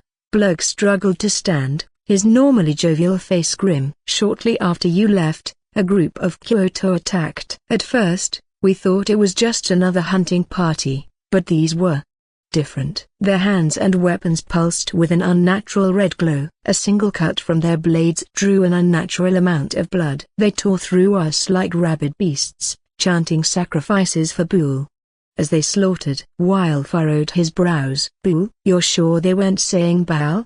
Blug shook his head. No, Bul. They cried his name like madmen. A faint shudder passed through the cavern, and Alex turned back to Spore, who was struggling to lift his head. Peacebringer. The Myconid elder whispered, his voice barely audible even through the mental link. You see what they have done. Alex lowered himself beside Spore. He had always known Myconids to be a peaceful, harmonious species. To see them brutalized like this ignited a rare spark of fury within him. Images flashed in his mind, not his own, but Spore's. Myconids screaming silently as they were cut apart, their life essence drained unnaturally fast. The air filled with the fanatical shrieks of the Kyoto, their eyes glowing red with fervor. The colony, once a haven of tranquility, reduced to a blood-soaked ruin. Spore's mind barely clung to coherence, his pain and sorrow saturating their connection. These must pay. Spore pleaded, his mental voice filled with anguish. Slay them. Revenge for my kin. Alex inhaled sharply. This was different from Glut's raw hunger for dominance. This was grief, the cry of a leader whose people had been slaughtered in senseless brutality. I will, Alex promised, his voice steady. Spore exhaled, the tension in his broken form easing slightly. His remaining limbs trembled, but his mind quieted, as though relieved by Alex's vow. Is he dead? She asked, voice hushed. No, just tired. Alex reassured her, though he knew exhaustion wasn't the only thing plaguing the Myconid leader. Revenge brewed in Spore's mind, his feeble mental whispers laced with anger and sorrow. He needed justice here, vengeance for his slaughtered kin. Alex turned toward Domeluum, who hovered nearby, his remaining tentacles twitching as he scrutinized the adventurers with piercing, alien eyes. They have tadpoles inside their heads. Why are they not turning? Domeluum asked telepathically, his mental voice laced with suspicion. I don't know, Alex admitted. Can you get rid of them? I can brew a potion to kill the tadpoles, but I need ingredients from the wizard's tower. Will you retrieve them? Domeluum's mental voice carried a restrained anger, his remaining tentacles curling slightly as he floated toward a nearby table. Alex's gaze lingered on the deep gash where one of Domeluum's tentacles had been severed. This was personal. I'll go to the tower, Alex decided. I'm faster. Good. Go then, and if you encounter those damned Kyoto, kill them. Domeluum's final words were not a request, they were an order. Karlach, arms crossed, eyed the flare warily. What did it say? Can it help us? Yes, but we need to gather some ingredients first. There's a wizard's tower nearby. We need to collect what Domeluum needs to craft the cure. A wizard tower? Gale's eyes gleamed with curiosity. It's in ruins, Alex clarified. But the ingredients are still there. However, before we do that, we need to deal with the Kyoto. Astarion let out a dramatic sigh. Why is that our problem? And why, exactly, are we trusting a mind flayer? Domeluum seems trustworthy, Alex said. And Myconids tend to reward those who help them. Karlach grinned, gripping the handle of her axe. If I get something nice out of it, I say it's worth it. Let's go slay some fish. Leslie scoffed, gripping her weapon tightly. Trustworthy? Gakar never trustworthy. Why rely on it when he can be cured at the creche? Alex folded his arms. And what if the Githyanki at the creche refuse to cure everyone? Besides, if you don't want the help, you could walk to the creche alone and get cured yourself. Leslie stiffened at his words, glaring at him with narrowed eyes. After a moment's pause, she clicked her tongue. TSK, fine. Let's be done with this. I can't wait to rid myself of this parasite. With that, Alex took the lead, guiding the group toward the Kyoto grotto. The descent into the cavernous depths was treacherous, the air thick with moisture and the scent of stagnant water. A distant, rhythmic chanting reached their ears, an eerie prayer echoing through the stone walls. When they reached the opening of the grotto, Alex raised a hand, signaling for silence. He crouched low, peering through the shadows. A cluster of Kyoto stood in fervent worship, their grotesque fish-like bodies twitching with manic devotion. Their hands glowed with a sinister crimson hue, raised toward an altar at the center of the cavern. A body lay upon it, a fellow Kyoto,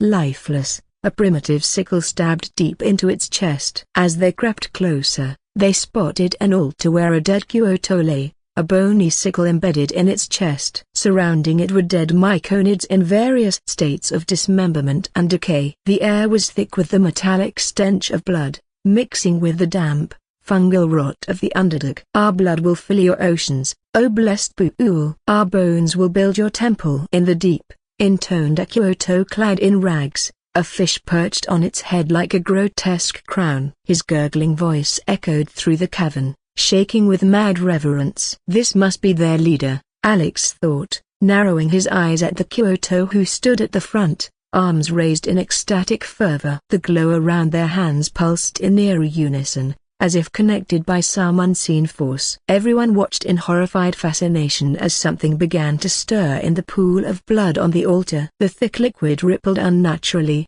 then parted as a creature rose from its depths. It resembled a redcap, but its size burned like molten embers, and a thin layer of moving blood cloaked its form, shifting and slithering like living armor. A sickening, faint energy radiated from its being, like the aftershock of an ancient curse awakening. The creature's glowing gaze swept across the cavern, and the Kyoto fell to their knees as one. Great Buul, bless us, the Kyoto leader with the fish hat cried out, pressing his slimy forehead to the ground. The blood idol lifted its clawed hand, and the red glow in the hands of the Kyoto intensified. A strange, dark energy pulsed between them, feeding their madness. This was no god, Alex realized. The red cap was feeding on belief, on devotion twisted into violence. He turned his head and locked eyes with Weil. The warlock nodded, reading Alex's intent. He took a step forward, opening his mouth to command an attack, but before he could speak, a deep, distorted voice slithered into their minds. Come to me. The cavern fell silent. The party exchanged uneasy glances. They looked around, searching for the source of the voice, but it quickly became clear it came from the being the Kyoto called Buul. The monstrous figure was staring at them now, its expression unreadable, its glowing eyes boring into their souls. The feverish prayers of the Kyoto stopped mid-sentence, and their bulging fish eyes turned towards the newcomers, expectation glistening in their gaze. The Kyoto leader approached, his sharp teeth bared in an unsettling grin. You, our lord of murder, demands sacrifice. You will be an offering for the great god Buul. Weil's jaw tightened, his fingers twitching toward the hilt of his sword. He strode forward, his voice cold. Buul? Baal is the god of murder. That's so, Cutlet. I'm a god, and I fancy a bit of murder. Simple enough, Buul thundered, its voice booming like the crack of a skull. Well, priest? Buul wants a sacrifice. Buul wants blood. Shadowheart leaned in to whisper to Weil, her voice sharp. This presence is not divine. It is something else. Something desperate. Weil nodded slightly, taking in her words. But Alex had already made up his mind. With a subtle shift, the energy around him changed. A pulse of unseen force rippled outward, and an anti-magic field expanded from his, smothering Buul's aura. The blood cloaking its body flickered and dispersed, revealing what truly stood before Thema Redcap, its form trembling as it realized its trickery had been unmasked.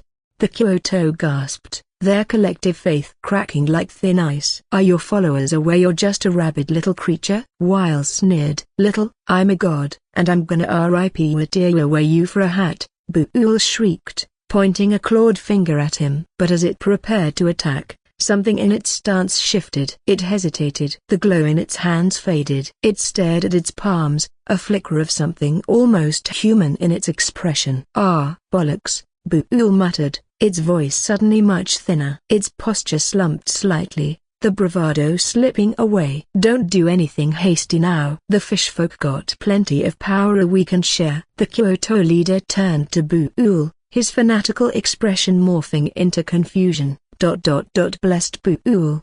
What? Shut it, you. I'm talking to. Buul paused, struggling to find the right words. My chosen got power. It turned to Weil, its grotesque face twisting into something resembling a smirk. You want power, don't you? Asterion stepped forward, his arms crossed. What kind of power are we talking about?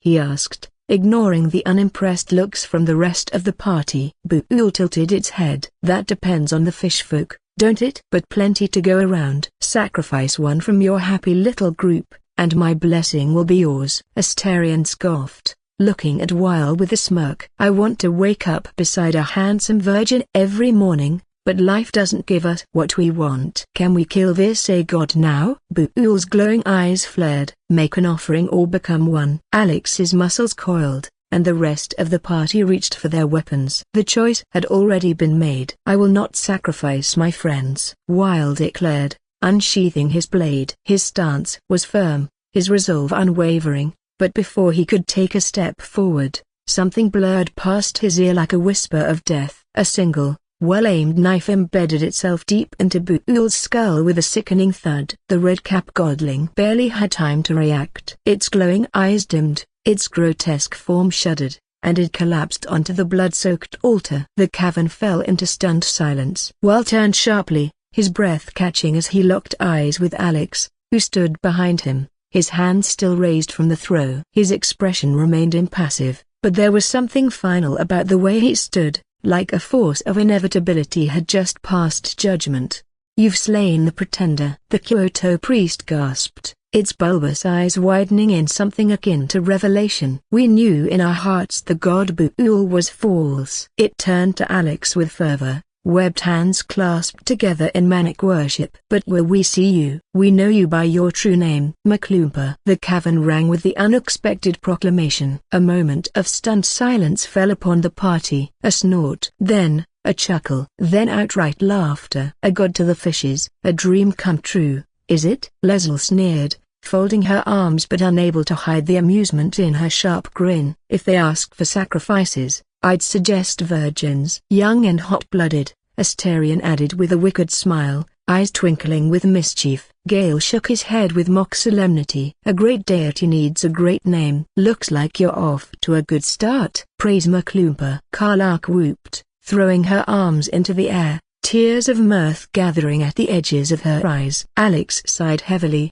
pinching the bridge of his nose. He could feel a headache forming. Oh hells, why not? Weil shrugged, clapping Alex on the shoulder before turning to the Kyoto. All hail Maclumpa, he bellowed, only making the others dissolve into another fit of laughter. Shadowheart smirked, arms crossed. If you're expecting me to drop to my knees before you, forget it. What is to be your first commandment, O great god?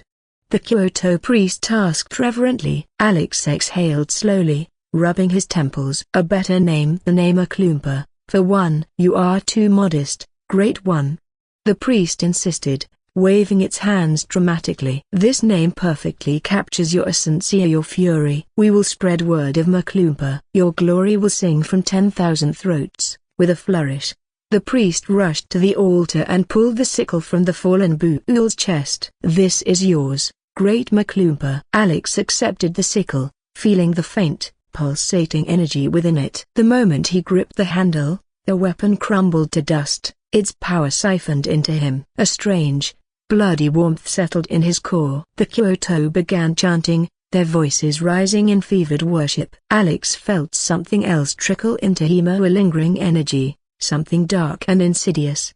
He turned to the priest and spoke in a voice that brooked no argument. Leave this place now, or death awaits you. The cavern fell silent. Then, the priest nodded solemnly. The great Maclumpa has spoken, it cried. Without hesitation, the Kyoto turned and fled, diving into the underground river and vanishing beneath the surface, their faith as fickle as their fear. Alex watched them go, shaking his head. Well, that's one way to deal with them, Weil muttered. Karlach clapped Alex on the back, grinning. Got to admit, that was one hell of a throw. Or should I say, one hell of a divine intervention, oh mighty Maclumpa. Let's not make a habit of this, Alex grumbled. We have more important things to deal with. Gale stepped forward, examining the crumbled remains of the sickle. His fingers hovered over the dust, as though feeling for something unseen. Interesting, he murmured. We might be dealing with more entities like this one, pretenders, drawing power from belief and fear. Good to know, Shadowheart added, arms crossed. Her sharp eyes scanned the altar, her lips curling in disdain. Let's stay vigilant. We don't need any more false gods in our way. Agreed, Alex said, his voice steady, though inside he could still feel the strange energy settling into him. Let's look around for anything useful. After that, we need to move on to the wizard tower. We need those ingredients if we're going to get rid of these parasites. Wiles said. The group fanned out, stepping carefully over the discarded bones and crude trinkets littering the cavern. They searched through the remnants of offerings, mostly worthless bits of fish bones, broken shells, and strange tokens crafted from mud and sinew. Among them, however, were scattered gold coins, a handful of enchanted trinkets, and a few serviceable weapons taken from unfortunate adventurers who had met their fate at the hands of the zealots. Karlach pushed aside a pile of broken shields and spotted a wooden chest, partially hidden behind a collapsed rock formation. The chest was covered with various crude symbols, its lock broken and hanging loosely. Weil knelt and flipped open the lid, expecting something of value. Instead, there was only a single piece of parchment, its edges curled and darkened with age. He picked it up, scanning the words, and then, to everyone's surprise, burst into laughter. His laughter rang through the cavern, bouncing off the damp stone walls. Karlach raised an eyebrow, grinning. What's so funny? Weil handed her the note, still chuckling. See for yourself. Karlach took the note and cleared her throat before reading aloud. Lord of Murder, we offer our blood and bones, in your name, we strike, we sacrifice. Guide our hands in the dance of death. May your shadows cover our path. The group exchanged looks of disbelief, a mixture of irony and amusement dawning on their faces. Looks like their devotion was misplaced after all, Shadowheart said with a smirk, shaking her head. Gale let out an incredulous chuckle. Praying to Baal while worshipping a redcap pretending to be a god? There's a tragic comedy in that. Foolish fishfolk, Leslie scoffed. She kicked aside a discarded spear, her expression unimpressed. Let's hope we don't encounter any more misguided zealots. Weil folded the note carefully and slipped it into his pocket. Well, at least we got a good laugh out of it, and some gold to boot. Alex exhaled, the tension in his shoulders easing slightly. Ready to move on to the wizard tower? Weil asked, looking at his companions. A chorus of nods followed as they gathered their findings and turned toward the exit. The cavern felt different now, as through the very air had shifted in their favor. As they stepped back and out of the grotto, Leslie shot Alex a sideways glance, a rare smirk playing at the edge of her lips. Mukloompa the Mighty. Let's hope your next divine decree involves fewer fish. Alex chuckled, shaking his head. No promises. Alex checked his internal clock, noting that the sun must have already started to set. The party entered the main yard, where Gale asked the group to pause for a few moments to investigate the arcane turrets. Whoever made this was a master at their craft. I can feel a strange energy running through it, Gale said, marveling at the construction. It's using sassaflowers as fuel to power itself, Alex informed him. Sassaflowers? That is interesting. How much do you know about this place? Gale asked, his curiosity piqued. Alex turned and pointed to the uppermost floor. There are a group of automatons up there. Below that is a bedroom. Ahead is a room with 2 turrets. Lower is a garden. Even lower is a room with a big boiler that powers everything. And at the bottom, there's a secret basement full of books and notes. Gale's eyes sparked with excitement as he listened. What are we waiting for? Then, let's go. Alex guided them inside and gestured for the group to step onto the teleportation platform. This will teleport us up or down, he said, pointing to the buttons on the floor. Controlled teleportation in the Underdark. Fascinating, Gale remarked. Up or down? Alex asked. Let's get the ingredients we need first, Leslie said. Alex nodded and pressed the button. A blue mist enveloped everyone, and they found themselves on a platform identical to the previous one but in a different room. This one was a greenhouse. Different plants were growing in the room, somehow still alive despite the passage of time. Some were small, while others were so massive their leaves stretched to the ceiling. Strange luminescent fungi clung to the walls, casting an eerie glow over the space. The air was thick with a mixture of damp earth and the sweet aroma of unfamiliar flora. Alex pulled out a small piece of paper from a memo listing the ingredients needed. Gale inspected every inch of the room, while the rest gathered the necessary plants. "Now what?" Asterion asked, glancing warily at the huge, orange-tentacled plants, which seemed to shift slightly, as if reacting to their presence. Weil started, then stopped when he noticed Gale studying a pipe embedded in the wall. "We can go after we check the basement, the boiler room, and see the automatons," Gale responded. "We have a parasite in our heads. We could turn at any moment," Leslie reminded them, her voice edged with impatience. "If we haven't turned until now, I doubt we will turn soon," Gale responded without looking up, his fingers tracing runes carved into the metal. "Tsk," Leslie scoffed, throwing a glare at Gale. He responded with a charming smile and turned back to his investigation. Every room and floor they visited, Gale inspected every corner, his fascination growing with each discovery. Ancient books, half-finished experiments, and remnants of forgotten spells whispered of the tower's past. They found a necklace that allowed one to cast Detect Thoughts once a day, and on one of the balconies, a chest that transformed anything placed inside into mundane items. Alex tested it by placing Fala Aluve within, watching as it turned into a broom. Thankfully, once removed, it returned to normal. "What a magnificent design! Such a shame they were left to rot here," Gale said, inspecting Bernard, the butler automaton, whose gears had rusted with time. Before they left, Gale knelt down and began inscribing symbols in a circular pattern on the stone floor at the top of the tower. "What are you doing?" Weil asked. "Making sure I can return to this place later," Gale replied with a smirk, his mind already racing with possibilities. Alex and the rest of the party walked back to the myconid colony and entered the cave. They were met with the sight of Spore lying motionless, his once marvelous glint gone. The usually vibrant, glowing mycelium of the cave seemed dimmed in morning. A soft, whispering hum echoed through the caverns. Alex knelt beside Spore, inspecting the body. It shouldn't have died from these wounds, he thought, seeing the stumps and sealed cuts. The myconid had fought and endured, yet now, despite surviving the battle, its life had come to an end. Weil clenched his fists, a look of sorrow etched into his face. A leader who lost all, dying alone.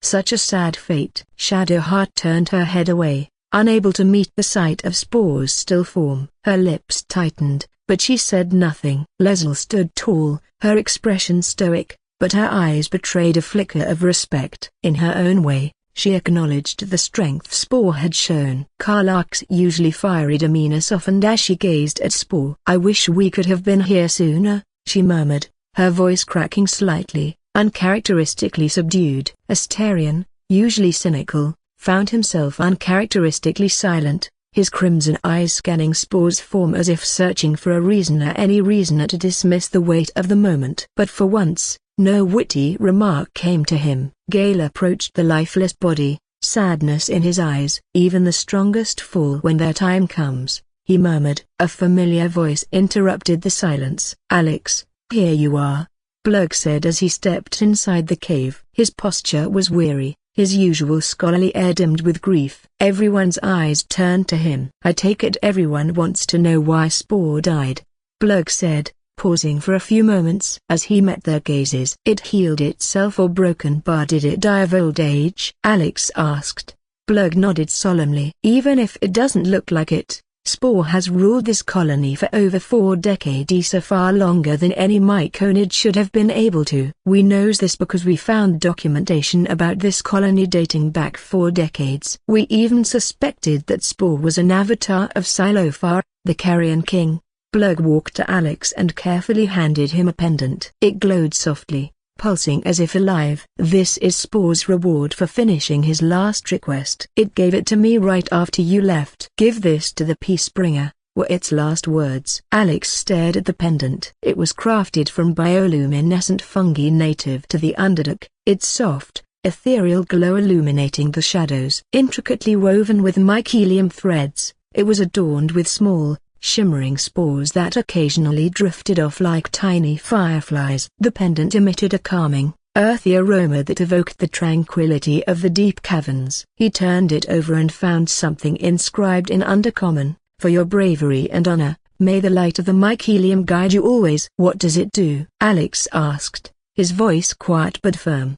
Blug inhaled deeply before explaining. "This pendant is an exceptionally powerful item, imbued with several highly beneficial properties. It grants Myconid's blessing, which temporarily boosts the wearer's constitution. It allows for spore communication, enabling telepathic connection with any creature within 100 feet for an hour once per day. The Spore Shield ability releases a protective cloud that grants a temporary shield to the wearer and their allies within 10 feet for 10 minutes, usable once per day. But the most powerful of all are rebirth.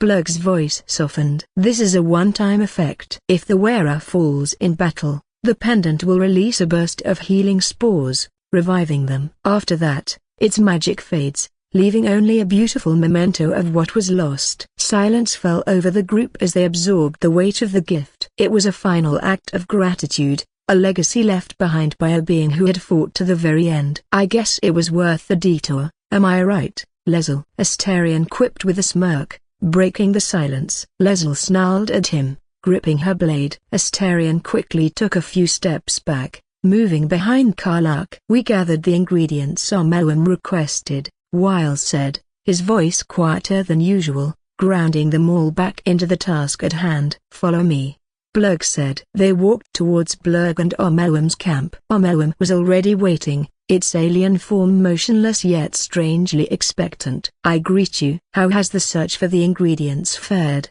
Omelwym inquired, its voice smooth and distant, vibrating in their minds rather than through spoken words. Alex reached into his pack, producing a small sack filled with the rare ingredients. "Here." Omelwym took the sack with an eerie grace, its long fingers barely touching the material before pulling it away. "These are fine specimens. It will only take a moment to brew them to proper potency." It glided away toward a set of alchemical tools laid meticulously upon a makeshift table. Gale watched with great interest, his hands clasped behind his back. "I'm not well versed in the art of potion making, but Omelwym seems very skillful. It must have been a master of its craft before."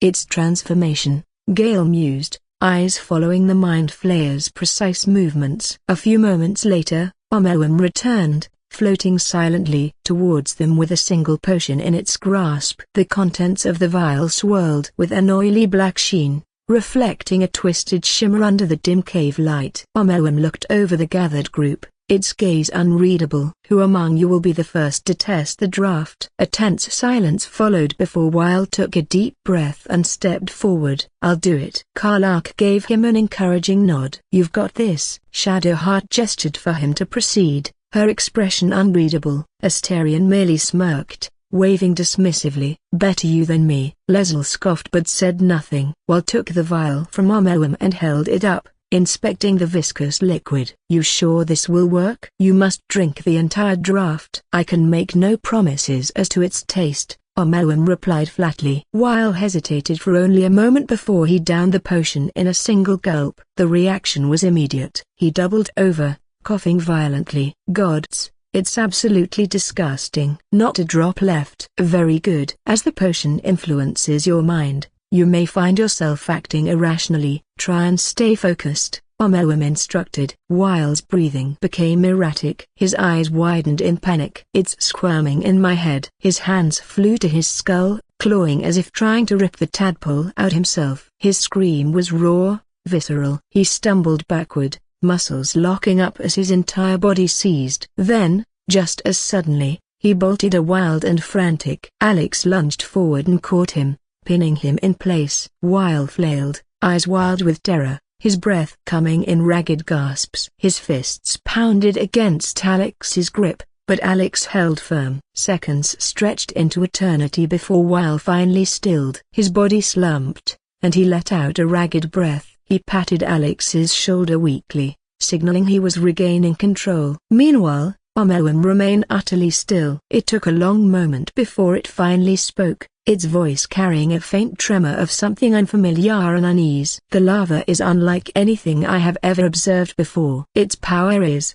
unsettling. While still catching his breath, glared at Omeluum. That potion of yours could have killed me. And the tadpole almost did the same. Apologies. Such an outcome was not in my calculations. There is more to this than mere stasis. While exhaled sharply, frustration evident in the rigid set of his shoulders. So I went through all that and the tadpoles still lodged in my brain? Indeed. Although I may have a solution, albeit a temporary one, Omeluum continued, turning its attention to Alex. Your comrade possesses a ring of mind shielding. This artifact prevents elder brains from detecting the wearer. While it will not remove the lava, it will limit its influence here, both its drawbacks and its advantages. Weil blinked. Wait, advantages? Omeluum nodded. The parasite grants abilities akin to those of an illithid. With careful cultivation, you may wield its power. A stunned silence followed. How? Weil finally asked,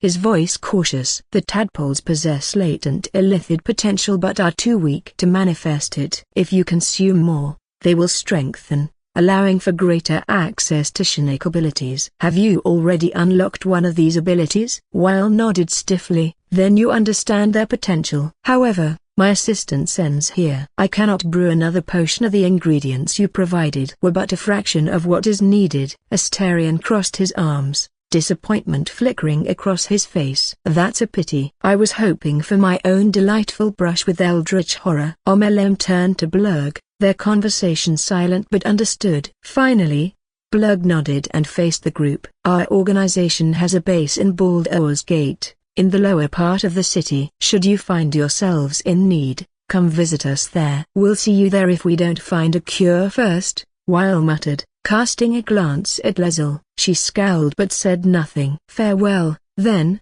Blurg said, turning away as Omeluum floated beside him. Alex exhaled, glancing at Weil. You all right? Weil nodded but said nothing for a long while. His fingers flexed involuntarily as if he could still feel the tadpole squirming inside him. Let's move. We've wasted enough time here. His voice was steady, but a shadow lingered behind his eyes. The party gathered themselves and, without another word, stepped into the darkness, moving forward once more.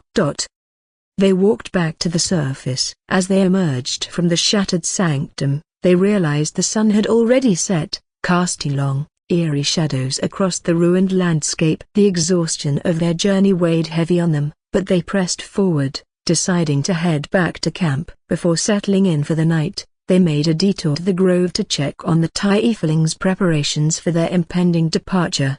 As they stepped into the grove, the familiar scent of burning wood and the distant murmur of quiet conversations greeted them. However, before they could venture further, a man stepped into their path. His sharp gaze swept over them, lingering for a moment on each of their faces before he spoke. Do you know what happened to the hag in the swamp? The man asked, his voice carrying the weariness of someone who had spent years on the road.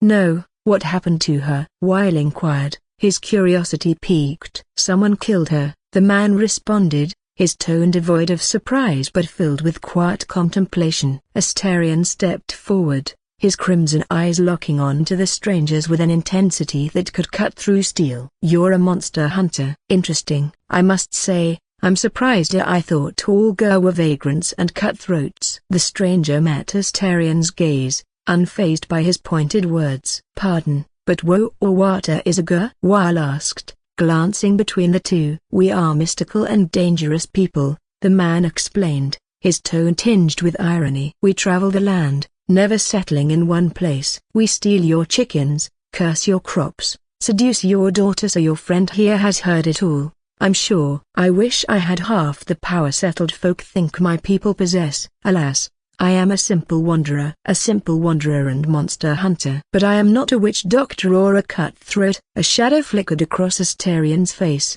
but he kept his expression composed. So, what monster are you hunting? Something terrifying, no doubt. Dragon, cyclops, kobolds?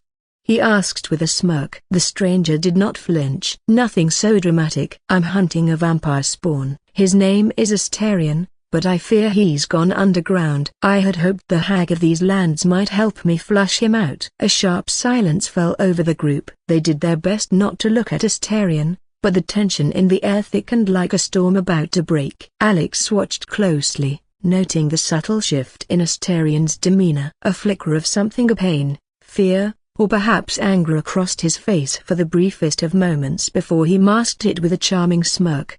"And when you find this Asterion," Weil asked cautiously, "you'll kill him?" "Not this time," the hunter admitted. "My orders are to capture him." Asterion tilted his head, his smile never faltering. "And bring him where, exactly?" "Baldur's Gate." "My people wait for me there." Weil scoffed. "Only a spawn? Pity. Not like it's a real vampire." "I don't know," Asterion mused, feigning amusement. "I'm sure a vampire spawn could still rip your throat out if he felt like it." "He's right, unfortunately," the hunter admitted. "They are only weak when compared to their masters. During the day, we have the advantage. But at night, when they hunt, you will not find a more deadly quarry." "Yes, I'm sure they can creep right up on you," Weil retorted. "We've all survived so far." "Let's focus on that," Asterion said, his voice light, but his grip on his dagger had tightened ever so slightly. The hunter's gaze lingered on Asterion before he spoke again. "It would still be wise to post guards at night. The threat is real." Asterion's smirk widened. "Indeed it is. We should do something about this threat." "We'll be careful,"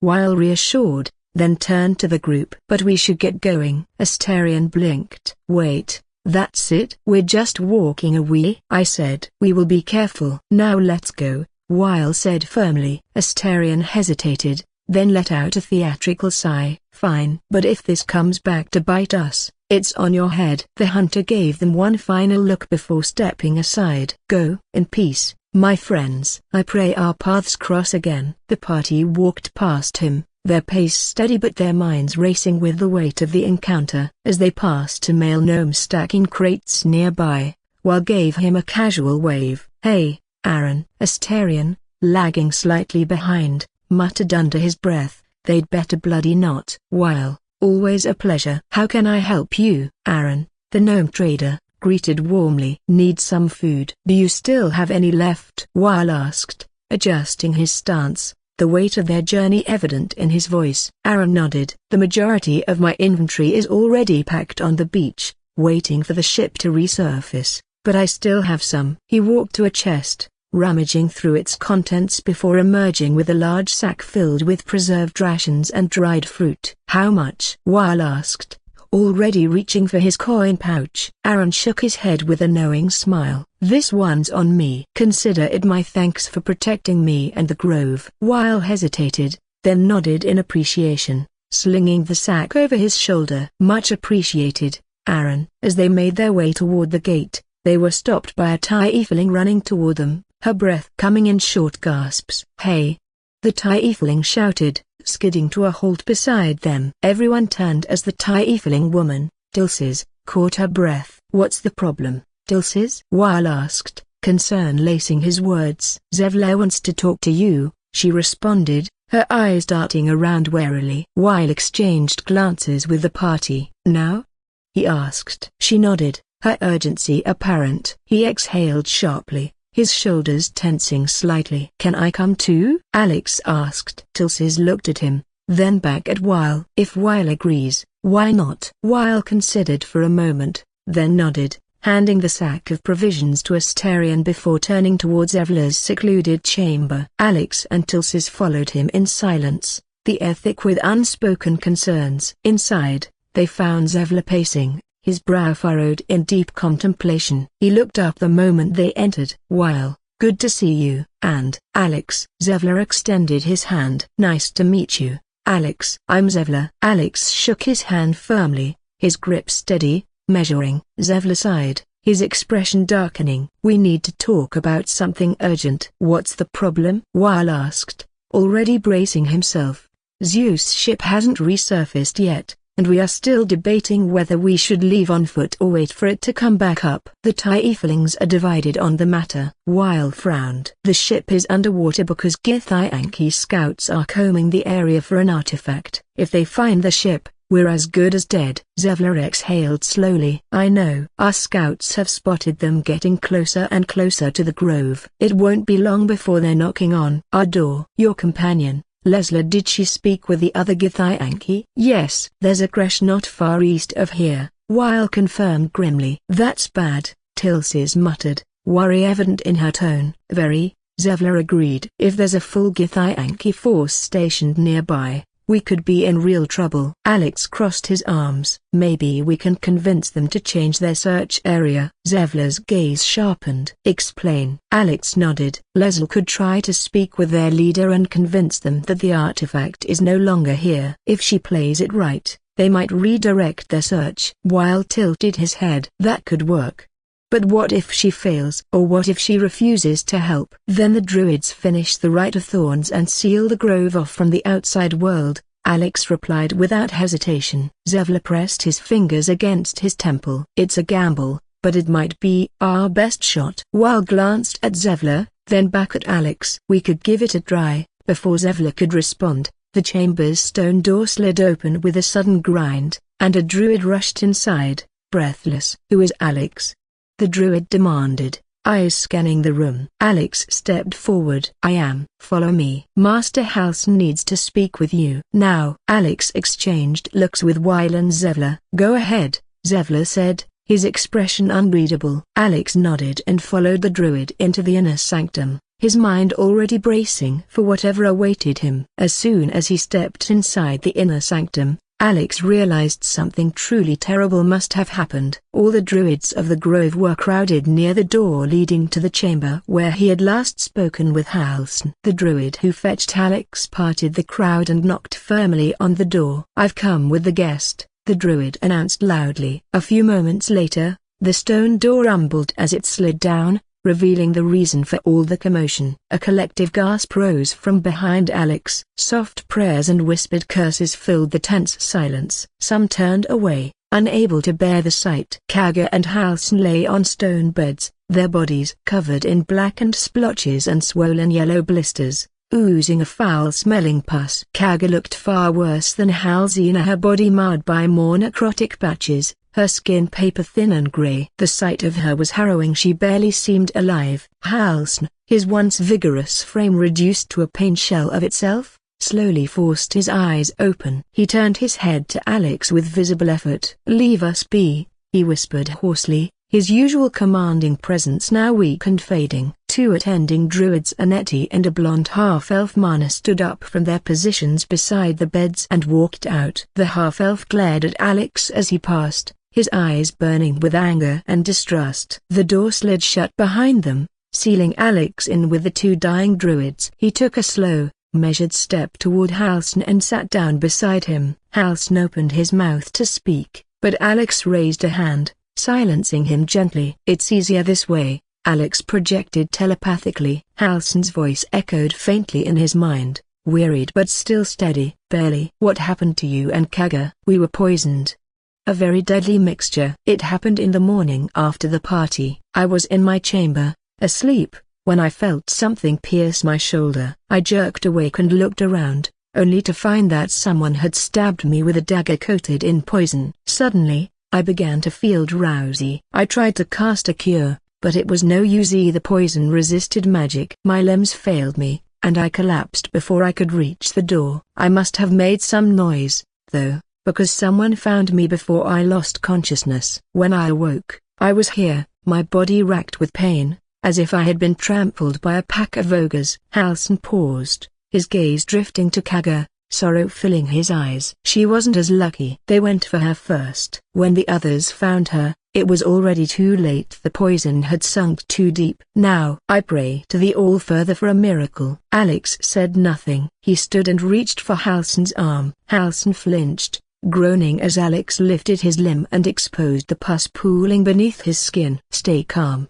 Alex instructed. His fingers shifted, the tips morphing into sharp, precise needles. With practiced precision, he pierced Halsin's skin at multiple points, extracting minuscule samples of poisoned tissue. What are you doing? Halsin asked, his voice raw. Making a cure. A few moments later, Alex injected something back into Halsina, an experimental serum of his own making. It should take a few minutes to take effect, he assured, watching for signs of improvement before shifting his focus to Kaga. Halsin closed his eyes, exhaustion overtaking him, hope flickering behind his heavy lids. Kaga's condition was far worse. Alex grimaced as he examined her closely. Her constitution wasn't even close to Halsin's, and combined with the fact that she had been found late, it was a miracle she was still clinging to life at all.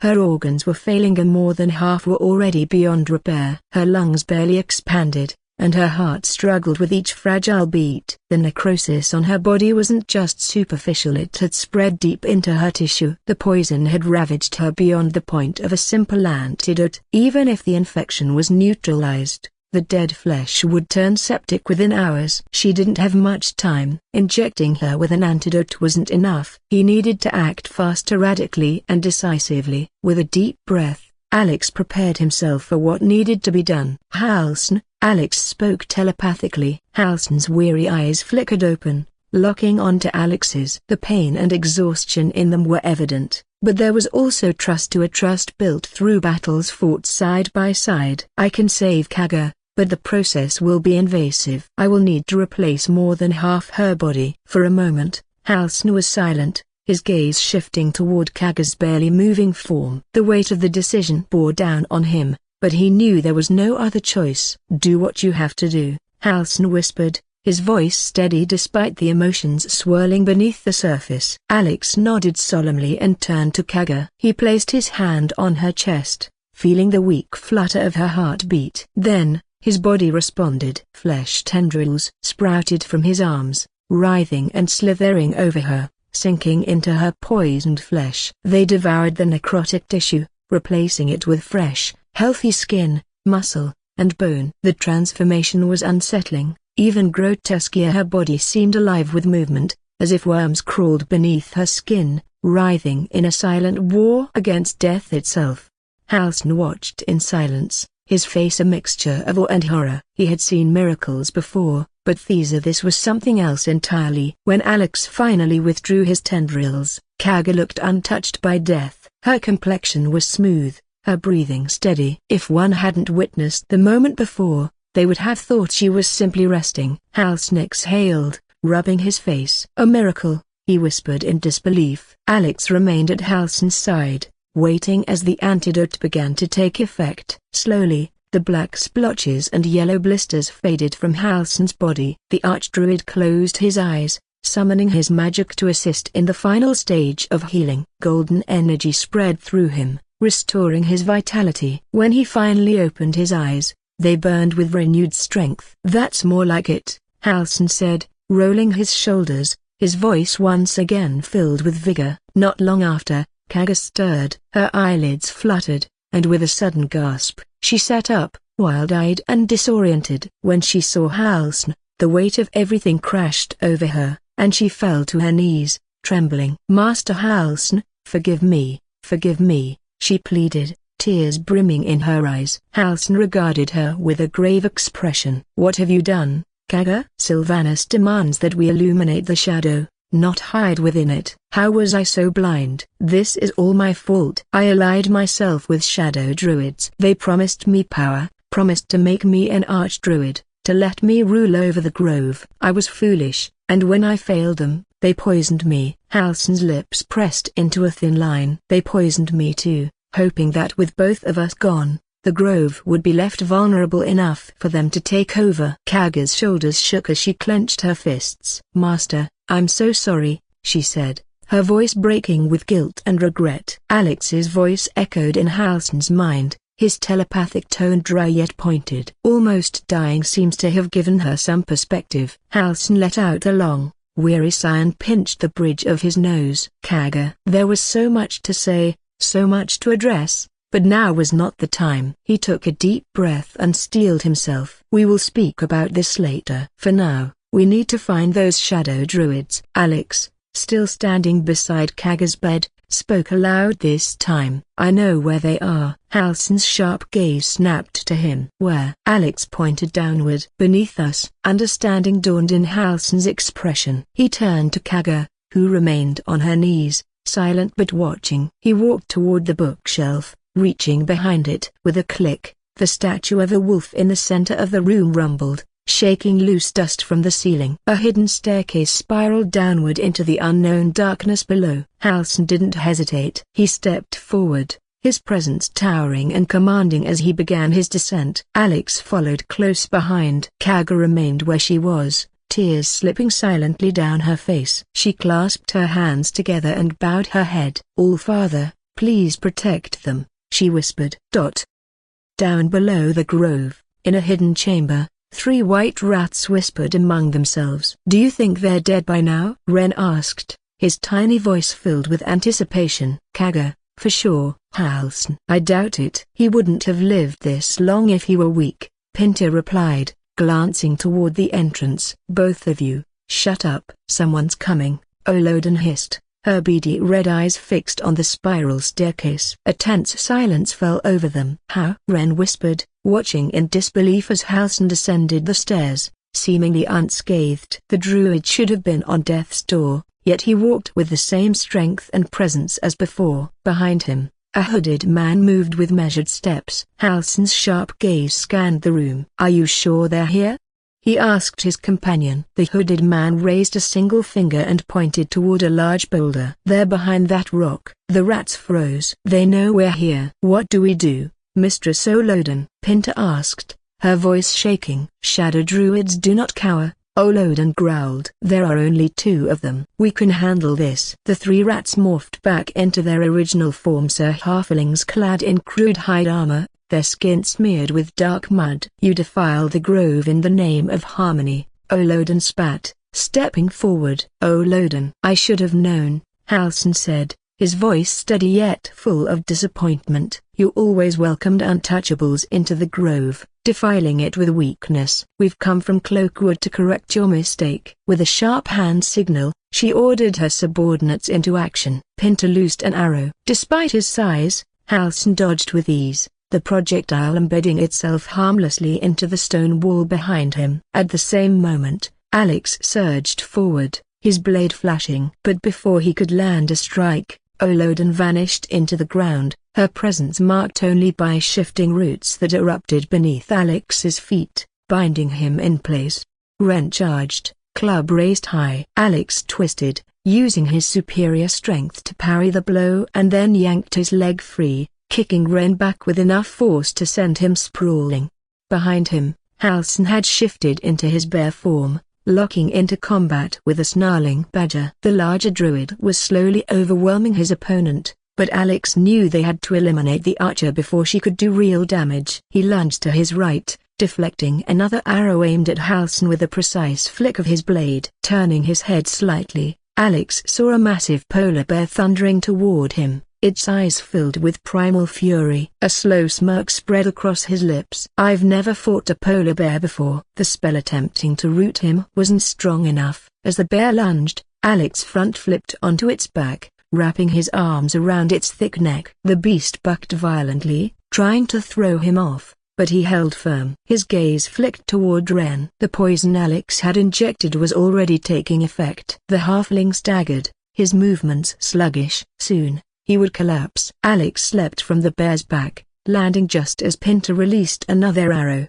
With lightning-fast reflexes, he caught the badger by its tail and hurled it toward her. She barely managed to dodge as her unconscious comrade smashed into the wall, unmoving. Deciding it was time to end this, Alex reached out with his mind. Pinta gasped, her thoughts suddenly clawed at by an overwhelming force. Desperation flashing in her eyes, she shifted into a white rat and bolted for a small hole in the wall. But before she could reach safety, Alex phased ahead of her and snatched her by the tail. "Don't move, or you're dead," he warned, locking eyes with the trembling creature. A moment passed. The rat twitched once, then went limp in his grasp. Behind him, Halsin had reverted to his elven form, shaking his head as he surveyed the defeated druids. "Did you kill them?" Halsin asked. "The badger is the worst off, the others just passed out," Alex responded, tying up the unconscious polar bear and halfling. "They, too, returned to their humanoid forms." Halsin exhaled,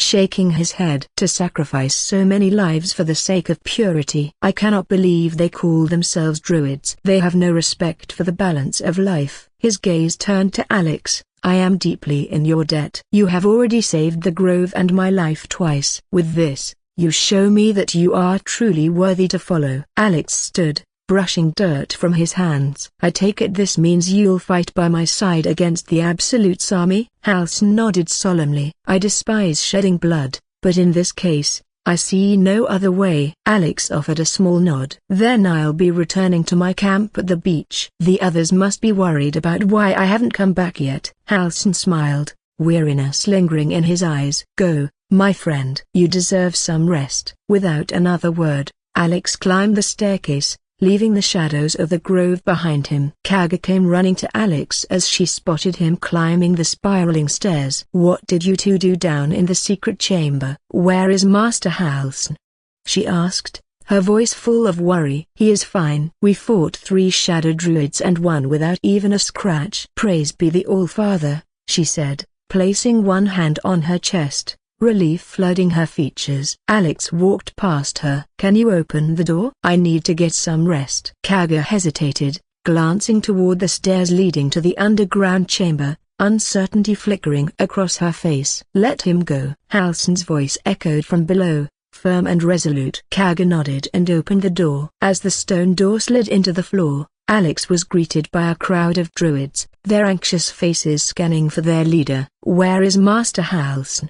Someone asked, their voice laced with urgency. Alex walked past the gathering, until a strong grip halted his steps. I asked you, where is Master Halsin? The voice belonged to the blonde half-elf who had been tending to Kaga and Halsin earlier. His grip tightened on Alex's shoulder. Alex simply removed the hand from his shoulder and continued walking. Hey, who the few other man's words faltered as gasps filled the room. All eyes turned to Master Halsin, who emerged from the secret chamber, dragging 3 bound and unconscious halflings. The weight of his presence, the sight of the defeated shadow druids, sent a ripple of murmurs through the crowd. The druids surged forward, swarming around Halsin, their relief and questions spilling over one another. Alex took his leave, stepping out of the grove and making his way toward the church. At the camp, everyone was asleep, everyone except Astarion. His upper back was bare, his fingers tracing something carved into his flesh. The scars formed a symmetrical, circular pattern centered on his spine, resembling a sunburst or a mandala with runic extensions. His movements were slow, methodical, as if trying to decipher something that had remained a mystery for far too long. Alex approached quietly, his footsteps barely disturbing the stillness of the night. A line with a fork and 1, 2, 3 dots. Bloody infernal, how is anyone meant to read this garbage? Astarion muttered in frustration. Sensing Alex's presence, Astarion turned abruptly, his red eyes locking onto him. What are you doing?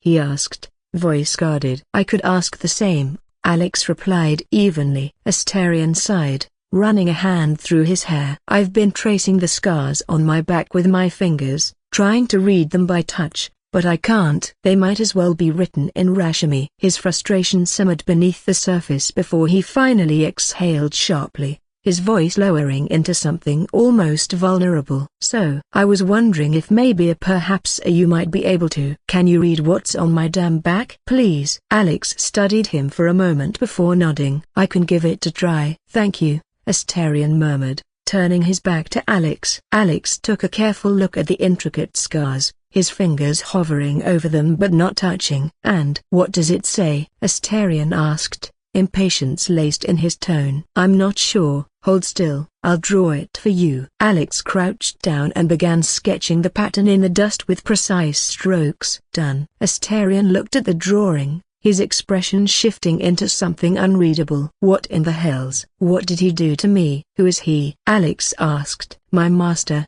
Astarion spat, his hands clenching into fists. 2 centuries carrying this, and I can finally see it. You have no idea what this is? Not at all. Cazador was only figuratively hellish. There were never any devils hanging about the crypt. What he left carved in my flesh is a mystery to me. Thank you, by the way. This is... well, it's something. Don't mention it. Given the subject matter, I probably won't. A brief silence settled between them before Alex broke it. Have you spoken with the others about being a vampire spawn? No. They insisted on waiting for you to come back. While said a druid came rushing in, looking for you. Have you done something to anger them? You seem like the type that likes to seek trouble. No, Master Halson just wanted to speak about something with me. All night long. Astarion smirked, his tone teasing. Alex shot him a warning look. Astarion, what's the matter, sweetheart? He cooed, grin widening. Shut the fuck up, Alex muttered, walking past him into his tent. Astarion chuckled, shaking his head. Sweet dreams, McClooper. Everyone report to me, Alex commanded through the telepathic link. I was sleeping, Lump growled. Sitting. I want to see the surface. Can I bring the ship back up? Glut asked, his boredom leaking through the telepathic link. I am burrowed close to the beach. I still have the bodies you told me to gather. They are mostly intact, Bullet replied. Mostly? I munched the little one's fingers. Alex sighed. Maybe I should raise his intelligence a little bit, he thought. Can I bring the ship back to the surface? Glut asked again. Not yet. The Githyanki are inching closer to this location. If they find the ship, they would want to destroy it. And why are you not killing them? You are more than capable enough to do so, Lump said. Because they are organized. Someone is giving them orders. They already have a center of command nearby. Who knows how many troops they have?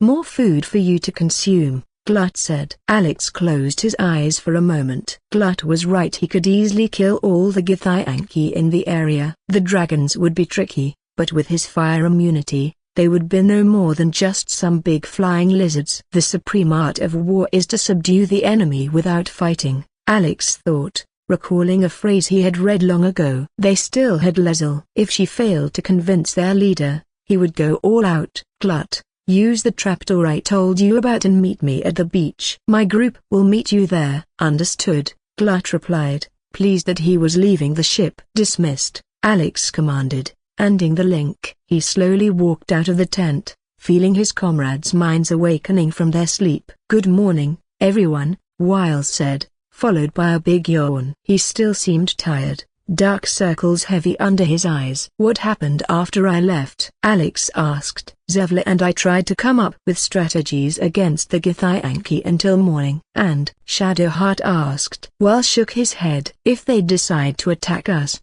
we will lose. There's too much of a difference in power, he admitted grimly. But what if Zeus intervenes? Karlach asked, her mouth stuffed. He would definitely tilt the balance in our favor, Wiles said. Alex patted Wiles' shoulder. We will find a way, he encouraged him. One by one, everyone gathered around and started to serve breakfast, the air heavy with unspoken worries. Karlach tore off a piece of beef jerky with her teeth and looked over at Astarion. So, Astarion, ready to tell us, about being a vampire spawn? All eyes turned to Astarion. For a moment, he froze, the playful smirk he always wore faltering. Then, with a resigned sigh, he placed the stale bread he had been picking at back onto his plate. Fine, I will tell you, as if I'm the only one with secrets, he said, straightening his posture. He took a breath, the weight of centuries pressing down on him. Khazad-dûr Zar is a vampire lord in Baldur's Gate, the patriarch of his coven and a monster obsessed with power. Not political power or military power, I mean power over people. The power to control them completely. He turned me nearly 200 years ago. I became his spawn, and he became my tormentor. Gay leaned in, curiosity flickering in his eyes. How did you turn? Did he attack you? Astarion scoffed, though his voice lacked its usual wit. Not him, Number. A gang of thugs attacked me, furious over a ruling I'd handed down as a magistrate. They beat me within an inch of my life. When Khazad-dûr appeared, he chased them off and offered to save me, to grant me eternal life. Given that my choice was eternal life or bleeding to death in the street, I took him up on the offer. It was only afterward I realized just how long eternity could be. Shadowheart studied him. Not a good master, I take it? Astarion clenched his fists for a brief moment, his knuckles going white before he exhaled sharply. He had me go out into Baldur's Gate to fetch him the most beautiful soul I could find. It was a fun little ritual of his. I'd bring them back, and he'd ask if I wanted to dine with him. And if I said yes, he'd serve me a dead, putrid rat. Of course, if I said no, he'd have me flayed. Hard to say which was worse. Karlach's usual fiery demeanor softened. That sounds terrible. Astarion waved a hand dismissively. This isn't about sympathy. It's about knowing what we might be up against. The Mind Flayers aren't the only monsters out there. And they might not be the only ones hunting us. Keep your eyes open and watch out for anything lurking in the shadows. Weil placed a reassuring hand on his shoulder. We'll watch each other's backs. Astarion huffed, but the tension in his shoulders eased slightly. What more could I ask? Now, is that all? Leslie let out an impatient grunt. Can we head to the creche already? A chuckle rippled through the group, except for Astarion, who shot daggers at Leslie with his gaze. After we are done eating, Weil assured the impatient Githyanki. Before they could gather their things, a firm knock echoed through the church. Alex strode to the door and pulled it open, revealing a squat figure clad in red armor. Karlach's eyes lit up in recognition. That's Zeus' companion, Glut. Glut stepped inside with heavy, deliberate movements, stopping just beside the group. His beady eyes flicked over them. I go together with you. Weil stood up, eyeing the Duergar. We could use your help if things go sour. Glut let out a low grunt, his version of an agreement. Once everyone was ready, they set off westward. They had barely passed the ruined village when Alex stopped. I forgot the ring of mind shielding at the church. I will go get it, Alex said as he turned around and ran back. He's fast. Should we wait for him? Karlach asked. The Githyanki are masters in the mind arts. If they decide to attack you. Sagale paused for a moment, looking at Leslie. The ring could come in handy, he argued. Let's find some shade to rest under until Alex is back. Alex hopped down from the stone bridge leading to the Emerald Grove and walked inside a cave. His eyes darted around the massive cavern, trying to locate the source of the feeling he kept having. He had passed by this cave a couple of times, and every time he did so, he felt the Selûnite energy inside him reacting to whatever was here. Alex took a few sniffs of the air. He could smell a faint trace of blood. This is where they killed Mama Owlbear, Alex murmured, walking deeper into the cave. The scent of blood was identical to the one at the goblin camp. The Selûnite magic stirred inside him. His head turned to the left. A few meters ahead stood a statue of Selûne, at its feet a blue chest glowing with a faint white light. He walked closer to the statue, noticing the offerings around it. This must have been a shrine, Alex noted. He crouched next to the chest and put his hand on it. It felt as though he were dipping his fingers into warm water. The chest was infused with Selûnite magic. His insides shifted, absorbing the Selûnite energy. Compared to the crystal he had absorbed at the Selûnite outpost, this energy was minusculely like throwing a bucket of water into an ocean. The chest lost its luster, but he could still sense a small trace of energy inside. Opening it, he found a pendant. The pendant was simply crafted from gold with a square gem of light blue color. On its back were engraved words, "You're a novice no more, Robin. Only right you should carry a little of Our Lady's light with you." He slipped the pendant into one of his pockets. It was clearly enchanted. Destroying it would be wasteful. He raised his eyes and stared into the statue's carved gaze. A strange sensation prickled at the back of his mind, as if some Ionia or something else was watching him. Moving deeper into the cave, he found the owlbear nest. Pools of dried blood and feathers lay scattered across the ground. The dried blood wasn't just from the owlbear, so some of it was goblin blood. Looking around, he spotted, in a shadowed corner, a single egg as big as a watermelon.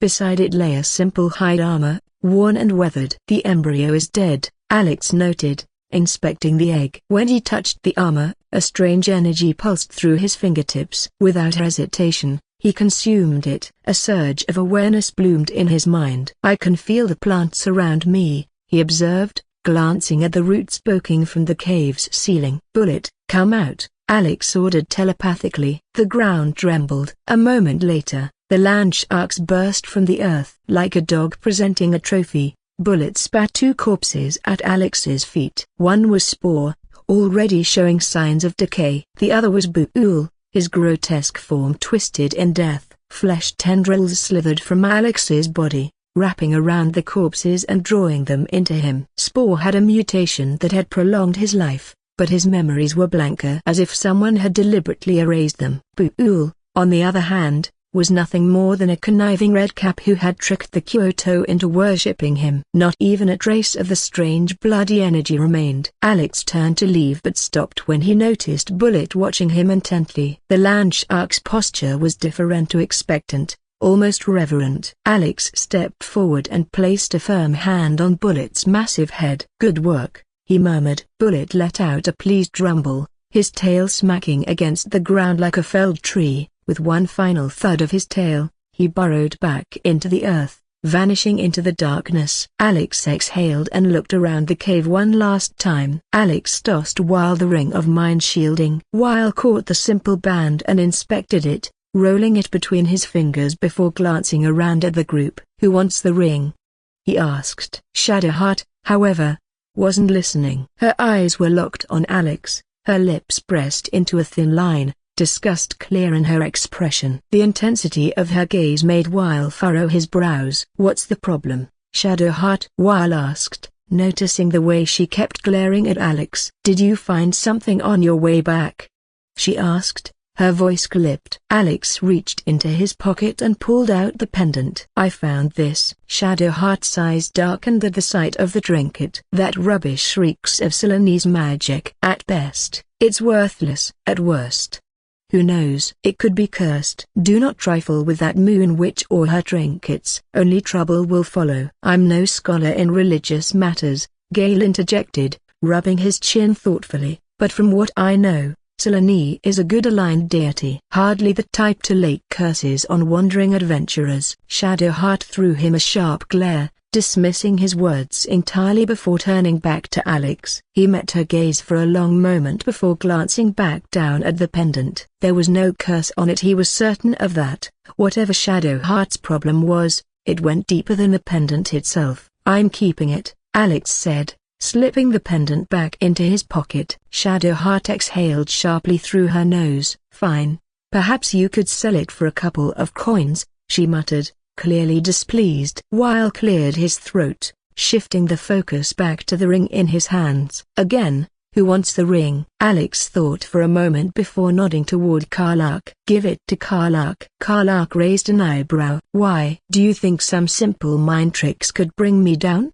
she asked with a teasing smirk. Alex met her gaze evenly. "Weil told me about what you did after you killed the paladins hunting you." The smirk faded. Her shoulders tensed, and for a moment, a flicker of something dark passed through her eyes. "That was a one-time thing," she muttered. "Besides, after I installed that cage, I feel calmer." Weil stepped closer, extending the ring to her. "Better safe than sorry." "We need you to think clearly." Karlach hesitated, then sighed and took the ring, slipping it onto her finger. "Fine." "Happy?" Weil gave her a small smile. "Very." When they stepped onto the bridge at the mountain pass, everyone fell to their knees except Alex and Glut. A wave of invisible force crashed over them, sending their minds spiraling into darkness. Alex felt a strong Shanic presence latch onto the party's minds, gripping them like a vice. "What's happening to them?" Glut asked telepathically, his voice laced with an unusual note of concern. "Someone or something is attacking their minds," Alex responded. He tried to link his consciousness to the rest of the party, hoping to reinforce their defenses, but it was like trying to pierce steel with a wooden splinter. The force he was up against was overwhelming, ancient, and powerful beyond comprehension. Struggling, Shadowheart reached into her pouch with trembling fingers, bringing forth a mysterious artifact to a many-sided box of blackened iron, etched with pulsating runes that shimmered with eldritch light.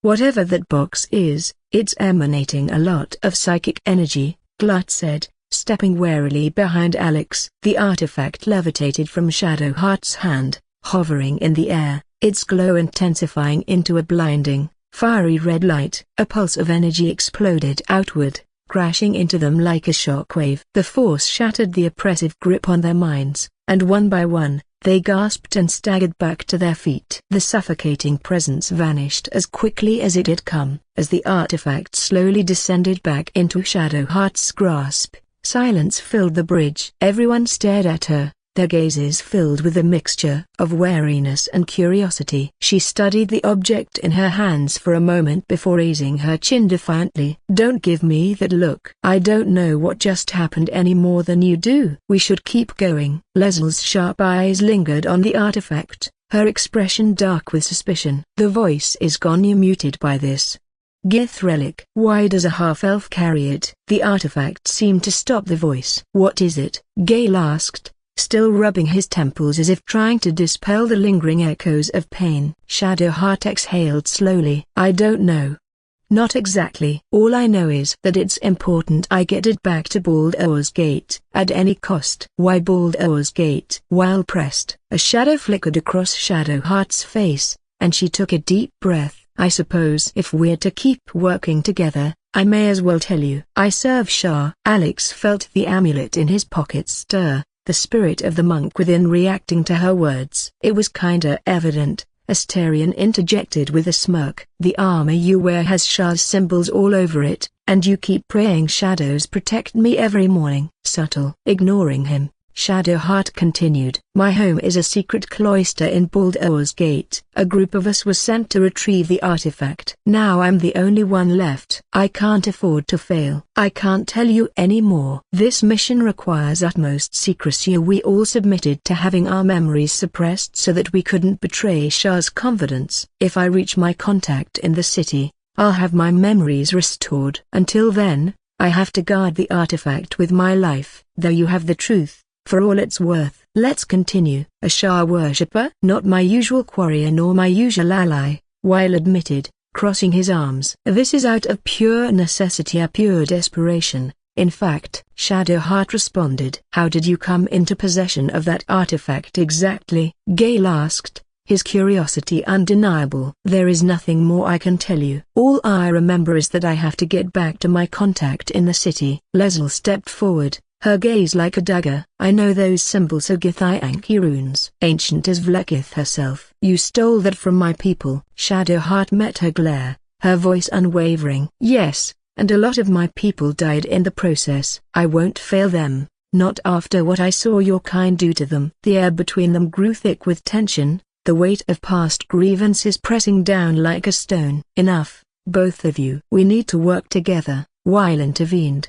stepping between them. "For now." "But any crimes against my kin will be answered for, in time," Leslie said, her voice laced with barely restrained fury. "I just saved you." "Keep that in mind next time you want to air your grievances," Shadowheart shot back, tucking the artifact safely away. Alex, having remained silent, finally spoke. "You said something about a voice. What was that about?" Shadowheart hesitated, then nodded toward Weil. "He can explain." Weil exhaled. "Oh, you don't have a tadpole, so you couldn't hear it." "Samionia or something spoke in our minds." "It felt like my skull was being crushed from the inside." "It showed us a vision of three figures of the Chosen, leaders of the Absolute cult. It ordered us to help them search for something called the Prism.